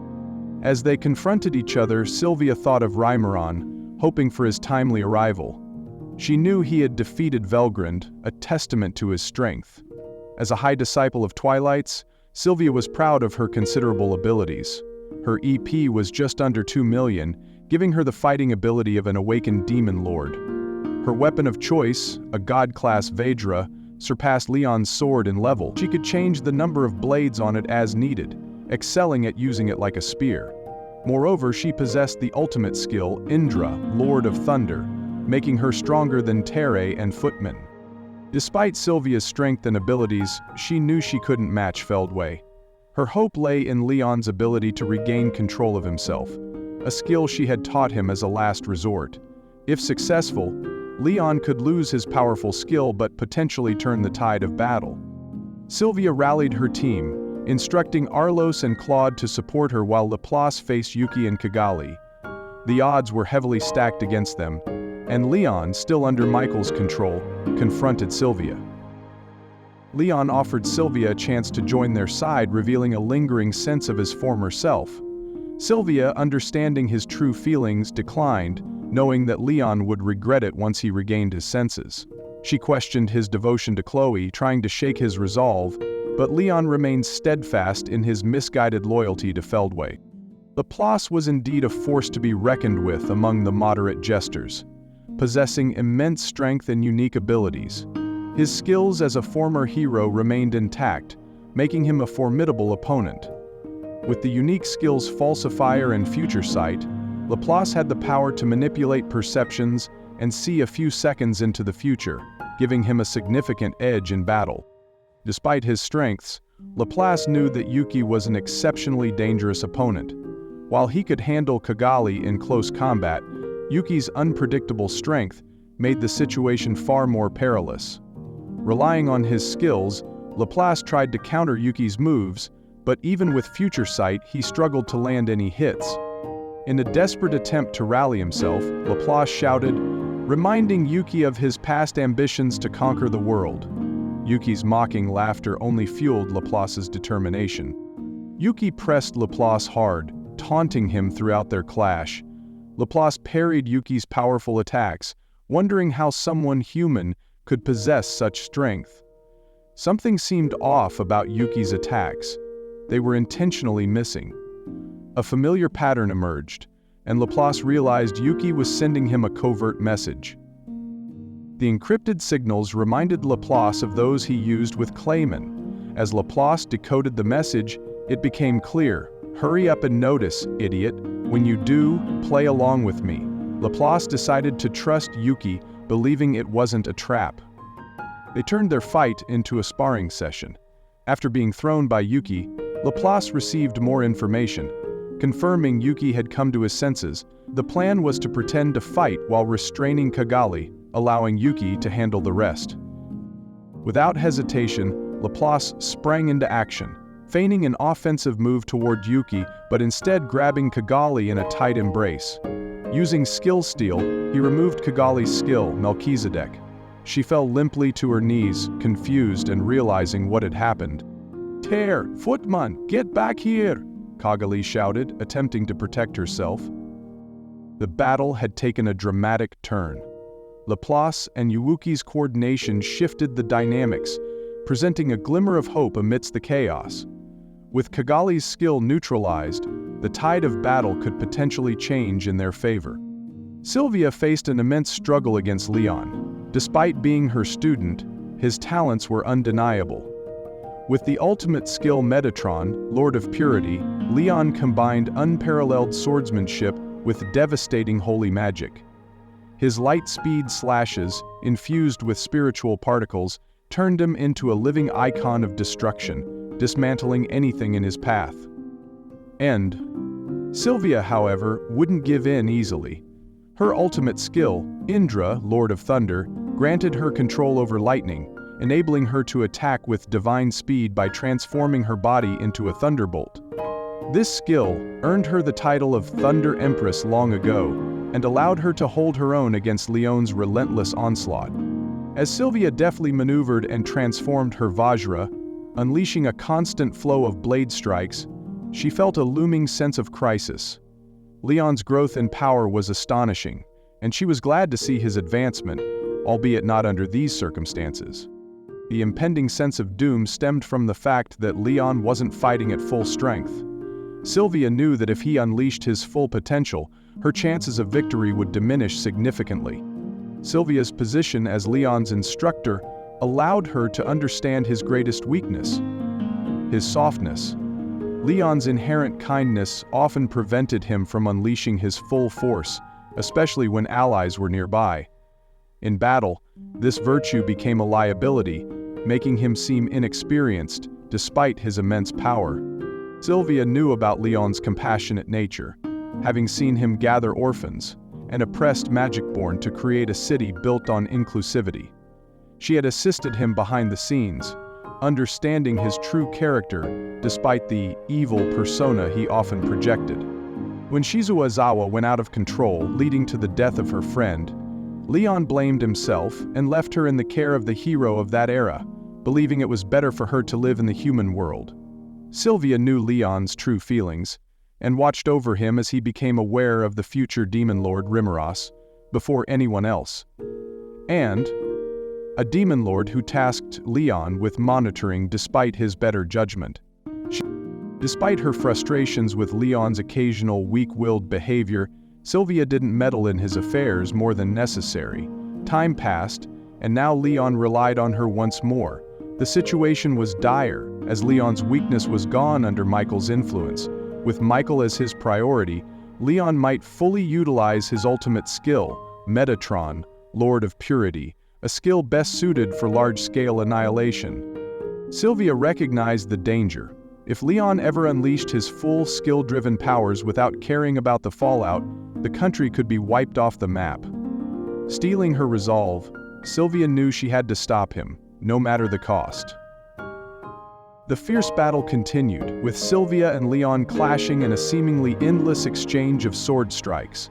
The audience chamber bore the marks of their hyperspeed conflict, now in ruins. In the chaos, the transport magic circle had been destroyed, a casualty of Leon's powerful attack. This critical structure, made of magisteel, was meant to be durable, but now it was beyond repair. With its destruction, the possibility of escape for Sylvia and her allies was lost, as was the chance for Reminisce and his reinforcements to arrive. Sylvia regretted this unfortunate turn of events, but understood that Leon was not the type of person who could protect and fight simultaneously. This oversight could not have been avoided under the circumstances. Carlos and Claude, severely injured, could only watch the battle in awe. Even with their trained eyes, they struggled to discern who held the upper hand. What a mind-blowing battle this is. Even with my eyes I cannot tell who is winning, Carlos remarked. I know this sounds strange, but don't worry, neither can I, Sir Claude. I thought I would be able to keep up with Sir Leon at full force, but I suppose that was wishful thinking, Claude replied. Yes, indeed. They recognized Sylvia's extraordinary capabilities, realizing she was no ordinary combatant. Her power left them speechless. Terre and Footman observed the battle with a mix of awe and frustration. Not looking good. Leon's a lot stronger than I thought, Terry commented. Oh, yes, it would be quite hard to intervene in that fight, so what can we do then? Footman responded. Guess we'll just have to pick off the wimpier guys. They gave each other a high five before turning their attention to Arlos and Claude. Hey, they're after us now, are they? Arlos remarked. We may not prevail, but at least let us raise our swords up and show them the pride of a knight, Claude declared. It's suicide, though, but we have no other choice. They prepared themselves for what seemed an inevitable end. As a proud magic knight captain and instructor, they accepted their fate, standing ready to face Terre and Footman. Just then a voice rang out, Terre, Footman, get back here. At the very last moment, Kigali regained her sanity. Arlos and Claude were fortunate enough to escape with their lives. With tensions running high as Feldway observed the unfolding chaos. His plans, which had gone unchallenged for tens of thousands of years, were now unraveling at an alarming rate. It began with Cornu's failures and Velgrin's unexpected return, and now, both Yuki and Kigali had regained their autonomy despite Feldway's attempts to control them with Regalia Dominion. Feldway's anger and frustration grew as he questioned Yuki. The young man, with a confident grin, explained how he had managed to escape Regalia Dominion. Yuki attributed his success to his ultimate skill, Mammon, Lord of Greed, which had acquired its own sentience. This revelation added to Feldway's fury, but Yuki remained unfazed, continuing to fan the flames and buy time for reinforcements. Yuki's strategy was to make Feldway's side believe they had a clear advantage, potentially forcing them to retreat. However, Feldway saw through this and decided to reveal one of his hidden cards. He viewed Yuki as a significant threat, especially with the skill-steal ability of Mammon, which could potentially free others from Michael's control. Sylvia, still engaged in her intense sword fight with Leon, took a brief pause to question Yuki about his ability to take Leon's skill. Yuki admitted he couldn't do it at the moment, having just taken Melchizedek, Lord of Dominion, from Kigali. His answer, though vague, served to keep Feldway on edge. Feldway, now determined to eliminate Yuki, laughed ominously, realizing he needed to finish them all off. Yuki's plan to buy time seemed to be faltering as Feldway prepared to play his final card, a move that Yuki and the others could never have anticipated. Feldway, witnessing the chaos, decided to play his final card. He called upon Jahil, a powerful entity, to eliminate Yuki. Yuki, confused by the command, soon felt searing pain as a gruesome hand emerged from his chest. Footman, now revealed to be Jahil, pulled his arm out, leaving Yuki gravely injured. Kigali screamed at Footman, but he dismissed her, revealing his true identity and a more horrifying aura. Yuki, despite his spiritual life form's resilience, was severely weakened. Footman, or Jahil, mocked Yuki's tenacity. The moment Footman ceased speaking, he struck the nearly incapacitated Yuki with a powerful kick, sending him into the air. Footman's newfound strength was formidable, and the force of the kick was enough to knock Yuki out instantly. Kigali and Terre rushed to Yuki's aid, while Laplace stepped forward to confront Footman. The transformation in Footman was undeniable. He was no longer the clown they knew, but the resurrected Emperor Jahil. Jahil, with an evil aura and a menacing presence, mocked those around him. Sylvia, while battling Leon, recognized the name and the danger it represented. The entire chamber tensed up as the realization of Jahil's resurrection set in. Feldway had orchestrated this resurrection, planting Jahil's soul inside Footman and waiting for the right moment to awaken him. With the Seraphim's power implanted in Footman's body, Jahil had seized control and now wielded immense destructive force. Feldway ordered Jahil to eliminate everyone, seeing them as obstacles to be destroyed. Jahil's laughter echoed through the chamber as his body was engulfed in flames, turning him into a flame overlord. His power was unleashed, and his mere presence was enough to terrify those around him. Footman's mask shattered, revealing a horrifying and distorted face, and in it sat the ultimate version of Jahil's masterpiece, her imitation. Kigali, in anguish, screamed for Footman to be returned, but her pleas only amused Jahil. With a sinister smile, Jahil threw a fireball at Kigali. Laplace attempted to deflect it with magic, but it was futile. The fireball expanded, threatening to engulf Kigali, Tire, and Yuki. As the flames died down, Yuki stood, having managed to quell the fire with anti-skill despite his mortal wound. Jahil, curious and intrigued by Yuki's resilience, regarded him with the eyes of a scientist examining a new specimen. Yuki, barely able to stand, acknowledged the dire situation. He understood that their survival was paramount, but the overwhelming power of Jahil, now at least 10 times that of Laplace and 5 times his own. Laplace's existence points divided by just over 1 million. This made him significantly more powerful than a Demon Lord seed, though placing him at the lower end among awakened Demon Lords. His extensive experience and skill usage made him a formidable opponent. Yuki, still a saint and close to achieving full divinity, had an EP of around 2 million. With the ultimate skill Mammon, Lord of Greed, and the ability to conceal his infant greatness, Lord of Greed, and a canceling anti-kill skill, his true fighting capability couldn't be measured solely by numerical stats. Tyr, with an EP of 2.4 million, surpassed Yuki in raw power. Her unique skill, Born Optimist, could triple her physical abilities under specific conditions, though its effectiveness was limited and largely unproven. Compared to Laplace, her battle skill was lacking, making her the weakest of the quartet. Kigali, the highest EP holder among them, had nearly 3 million EP. Her Ruin Scepter boosted this to over 4 million.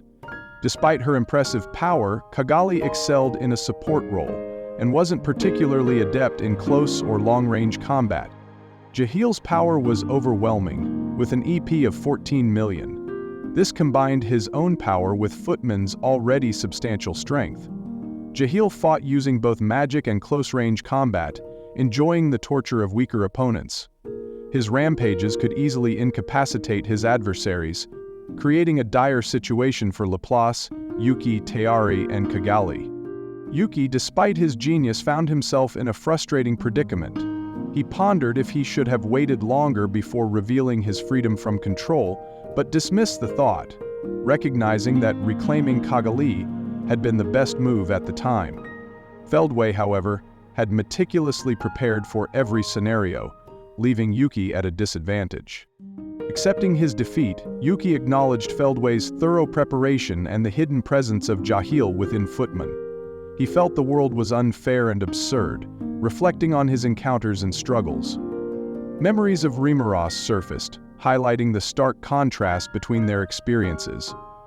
Reminisce, despite arriving later, seemed to achieve remarkable success effortlessly, driving Yuki to a mix of frustration and admiration. Laplace noticed Yuki's brief moment of amusement, prompting Yuki to share his thoughts. They both recognized Reminisce's extraordinary capabilities and agreed on the need to buy time.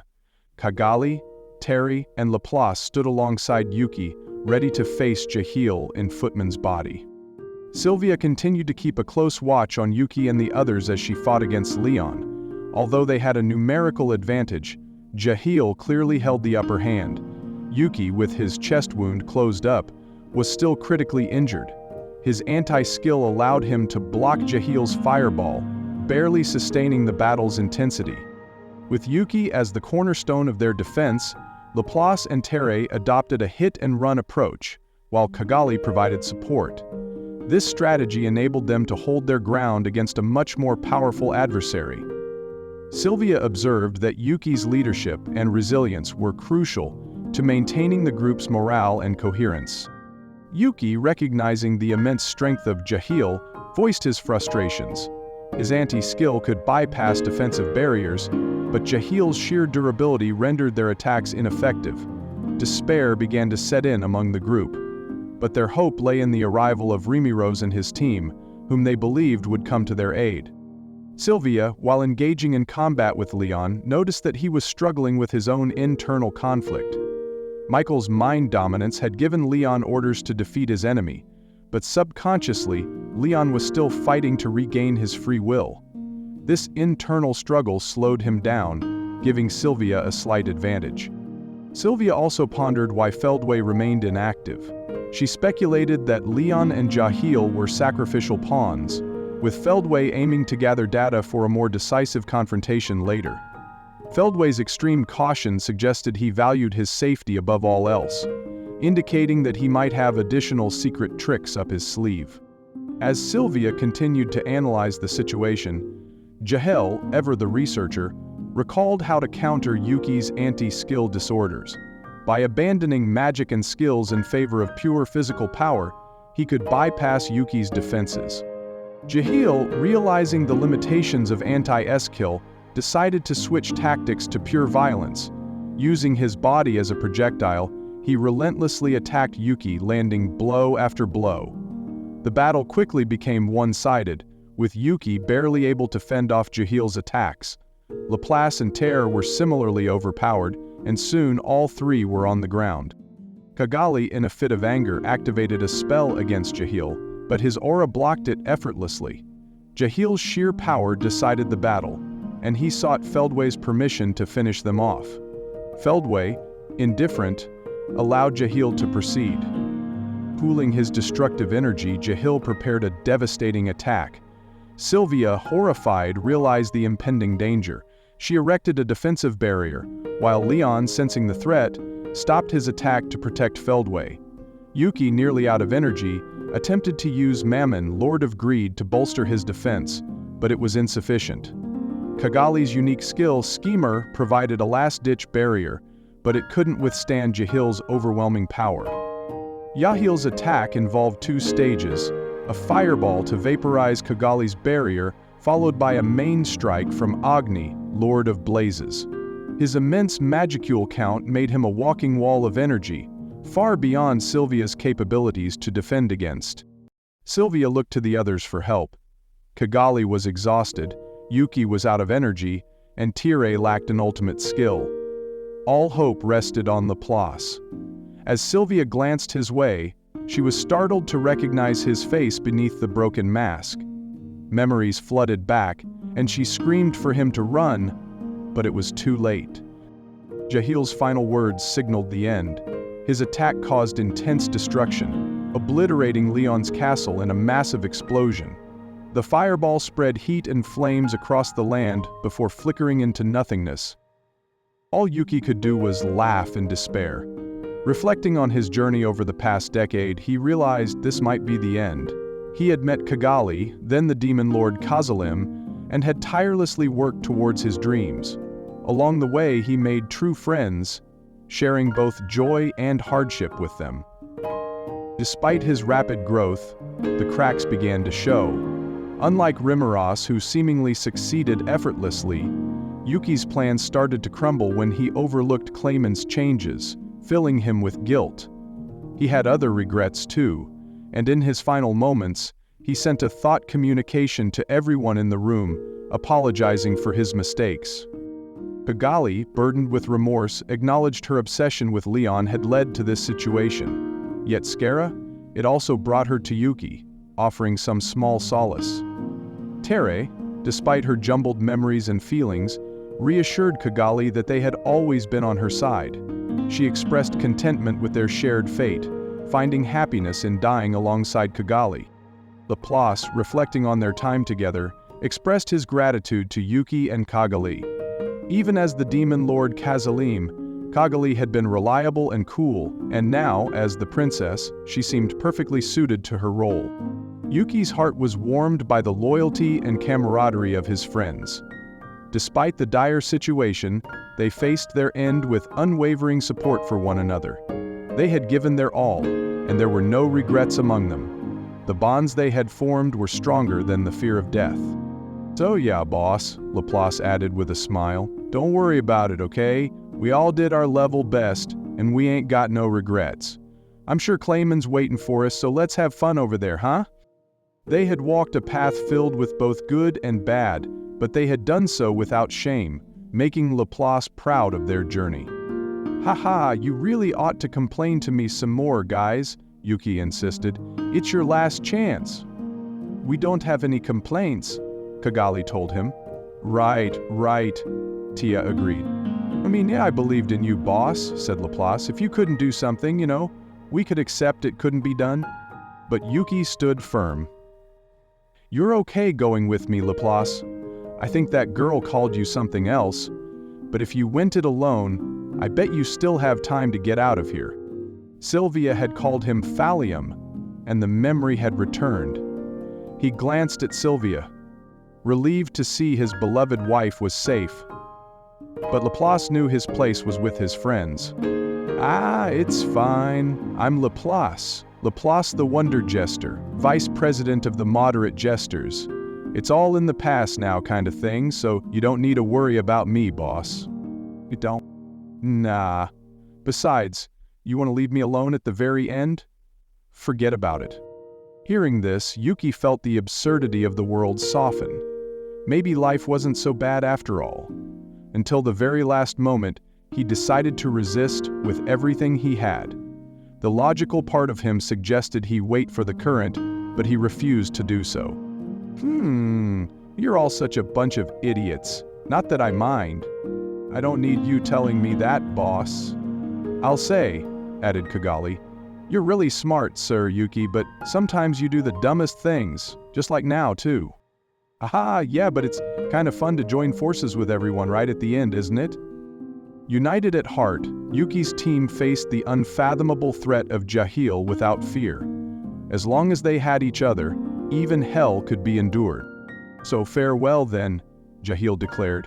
"Time to pulverize your soul and wipe you off the face of this planet?" Even after Jahil gave him that death sentence, the smile didn't leave Yuki's face. And then, with a flash, everything turned into nothing.